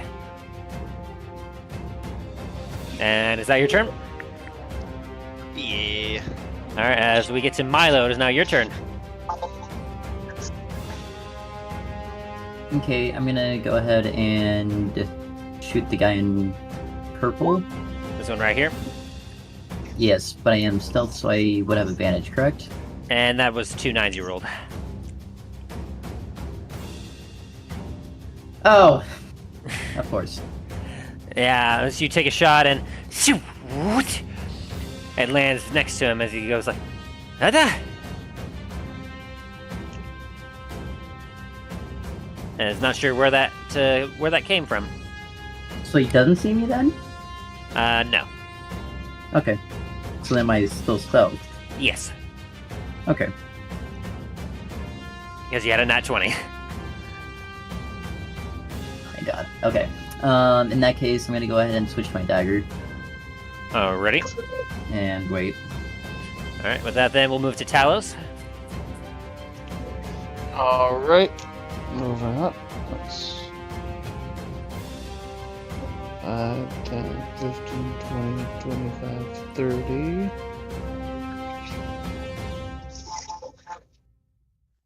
And that's gonna be my turn. All right. As we get to the other enemy's turns, this one is going to fire at you again, Dain. With a 20 to hit you. Unfortunately. That'll be 3 points of damage and another con save. As another arrow. Oh. Okay, let's see what this does. Well, Please snap. crap. As this other one, confused, takes his crossbow and he raises up to shoot at you, Dain, but didn't realize that Milo's arrow had nicked his crossbow string, and it shatters in his hand as he throws his crossbow to the ground and draws his blade. And he's going to try charging. 5, 10. He's going to move up to here and hold his ground.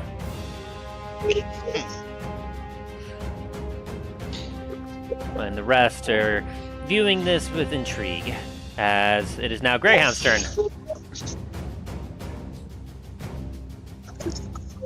Alrighty. 5, 10, 15. Oh, I'm also using my bonus action to dash. Bonus action dash. Yeah. Alrighty.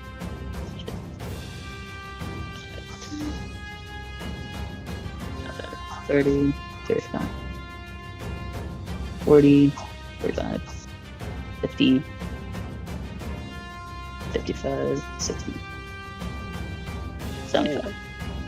Good Eight. lordy. Alright. That is a lot of range. As you run behind the this drow here. Yes. I just And I envisioned immediately it. going. You're good. Okay, let's see. Oh, well, you guys. No, you're right. But wait, what did I run into? Did I make a mistake? Oh dear. Can I retract what I was doing? As you see this. 'Cause, yes, they would be in range. Oh, I missed a couple blocks.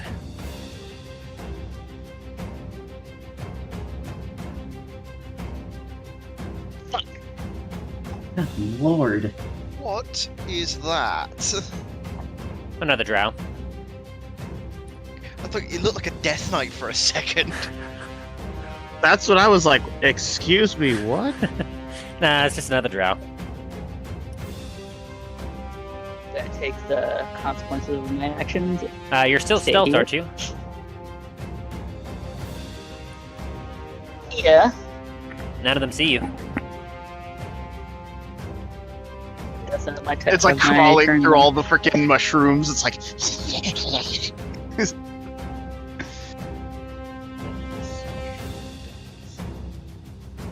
It's like a little scale, that's little my turn scaly Rambo Okay. with the You're mushrooms. not using your Like, action? Or do you... Well, I'll lose my stealth if I do my action. Okay, you want to hold your action then?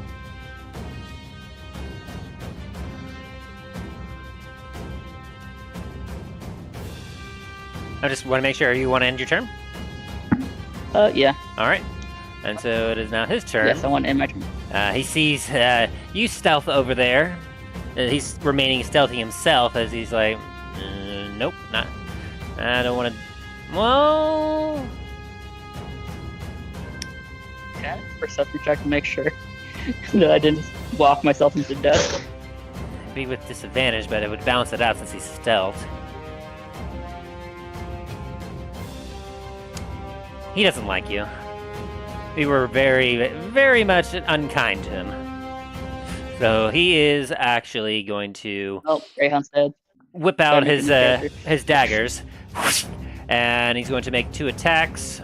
One is a 23, one is a 24 at you. Both those hit.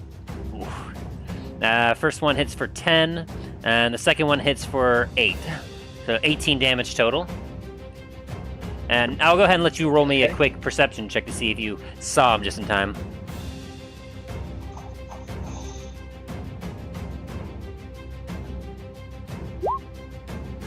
You meet, you beat. Alright. As you take a look and you see the enemies further down the path, you're like, oh no, and you watch as he goes, shoot, shoot, and she's like, whoa! And you get stuck for 18, and you avoid the sneak attack.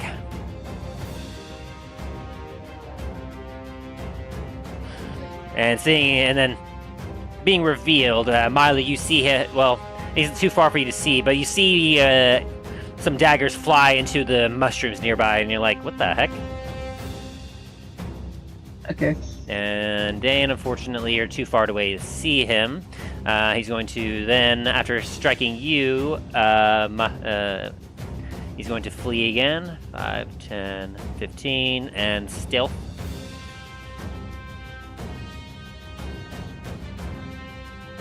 Anyway, if you, he might be. Is he out of your range?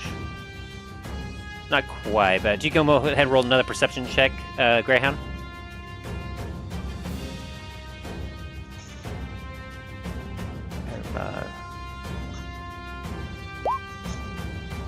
Yeah, he runs behind a mushroom and vanishes.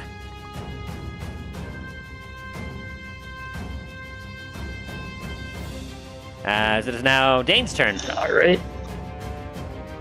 Alrighty. I'm gonna move up to here and hit him with my axe. Makes sense. Go for it. Does a 23 hit? That definitely does. And plus... Cleaved in half. As you just whoosh! As his two halves fall to the ground. And on the backswing, I'm going to use my second attack to attack the other guy. Oh, no.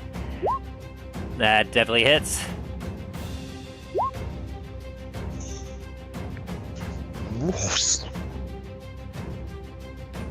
And also instantly killed. Very nice. As with your backswing, It's just like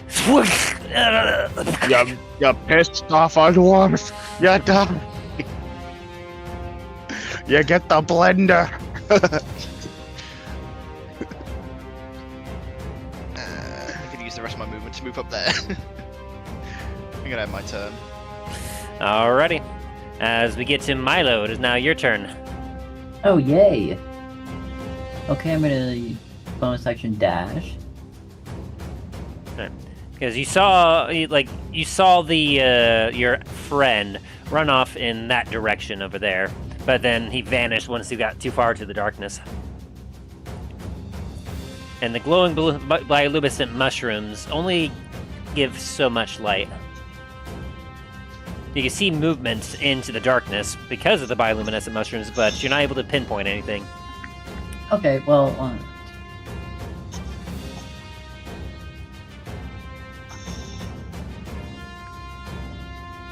feet, and then from there, let's be able to see that guy. 20. And I'm gonna stab him. As you kind of run up and you see he's kind of peeking around, getting his crossbow ready.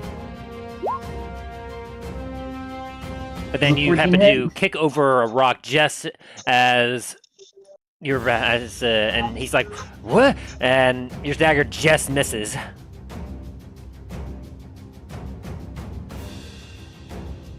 Okay. As he looks at you and goes, "Hada!" And you have 30 feet of vision, so that'll open up another square for you.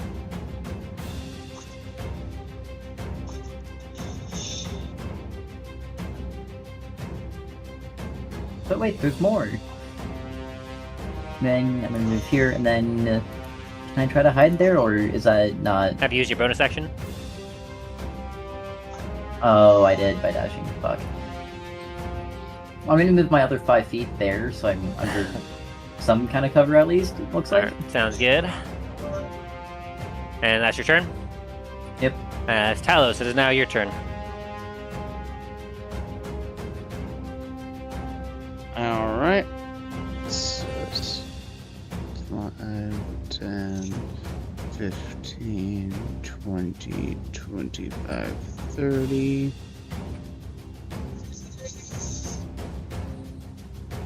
Yeah. I don't have the. I don't think I can't dash, can I? Yeah, you can action dash. Why is it not showing up on my thing then? I don't know. That's something that all characters can do, though. Weird. You can dash action or dodge action. Weird. My roll 20. My not roll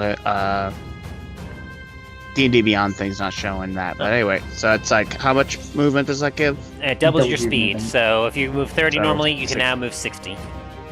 So you can move another 30 feet if you want. 5,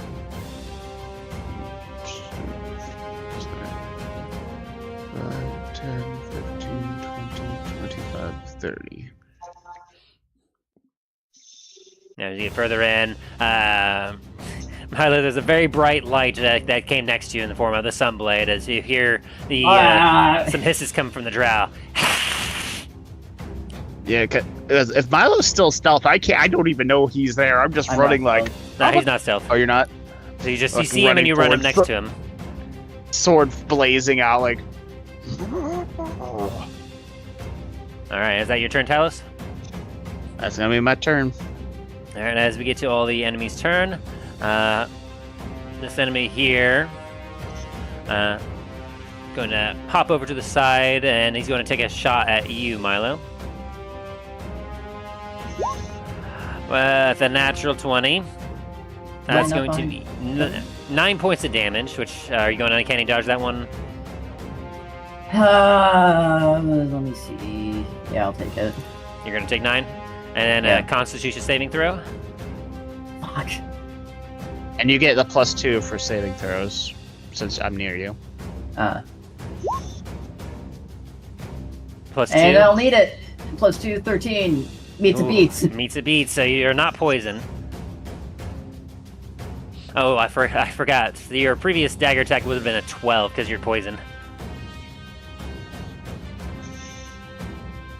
I'll need to keep that in mind.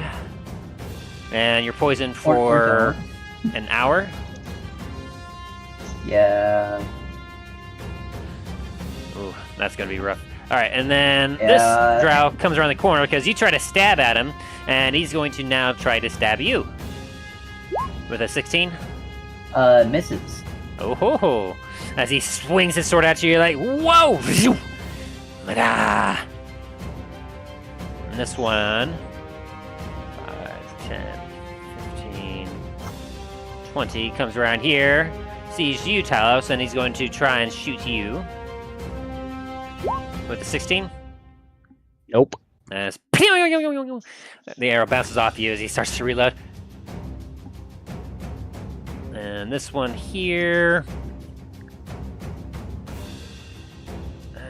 doesn't have a range of sight yet, so he's going to hold his action for now until he gets a clear shot. This one here, 5. Going to hold his action. This one here is going to hold their action. And yeah, we go to Greyhound, who's still a stealthy boy. Alright. Yeah, he's still stealthed.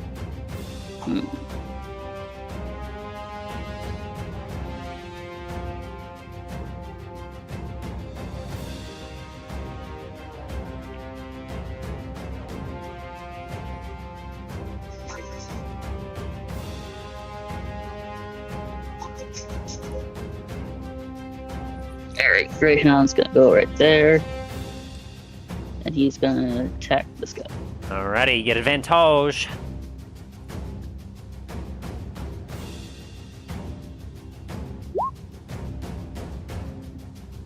That's 225s. If any of those hit. Yes. Yeah, that both hit. One is don't spec. You get a sneak attack on the first one. Gotcha.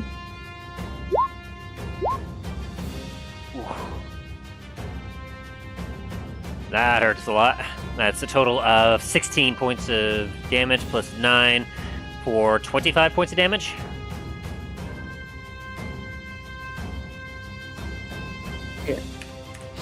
Yeah.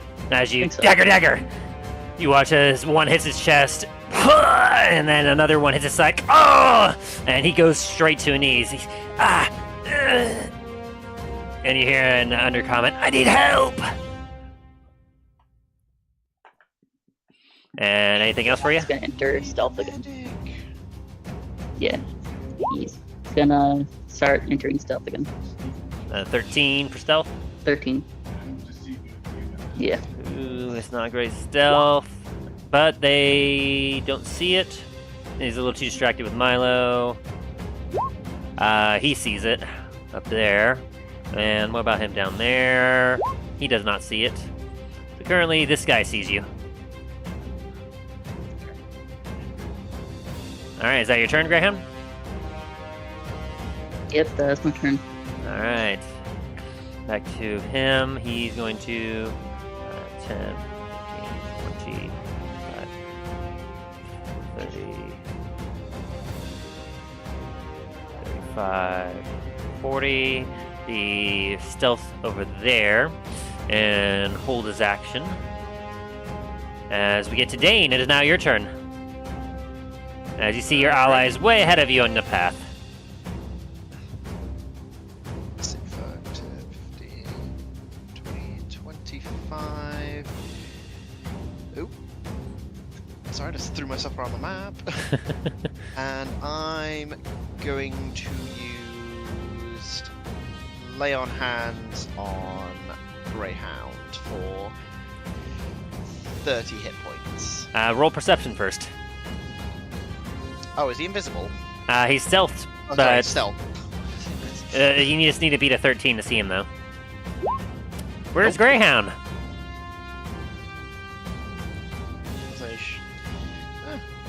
I swear someone was around here. He's kind of running. You look around the pillar, you're like, wait, where'd he go? Well, in that case, I'm throw my shield at this guy. All right, go for it. Is a 17 hit? That definitely does hit.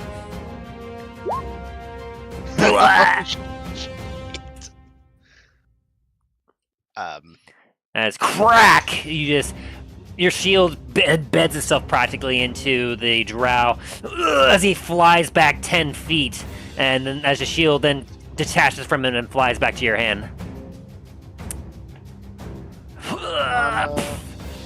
And with that, their held actions go off since they now have a clear line of sight to Milo.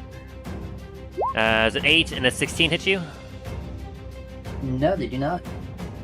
As 2 arrows shoo, shoo, right by you, Milo. And you hear grrr. Anything else from you, Dain? Yes, seeing where those arrows come through, I'm gonna throw my shield at this guy. Alrighty. And you can see him because he's within the sunlight here. Cool. 26 hit. It definitely does hit. Cool. As whoopong! As the shield you throw again and bam! It hits him and ah! And he definitely felt that one. As the shield flies back to your hand.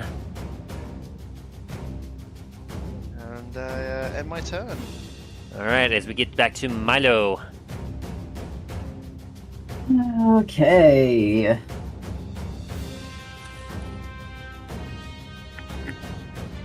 Meow.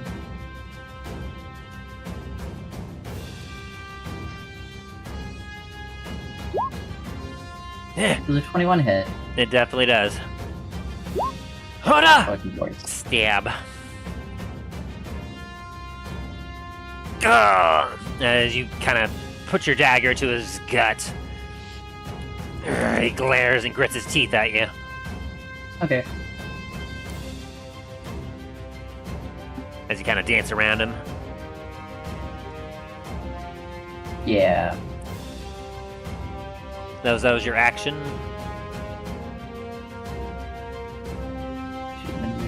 There. Yep, that's my action. Alrighty. As we get to Talos. Oh. Yeah. Now your turn then? Yeah, it's the end of my turn. Alright, Talos, it is now up to you. Move here and swing it a swing, chop it a chop.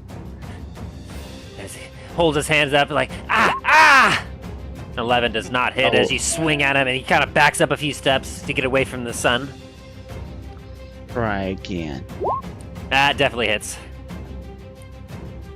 As you whoosh. And you cleave him in half. Oh, As you jeez. whoosh. As you go down from shoulder down to his hip, just whoosh. As he and falls back. Fully cauterized, like the radiant cauterizes. Yeah, there's no blood because it's just burned. Crispy. Crispy, juicy, tender. Alright, so that was your 2 attacks. Anything else you got? I'm going to use.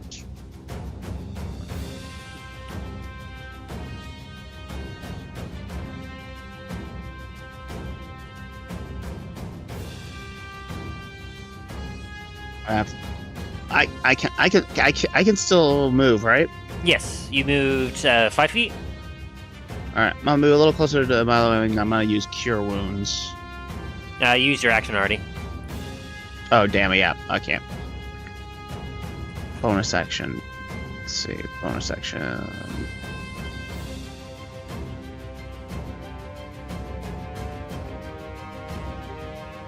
Damn, I can't. Well, I'll have to wait until next turn then. If there is the next one. All right, so you're holding. Yep. Well, because I can't do my action. I already did my action, so I can't. Alrighty, so that ends your turn. As we get to the rest of the enemy's turn, as this one's going to come out a little bit, and this one as well, as they're going to start lining up some shots towards Dain.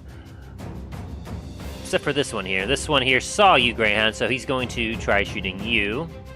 God damn.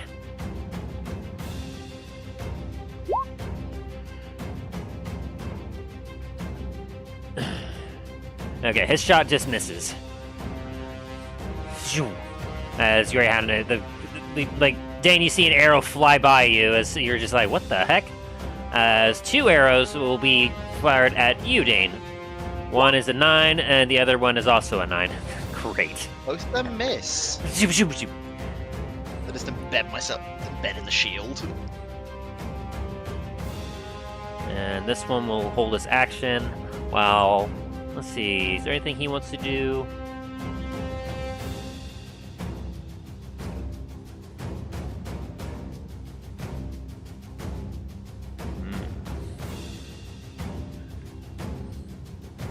Gonna hold on to that for now.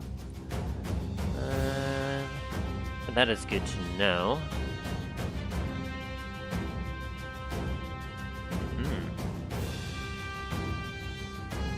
Interesting. All right.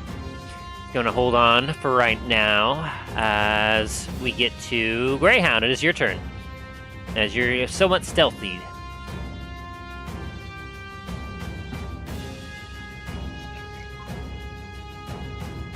Milo?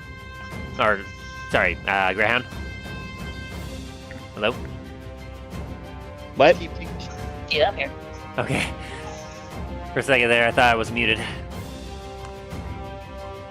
Alright, so you're moving up behind the rock cover.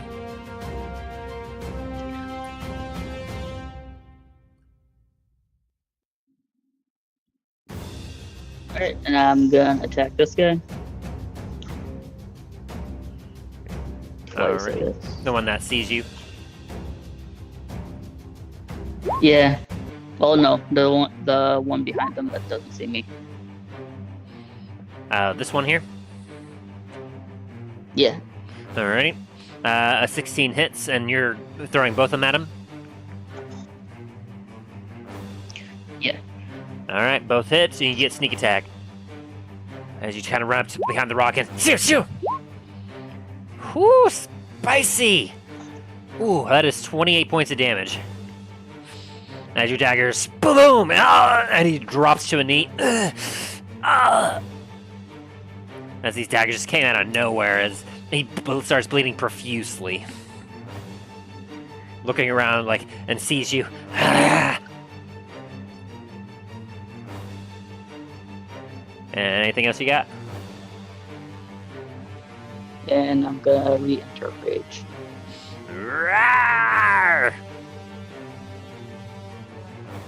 Alrighty. And is that your turn?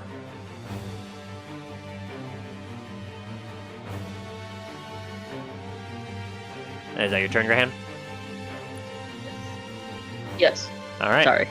Something must be going off my mic. Alright. He's going to hold there, as well as hold his action, waiting to see what happens. As Dain, we get to your turn. Alrighty. Let's see.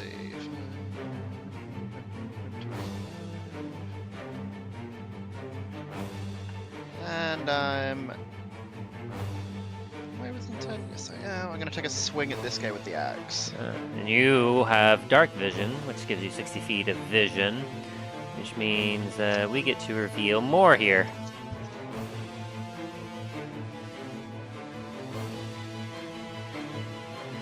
Board row.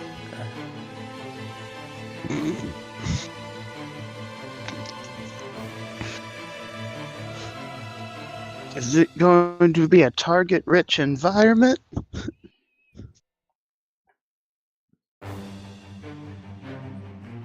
And Dan, give me a quick perception check real quick. Ready?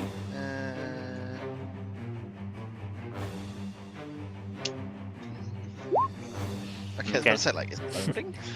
Alright, good to know. So, and you're going to swing at this guy here? Oh, yeah.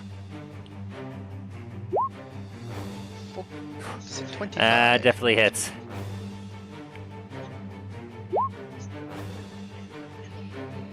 Oh, 20 points of damage as you cleave him in half. Very nice. Just devastation in your wake. And with the second attack, I'm gonna throw my shield at this guy. Alrighty. That will hit. Bong, as you just crack his skull open. And he also falls down.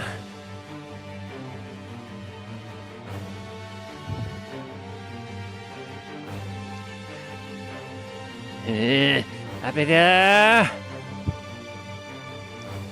other one just sees this very angry, unarmored dwarf just charging towards him. And I'm gonna end my turn. And Milo, it is now your turn. Can I stealth behind this rock? You can try. It's going to be with disadvantage, though, because you're poisoned. I was hoping you were gonna forget about that. Which am I? Not doing anything with So that. 16 stealth. Actually, no. It'd be 21 because of reliable talent. Alrighty, 21.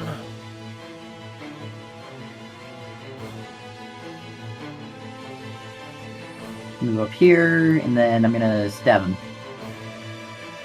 Stabby, stabby. Alrighty. Hopefully. Go ahead and stabby stabby. And that's a 10 to hit. That misses. Fuck me, I guess. As you come up and you trip as like you feel a sudden surge of nausea. It's like, "Ugh," whoosh, and the drow sees you just in time, like, "Ugh."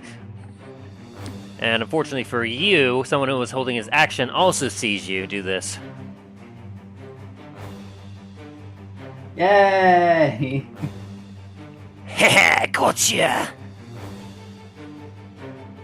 Whoosh, whoosh. 18 and 30. 18 does not hit. 30 does, though. Ooh. Well, that is going to be 10 plus 13 damage total. I'm gonna uncanny dodge the 13. Alright, that'll bring you down to 6 damage, so 16 points of damage total.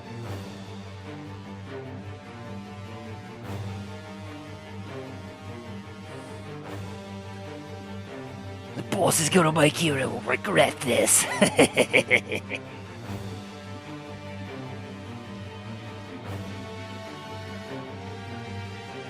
And is that your turn, Milo? Yep. Alright, as Talos, we get to you. Alright.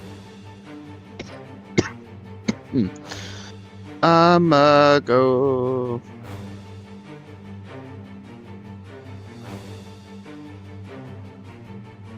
Three, 5, 10, 15, 20, 25, 30. Up to here. Alrighty. Yep.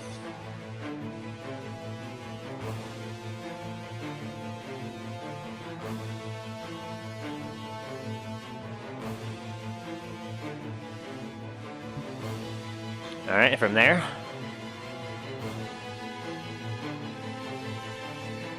Uh,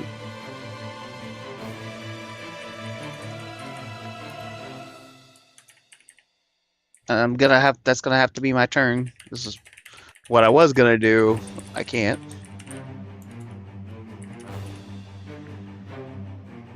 All right. So as you end your turn, we get to the enemy's turn, and all of you hear a skittering sound and a voice.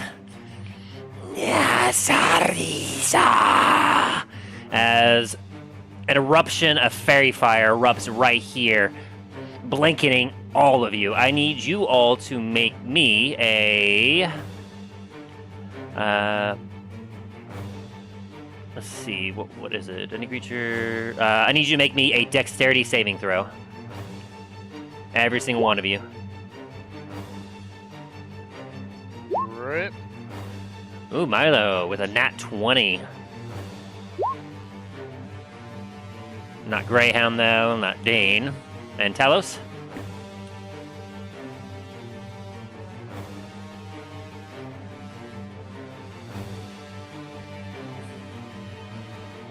Which saving throw? Dexterity. Dex. And you also fail. Well, remember, since me and Dan are so close together, we each get plus 2. Oh, so that is a 14... the save already has the +2. So then I get my +2, then I get another +2, so I have 14. Is it +2 or is it +1 from him? +1 for me. Should be. Yeah, because he's So that's only got a 13 then. +1 of charisma. And so that's a 13, and you needed a... Oh, you still saved. Okay. So Dain unfortunately failed. Talos, you managed to succeed, as Dain and Greyhound, you're blanketed in a purple and luminescent light that makes you light up like a Christmas tree. As coming out from around the corner, around the stone, you see 8 terrifying legs and a body protruding from the proboscis of what appears to be a drow. As you see this horrifying creature make its appearance. It's a spy. A spider. It's an arachnid. As it was pointing its finger and it's pointed between you, trying to blanket you all in fairy fire.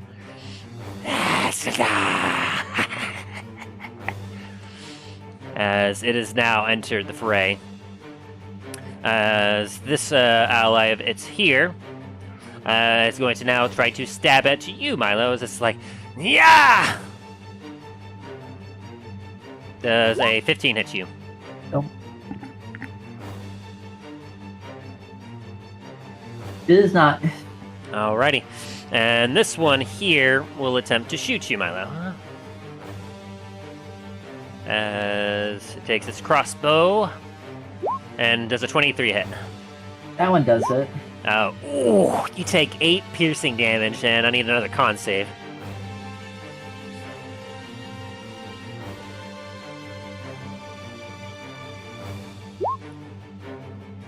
And you are still poisoned. Am Okay. You're not unconscious, though. Okay. But you're still poisoned. Oh no! Instead of just being 54 minutes in poison, though, you're now an hour poison again. As we get to Greyhound, it is now your turn.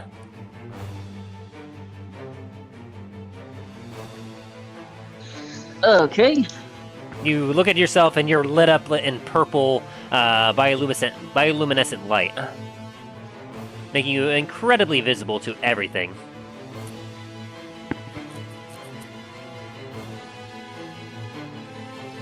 Psst, that means you cannot stealth.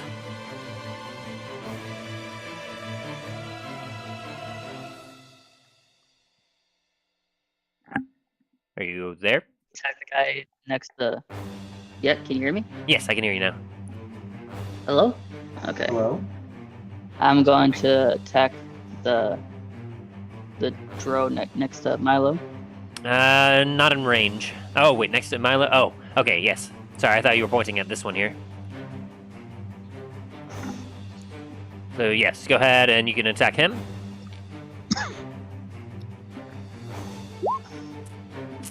That definitely hits. How do you end him?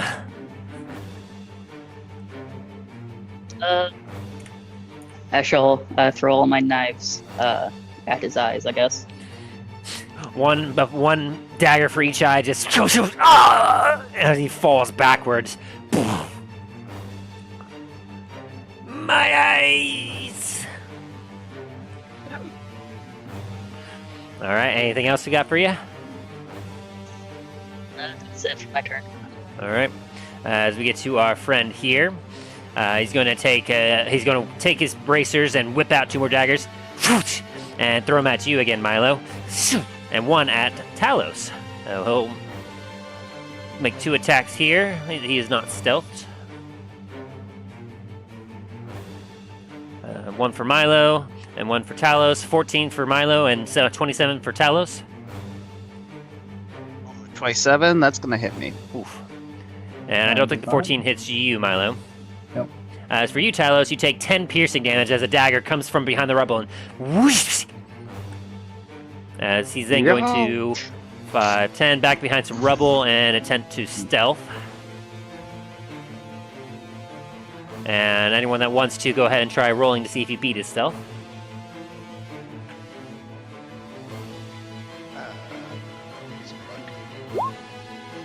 Nope, nope. Greyhound! Congrats. And Talos? Perception? Yes. 1 sec. Perception. Greyhound is the only one that has any idea of where he is right now. The rest of you watch as the 2 daggers fly out, and then vanishes into the darkness. Alrighty, and with that, we're back to Dain. As your turn. Alrighty. Let's see.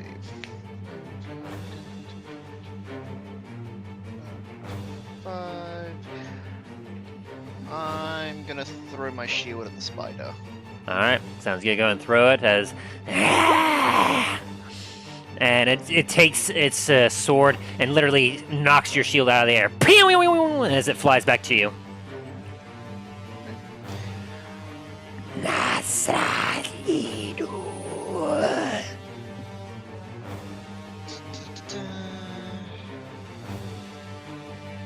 Let's see.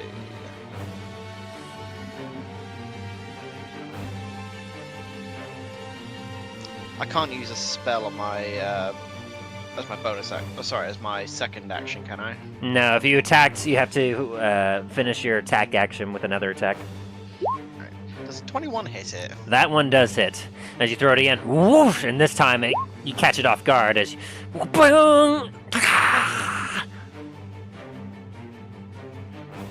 Military. As it takes 15 points of damage. Fucking spiders. Alright, is that your turn? Yeah. Alright, it is Milo, we're back to you. Okay. I'm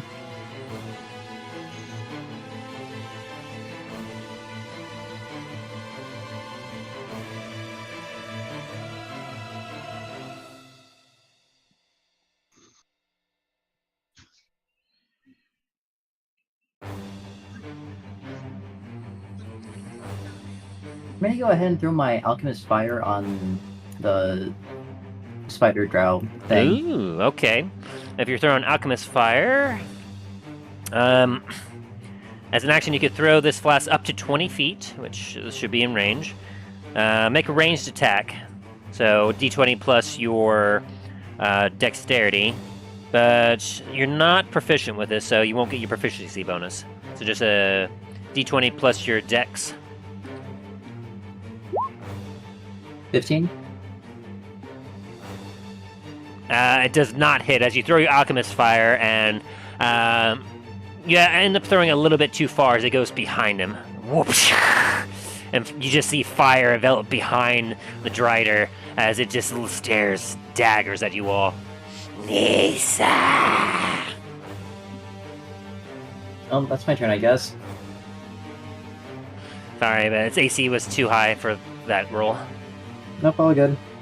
As Talos, we get to you. Alrighty, let's see. How far is this thing? Okay.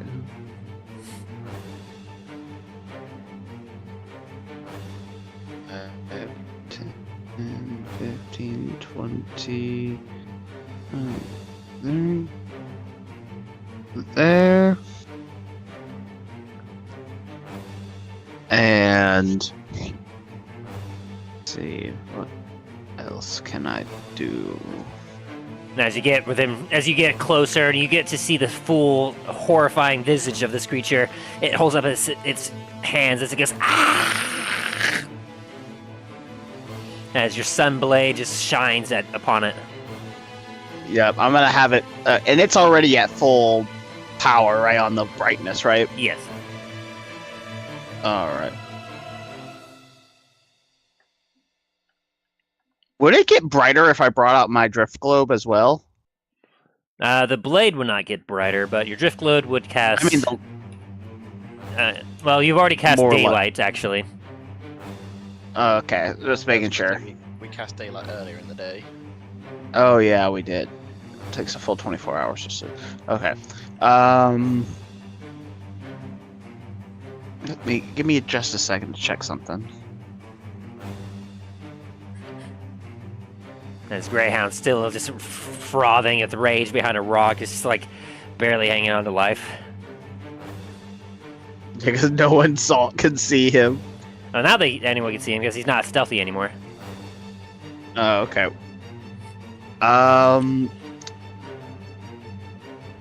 Real quick, can I run a history check on this creature to see if I know what this thing might be weak against?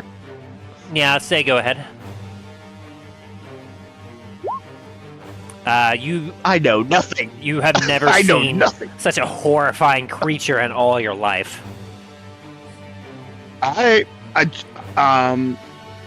Because of the way this thing looks, I'm just in my own head. I think it's like a freaking take a demon. So I'm gonna chuck as an action. I'm gonna chuck one of my bottles of holy water at it.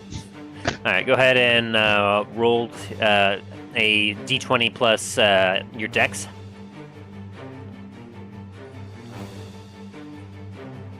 Or strength. I'll let you do either strength or dex as your choice. I assume dex was better for you, Milo, than strength anyway, right? Yeah. Okay. I had a +3 to strength, so yeah. So I'll do that. I'll roll my +3. 17. As you throw your bottle, the creature in front of you just simply like swings its sword before it even got close to it, and it just cuts it in half, just as water gets splattered everywhere, but not on it.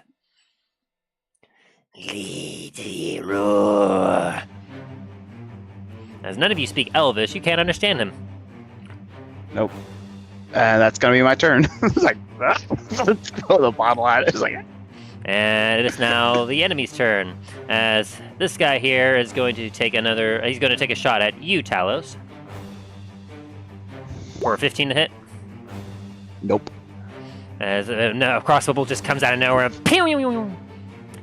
As our creature here that does not like the sunlight, and so it's going to retreat backwards a little bit.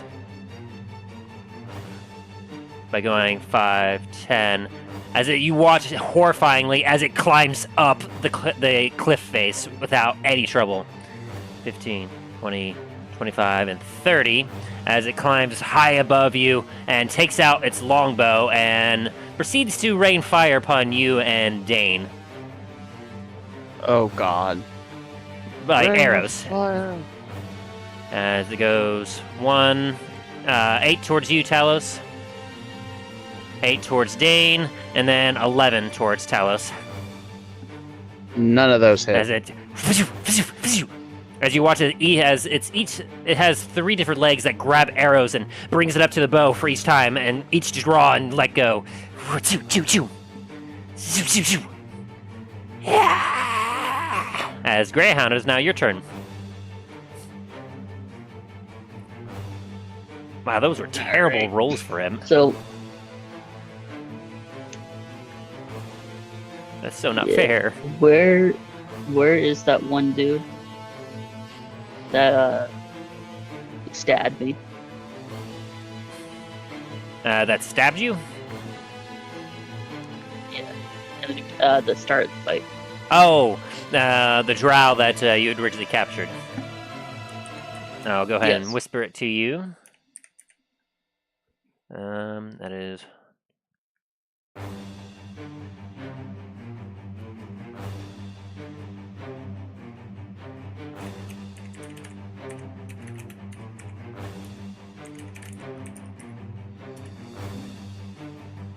If you understand that. Yeah.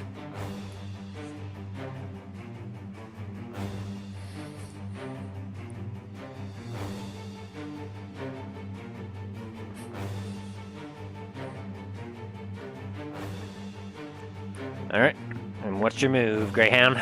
You're frothing with rage, and Right. if you don't do anything this turn, you're going to lose... offensive, you're going to lose your rage. Everyone, that the guy's right here. He's over there! Alright, that'll be a free action.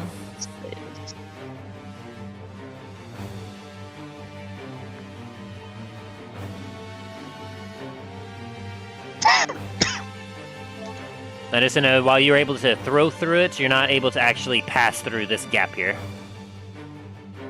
This acting as 3/4 cover.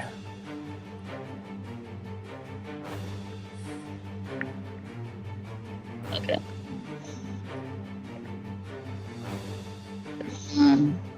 32.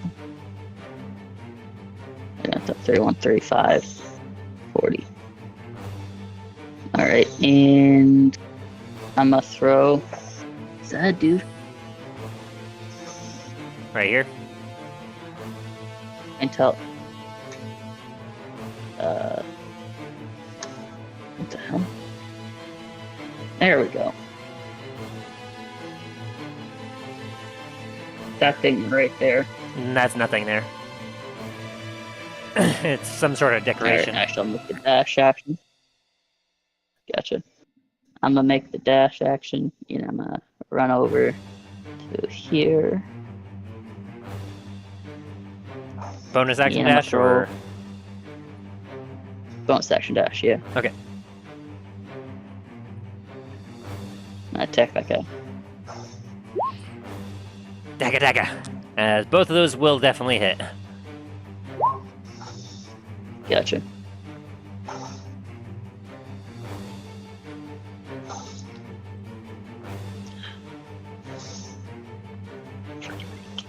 Just put 2 of these on that way. Oh, did not roll my attacks. Ooh, good lord. As you see him hiding in the rubble there, and you throw your daggers, whoosh, whoosh, and one of them sticks to the chest, and then the other one goes to his head, as he topples over. Alright. That is the end of my turn. Alright, as we get to our friend, and he's not liking this light very much, so he's going to move out of here for a second. Before throwing his daggers at you, Talos, because right now you're posing the highest threat. Does a 26 hit you? That it does. And a 20 hit you? The 20 does not. Alright, because he gets advantage with his first attack, so he deals 9 piercing damage to you, plus his sneak attack. Jesus. For an additional 15, so that's 24 points of damage total that he, as you are looking up at the Drider, you suddenly in your side as you feel a dagger, as our friend is right here now.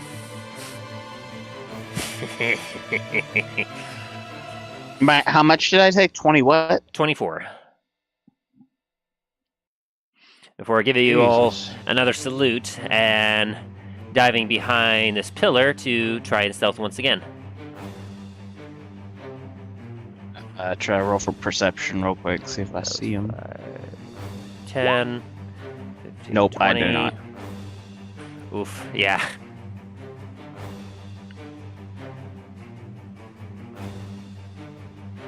And Milo, Dain, Greyhound, you all want to try spotting him as stealth?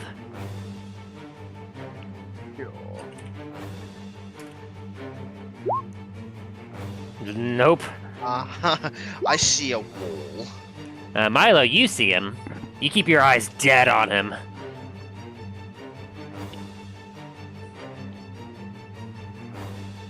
As he will continue to move. 30, 35, 40. Alright, as we get to Dain, it is now your turn. Alrighty. From my position down here, I'm not able to throw my shield up at the spider, am I? Give me a sec.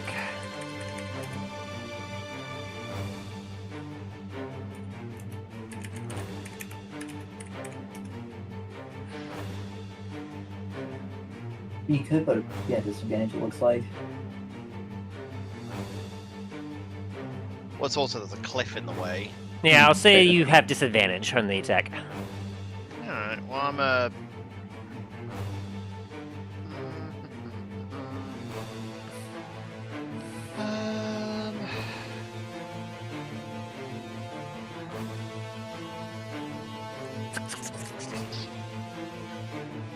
Yeah, I'm attempting to throw my shield. Alrighty, go ahead and throw to hit. Ah, that sucks. But you still hit with a 20. Crack it for 16 Oh. damage.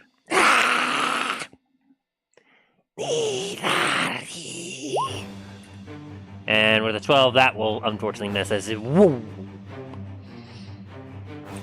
Just pings off the cavern ceiling and then comes back down. Alright, as we get to Milo. Unless you want to do something else, Dane. Nah, it's the end of my turn. I won't do much else. Alright, so Milo is now your turn. Like I said, you know where the other drow is. 11 doesn't hit?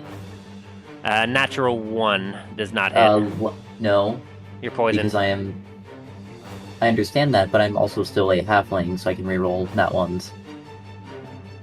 Okay, so then... Yeah, go ahead and reroll then. So 11. still not 11, hit. no, not hit. Okay, that's my turn. Were you aiming at the... Who were you aiming at? The Dragon, whatever the fuck it is. Alright, the one up here. Yep. Very good. Alright, and so then we get to Talos. This is your turn. One sec.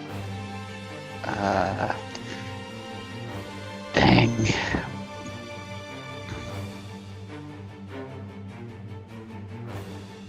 Okay, so what was the ruling on the potions for use as a bonus action? Bonus action, you roll for it. Full action will be you get the full benefits. Alright, as a bonus action, I'm gonna drink my potion of superior healing. Sounds good. 8d4 plus 8. I believe so, yes.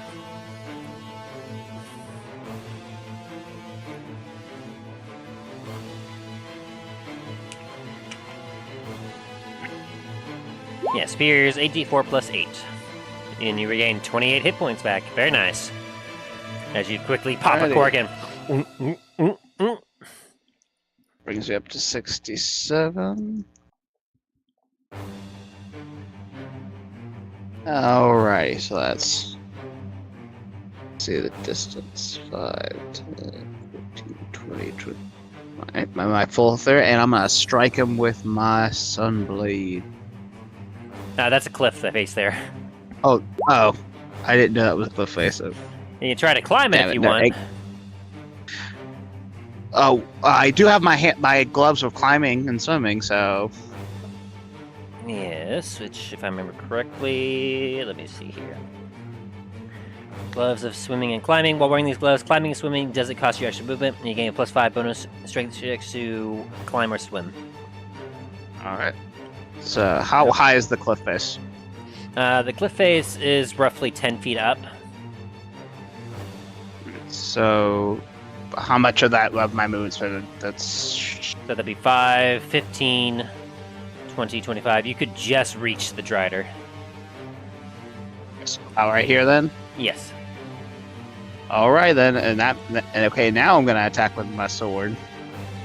Like I just like scramble like.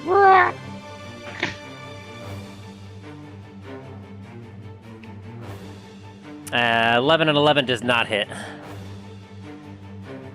As you Well, the first 11 was beforehand. Before I realized. So. Alright, well, 11 still misses as you clash against the Drider's sword as it brings it out. And a 17 also misses as you and it blocks again. Damn.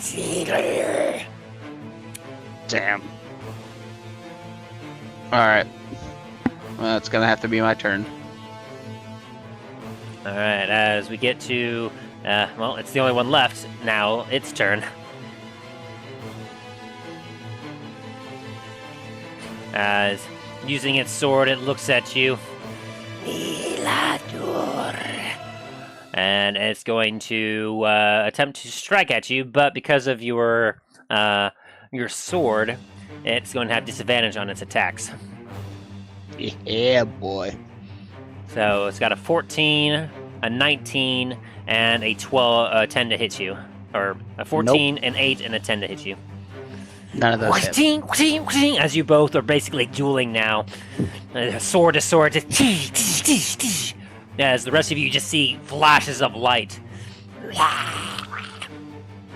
Come on, demon.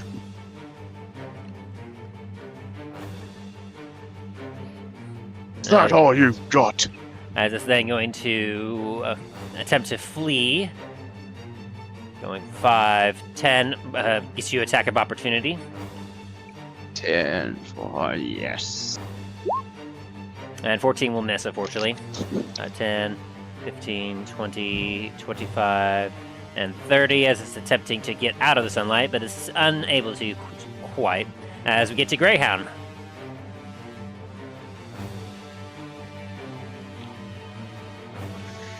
Alright.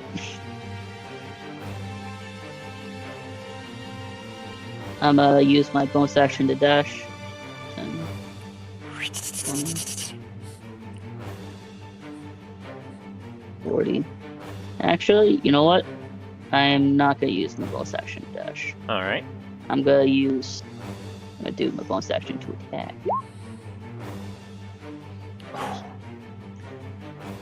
For the spider. And with the crits, it's you roll twice, right? Yes. And the 25 and the 27 do both hit. That one is just a miss.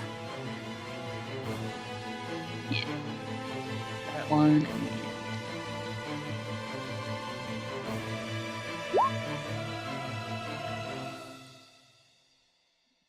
23 damage. Whew. Spicy. And it maintains its concentration.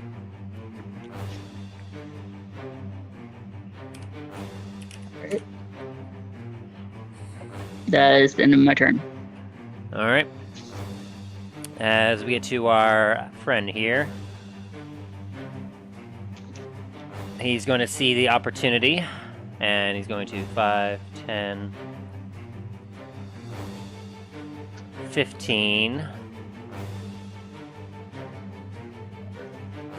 And he's going to attack at you, Dain.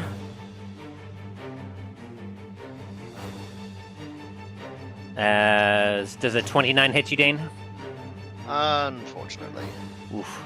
As popping up right next to you, Greyhound, you see a dagger come out of the darkness as a dagger flies over and strikes Dain for 11 plus 17, so 28 damage. Before he takes his other dagger, turns to you, and hits you for a natural 1. Stabs Alright, himself. do I need to make a perception check to see him, or No, he's revealed do I himself, just see him? and he was going for you, but you managed to see him just in time. And as his dagger comes for you, you feel the wind brushing towards you. You quickly grab his fist and yank him into the side, knocking him prone. Ah!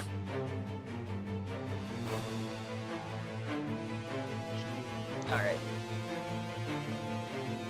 I And got plans for you. And not too happy about that. He doesn't have enough movement speed to get up, but he's going to crawl away from you. And because he attacked you with his feet, you're not able to get attack off of him. As he 5, 10, 15. With the last of his movement, he goes over here and will attempt to stealth.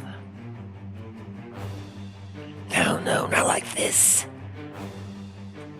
Woo! Wow, that is spicy. Feel free for anyone that wants to try and make a perception check against that.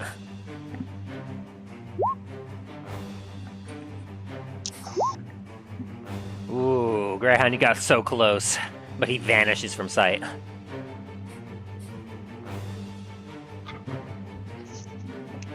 As we get up to Dain.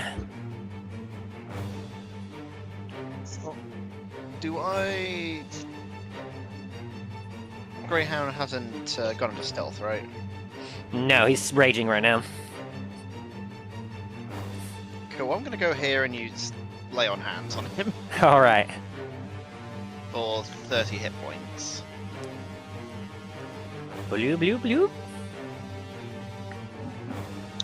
Thank you very much. No problem.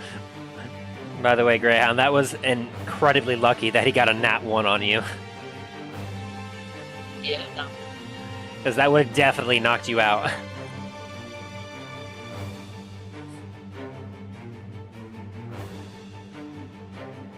And yeah, that kind of ends my turn. All right, as we get to Milo.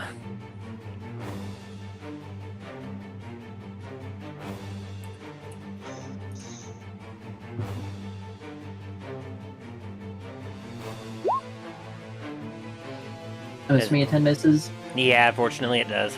Okay, that's my turn. As you're not feeling too well, your nausea is overwhelming you as you're attempting to take shots from a distance. It's not going too well. As Talos, we get back to you. Alright, so how much movement's it for me to get down? Another 10 feet. Alright, that's 5. So technically that'd be 15 feet for me right here, right? Yes. 20, 25, 30. And I'm within striking distance, so slappity slap, slap, slap. Ooh, that definitely hits. Either way would I hit. As you come rounding about. It's the Why didn't it do one. critical? Roll that again because it didn't do your critical, so you get 1 more damage out of that. Plus 2d8 for the radiant damage. 2D. Okay, As you- yeah, I was gonna. Whew, that's 22 for base damage.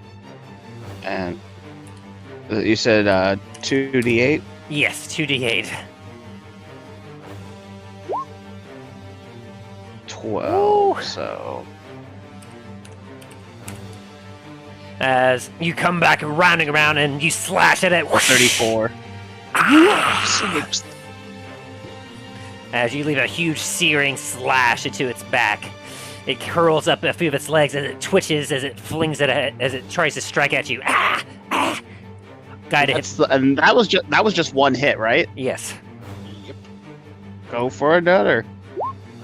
Ooh, a 23 will hit. As you come and strike at it again.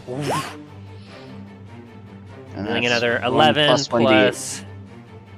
The 1d8. Yep. As you strike again, dealing another That's 13 12. damage.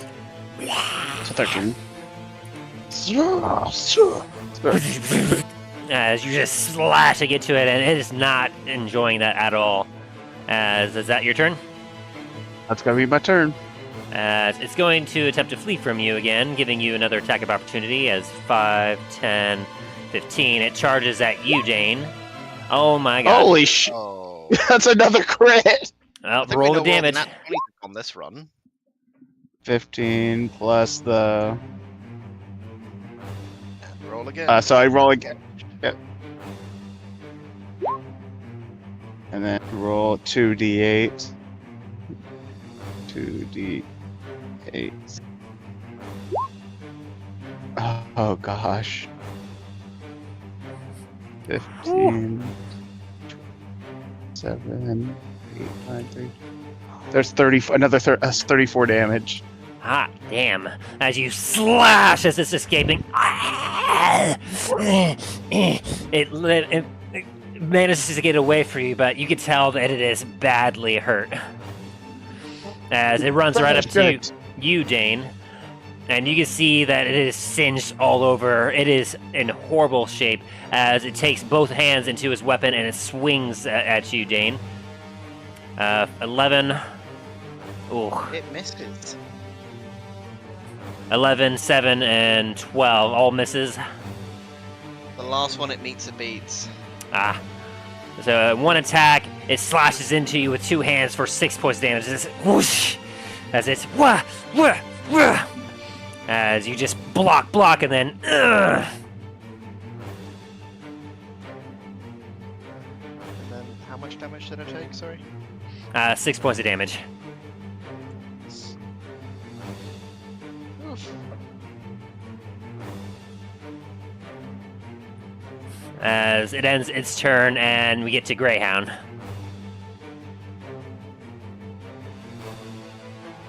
Alright. Grant's got a good heal.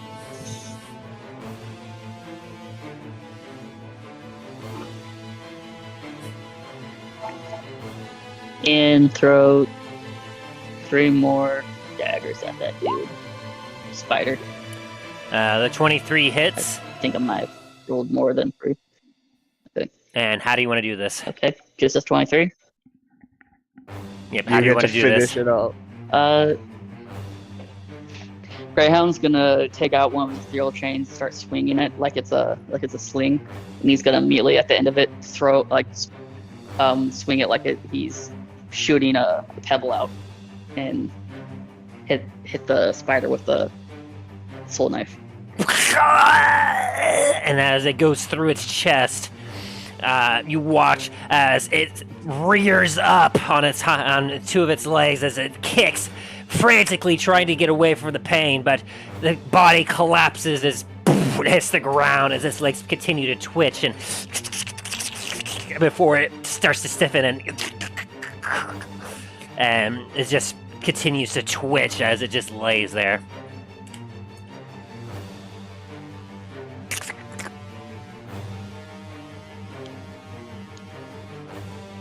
Alright.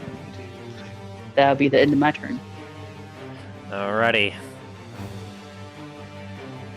Whew. And because it is now dead, you two do not have fairy fire on you anymore. You. Hooray. As our friend here, 5, 10, 15, 20, 25, and 30,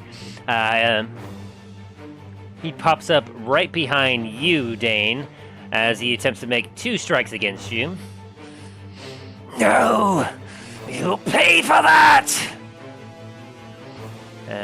Dagger. 27 and 17. Both hit. Ooh. Coming out, he deals a total of... Oh boy. That is 40 points of damage total as he digs 2 daggers into your back.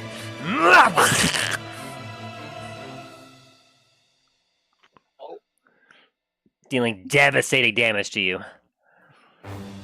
Dane's just gonna kind of go down to one knee and then stand up and try to face him. And as you face him, due to his feet, you were not able to hit him, but he bonus action dashes. 1, 2, and then 10.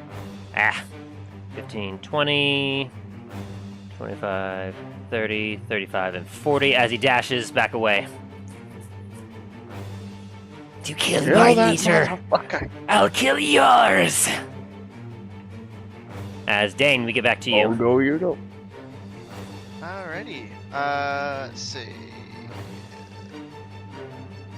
I'm gonna throw my shield at the back of his head. Go for it. Captain America. That does not hit. As you throw your shield, he ducks just in time. Whoa, whoa, whoa, whoa, whoa. It's a 24 hit. That hits, though. He stands back up and gets cracked in the face with it. Boom for 23. Kah!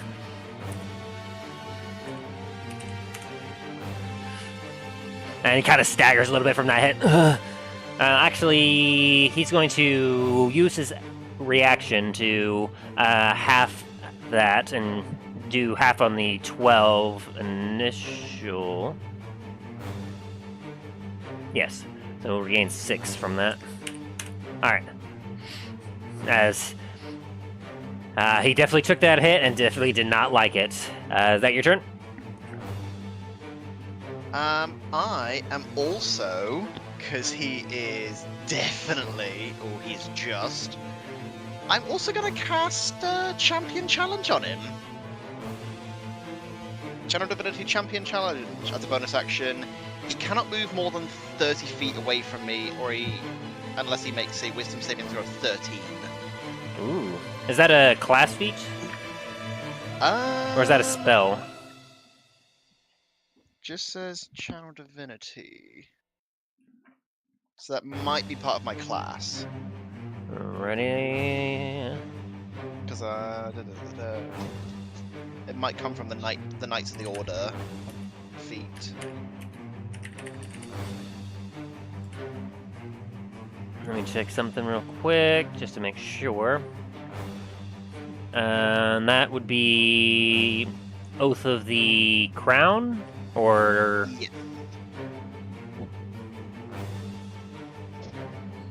Channel Divinity Champion Challenge. As bonus action, issue a challenge that compels other creatures to battle with you. Each creature of your choice, they see within 30 feet, must make a Wisdom saving throw. On a failed save, they can't go 30 feet away from you.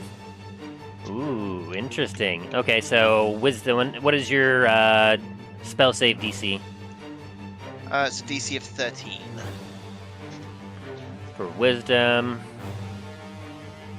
And he beat it with a 14.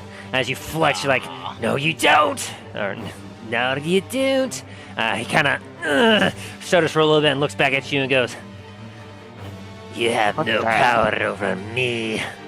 As he turns to continue running back towards the camp. As Milo, we get back to you. Yeah, dude. I'm gonna try to grapple him. Ooh, okay. Competing athletics check.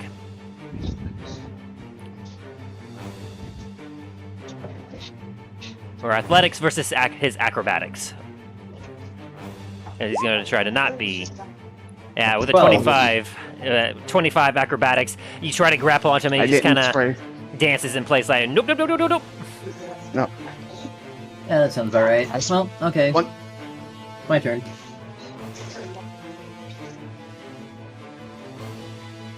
Not going to do anything else? That's something I can do. Alright, as Talos, we get back to you. As you saw, Dain got hit. Now Dain and Milo are both chasing around the corner, something that you assume could be the drow.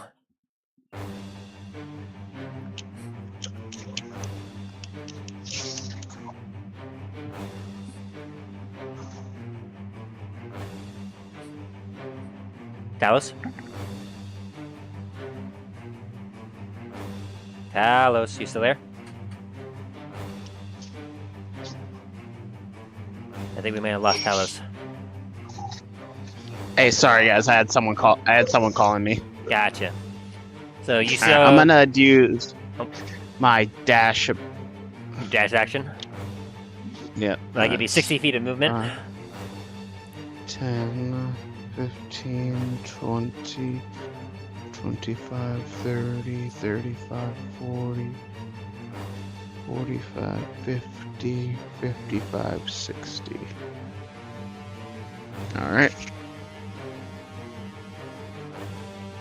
And I'm gonna attempt this. Let's see. Spell. Command at 3rd level. Ooh. Wisdom saving throw? So, wisdom saving throw of 14. I'm commanding him to halt.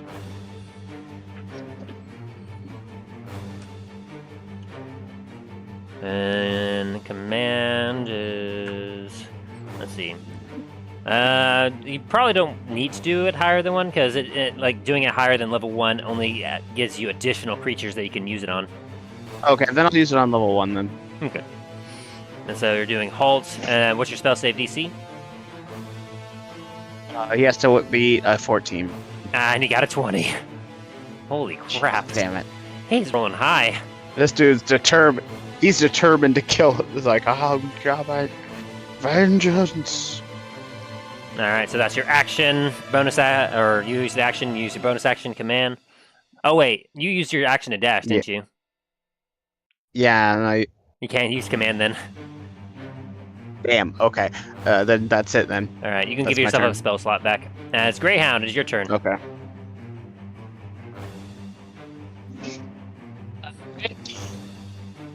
How far I can actually move first? 5, 10, 15, 20, 25, 30. Where exactly is this dude actually? Can't see shit. He's right there. 5, 10, 15, 20, 30, 35, 40. Yeah, I'm using my bonus action to dash. Alrighty. 60, 70, 75, 80. And I'm gonna use my 2 attacks to fuck this guy up, hopefully.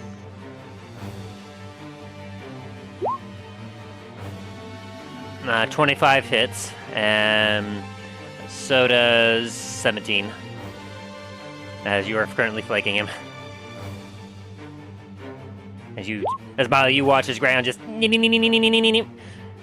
then just slash.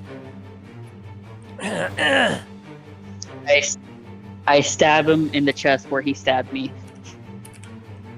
with both daggers. And I scream to him, "Does not feel good now, does it?" Ah.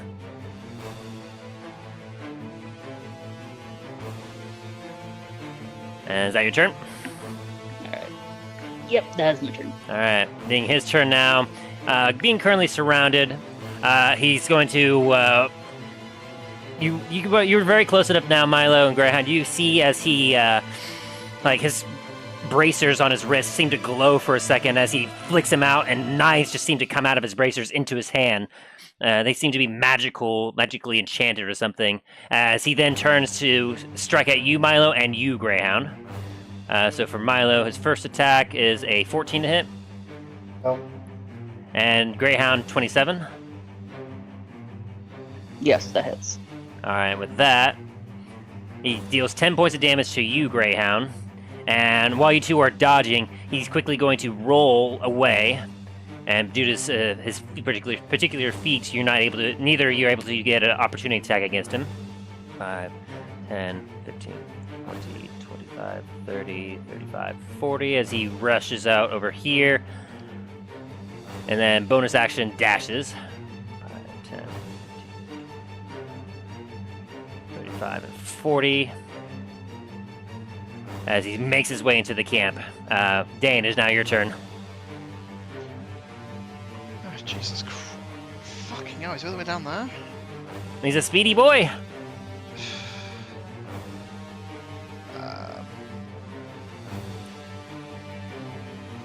For those who don't know, mobile feat for the win. In the right circumstances, mobile is absolutely devastating. Alright, well, I'm gonna use dash to get 50 feet of movement to get down here. And that ends my turn. Good lord, are you at 5 HP? Yes! Holy I have no armor! I've been being beaten up! I suppose that's fair. Milo, it is your turn. Your boots of speed are still active.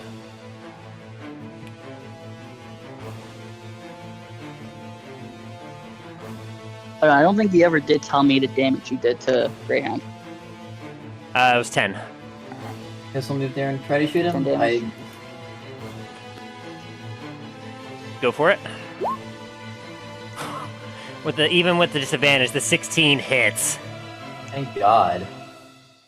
And I'm gonna use 3 charges of Yellow Thorns, so that's gonna be an extra 3d10 if he. Shit! Kill him now. What do you think I'm trying to do? Oh, I know. As the air comes in, you watch as he nimbly tries to dodge as best he can, reducing the 5 fire damage down to 3 for 7 before. Hang on. So Let's make a dexterity saving throw also for Hail of Thorns. oh boy.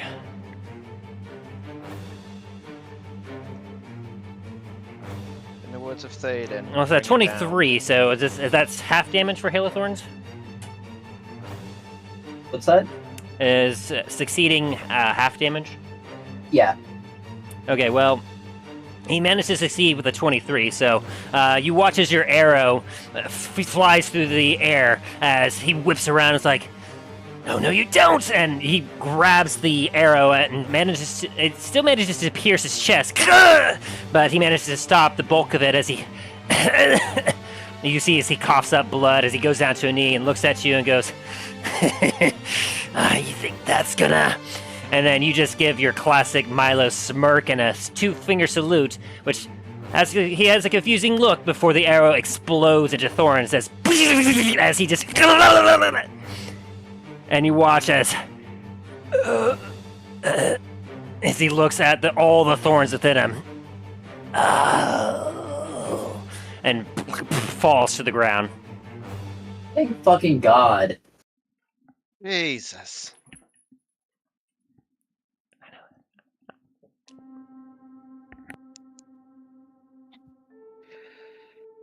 Hey. Is it over with? I hope so. Good. I need to lay down. Dane's just gonna fall on his back and just pass out. And it's probably not safe here. We just fucking fight off shit ton of drow. Need to pack up camp and head somewhere else. Agreed. Let's get the hells out of here. Talos, no picking up random strangers anymore.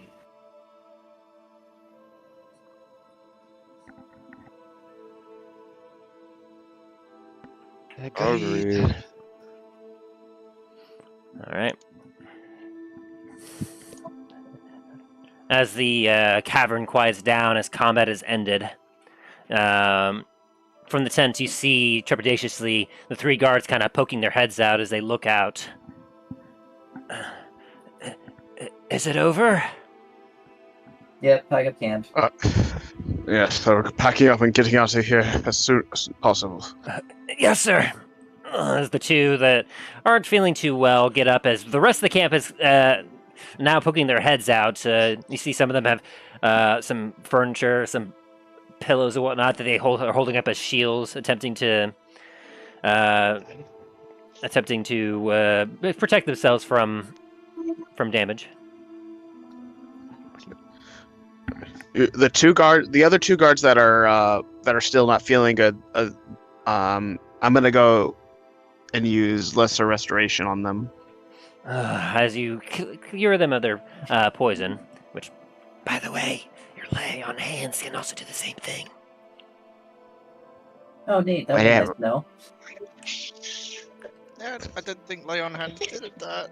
Yeah. I didn't either. If you use 5 points of your lay on hands, I'll read the exact thing. So lay on hands, where was it? As an action, you can touch a creature. Alternatively, you can expend 5 hit points from your pool of healing to cure the target of 1 disease or neutralize 1 poison affecting it. You can cure multiple diseases and neutralize multiple poisons with a single use of lay on hands, expending hit points separately for each one. Gotta be honest, I haven't read the description in such a long time, and I forgot that last bit existed. So I'll say a combination of lay on hands and lesser restoration. You just get everyone, including Milo, back up to unpoisoned form. Back up to top speed.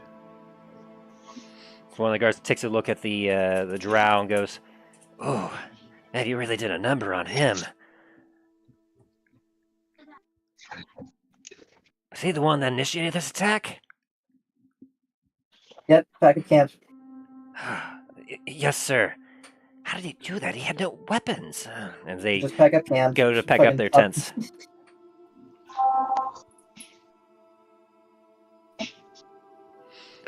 Grant's gonna go over and take his bracers off and throw them over to Milo.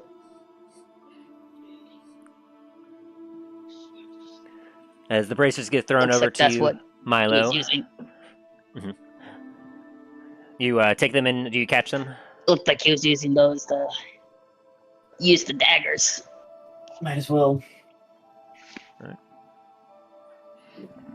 You're not sure what that is just yet, but if you attune to them, you just may find out.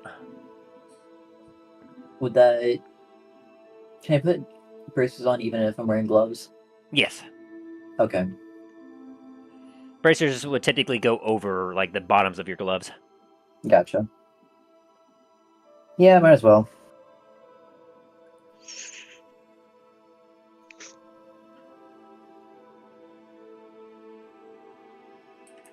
All right.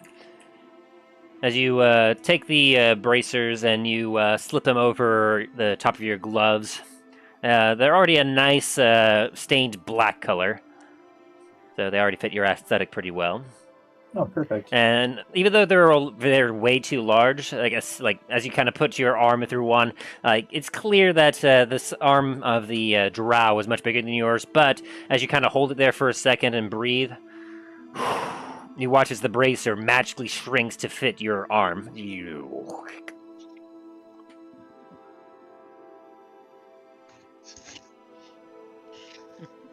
Neat. And Greyhound collapses and goes unconscious.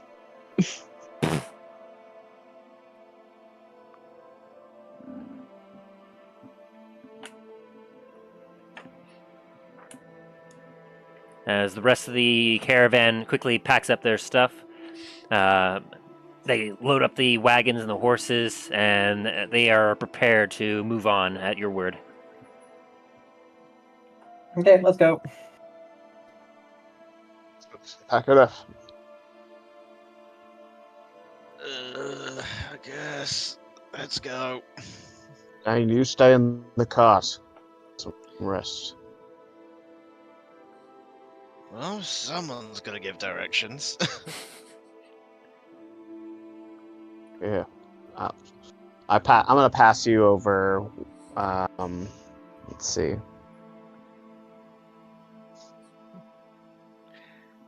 One of my bottles of superior healing. Before you do that, I'm just gonna chug one of my regular potions of healing. All right, if you use your action, so you'll get 8 or 10 points of healing. Yeah.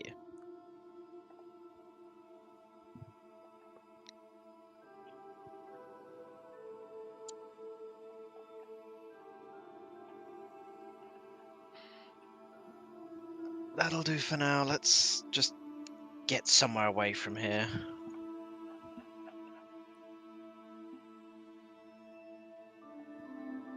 As the caravan takes off, Dain, you help guide the party onward until you find. Go ahead and roll me some survival checks. See if you can find another suitable location.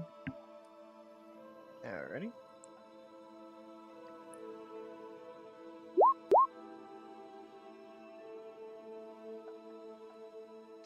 Where are they?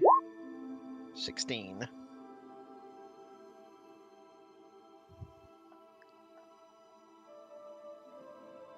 Alrighty. Yeah, easy enough. As you continue onward, you find a small alcove, a natural cave buried on the side of the cliff face.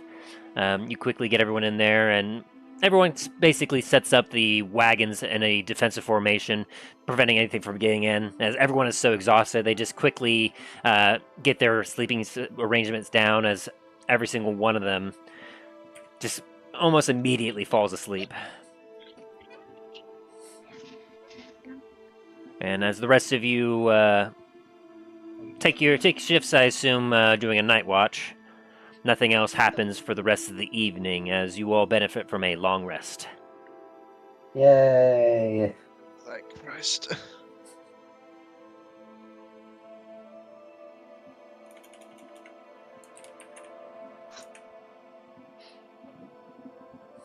And upon waking up, Milo, you become attuned to your bracers and understand exactly what they mean. Woo! I'll just go ahead and send that to you on here.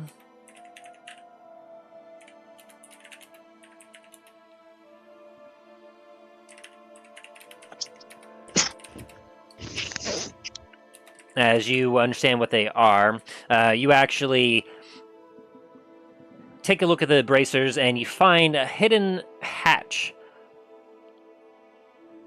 that when you open it up, it's completely sealed, but somehow it mysteriously holds each bracer has a set of daggers, and looking at them, you realize that they are +2 daggers each, making you understand that if you wanted to, while they are +2 daggers, if you found another dagger or something similar that you wish to replace it with, you might be able to replace it with those daggers.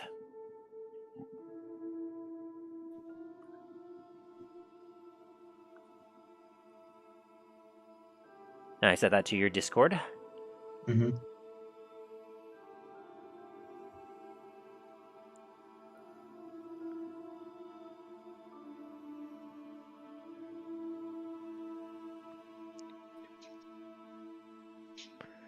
And if you want, I could explain a little bit by what I'm ruling as homebrew for that. But in any Yeah, case, I'm gonna message you on Discord to ask some questions. yeah, because I like that idea. I like that whole thing, but I was like, I feel like it would be better if it was like this. So, in any case, in the morning, as everyone kind of gets up a little stiff, sore, and groggy, you watch as the caravan is immediately pack it up, and it's a lot quicker than usual, seeing as how they weren't able to unpack properly. Is there anything any of you are doing before you take off in the morning? I'm good. I'm just gonna make. Greyhound's good. I'm just gonna check my gear real quick. Once over. Alrighty. Go ahead and give an investigation check.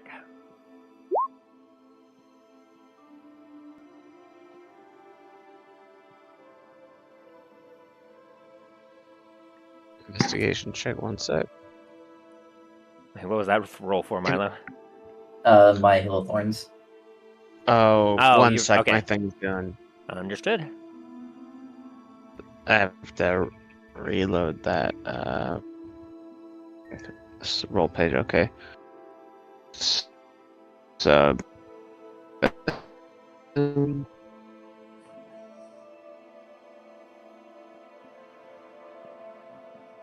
That's 11. With an 11, you're still feeling a little sore and a little tired. You were able to get a rest in, but being underground is really starting to wear on you. You're pretty sure everything is where it should be. You give it a half-hearted look. Are you cut out? Oh. You give it a half-hearted look. You're so tired and just done with being underground. You just give it a half-hearted look as you look in and you're like, yeah, everything's there. And you just put it away. Put your bag down. Anything from Dain or Greyhound? Nah, I'm good. Yeah, Greyhound's good. All right. The So you- caverns are not like my mountains. I assume you all take off then. Yeah. As you all continue the path, what once before you noticed was a slightly steadily reclining, or not reclining, increasing, Declining? not declining, the opposite of that. Inclining? Inclining, yes.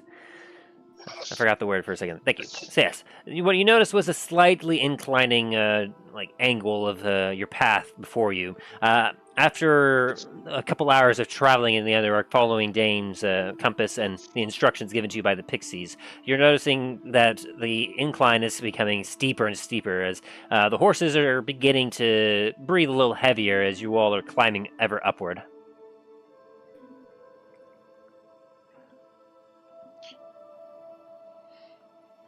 This is getting rather steep.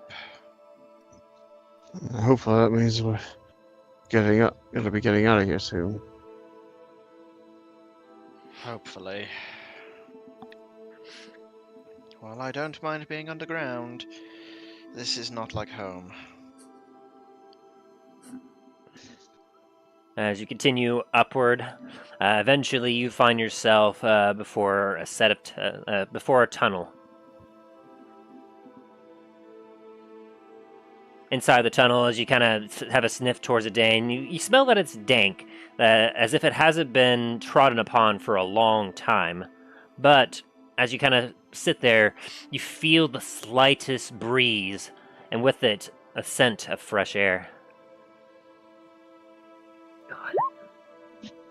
I think this is the exit, or at least the path that leads towards it. Good riddance. I'm done with this place.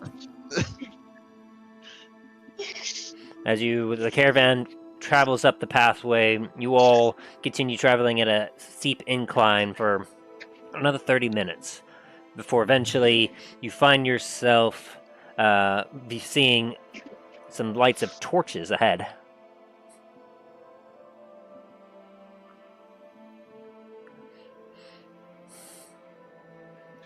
Before you see 4 heavily armed guards and heavy armor with heavy crossbows aimed at you in the caravan, as one of them yells, "Halt! State your business!" We're here to protect the treasure into Lancasquer. When you say the treasurer, the 4 of them kind of drop their crossbows a bit and look a little bit shocked. They look one another as one of them was like, "Come on!" As the 3 of them raise up the crossbows again at guard, and he goes, "Approach, but no funny business." Trust us, we're all too fucking tired for any funny business right now. After the night that we had, I don't think we're even able to muster funny business. As you all approach, the caravan stops before the great doors as the guard begins to inspect the caravan. As he goes to each of you and checks your belongings, looks inside your magic bags. He looks over to Murph's Milo and then kind of shrugs and waves it away as you look down. You see Murph's has shrunken to the size of like a coin purse. I'm gonna give Morsa like a pat on the back, like a good job. As you feel a little bit of sweat on its back. And as the guards continue through the caravan, they go to the back up to the doors, and satisfied they go, "Very well. I didn't find any contraband. I'm not sure why you all went through this path. An absolute madman you are, but we'll allow you to pass. The treasure is well known here." And you watch as he brings his hand up to an ear, and his head goes up for just a second. "Stand, boy." As you all hear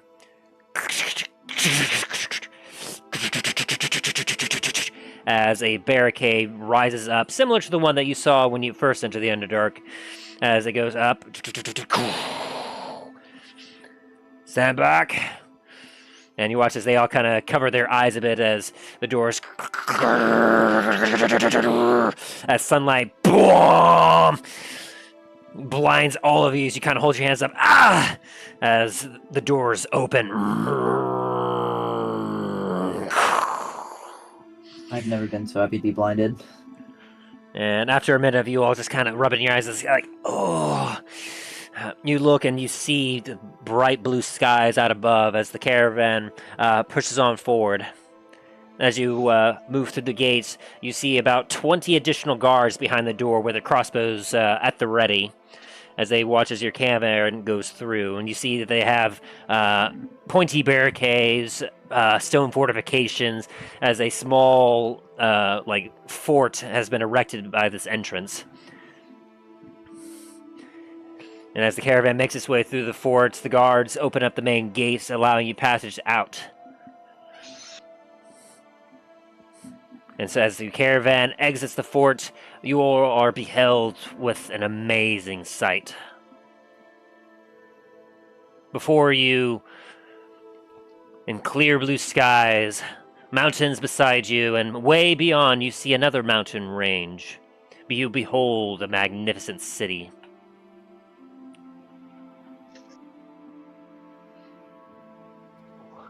Sprawling across the landscape, a testament to both magic and craftsmanship. You can see its imposing walls and gates, adorned with intricate arcane runes, imbuing them with a formidable strength. As you gaze down upon the city, you see multiple buildings, large and small, a towering mage tower that seems to pierce the sky. Seems to be a focal point of some kind. It's nestled between the two mountain ranges, the one you just exited, the one before you. You see, as off in the distance to the east, as the sun is still beginning to rise, you see a shadow, somewhat gliding over the edge of the city of Lancasquer. As you look in the distance, you see a dormant volcano, a bit of light coming up from the top of it. The architecture before you, it's hard to tell from this distance, but you can see a blend of earth and wood, a testament to the craftsmanship of what you easily tell must have come from dwarves, with a touch of elven druids. As the gates of the fortress close behind you, you all look beyond at the valley before you. You look to the west, and you see another large mountain at the end of the two mountain ranges, rising up high. As Dain, you feel a bit of pride in your chest, as you see what is easily identifiable as a dwarven fortress, built into the large mountain. You can see fortifications, gates strewn across all of it, as a river flows from the mountain itself through Lancasquer, and then onwards to the beyond. Eastward. As you all gaze upon the magnificence, realizing that at long last, you have finally made it. The capital of Dundras, Lancasquer. And that is where we're going to end the session for today. Woo. As for beating the Rogue and the Drider, as well as all those, each of you receives 5,000 experience points. Oh, damn. Yeah, that was a hard fight. Anyway, I'll be right back.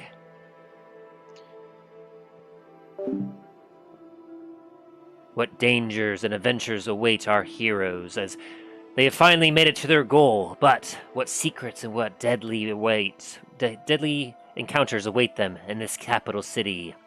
Find out on the next exciting episode of The Adventures in Dundras.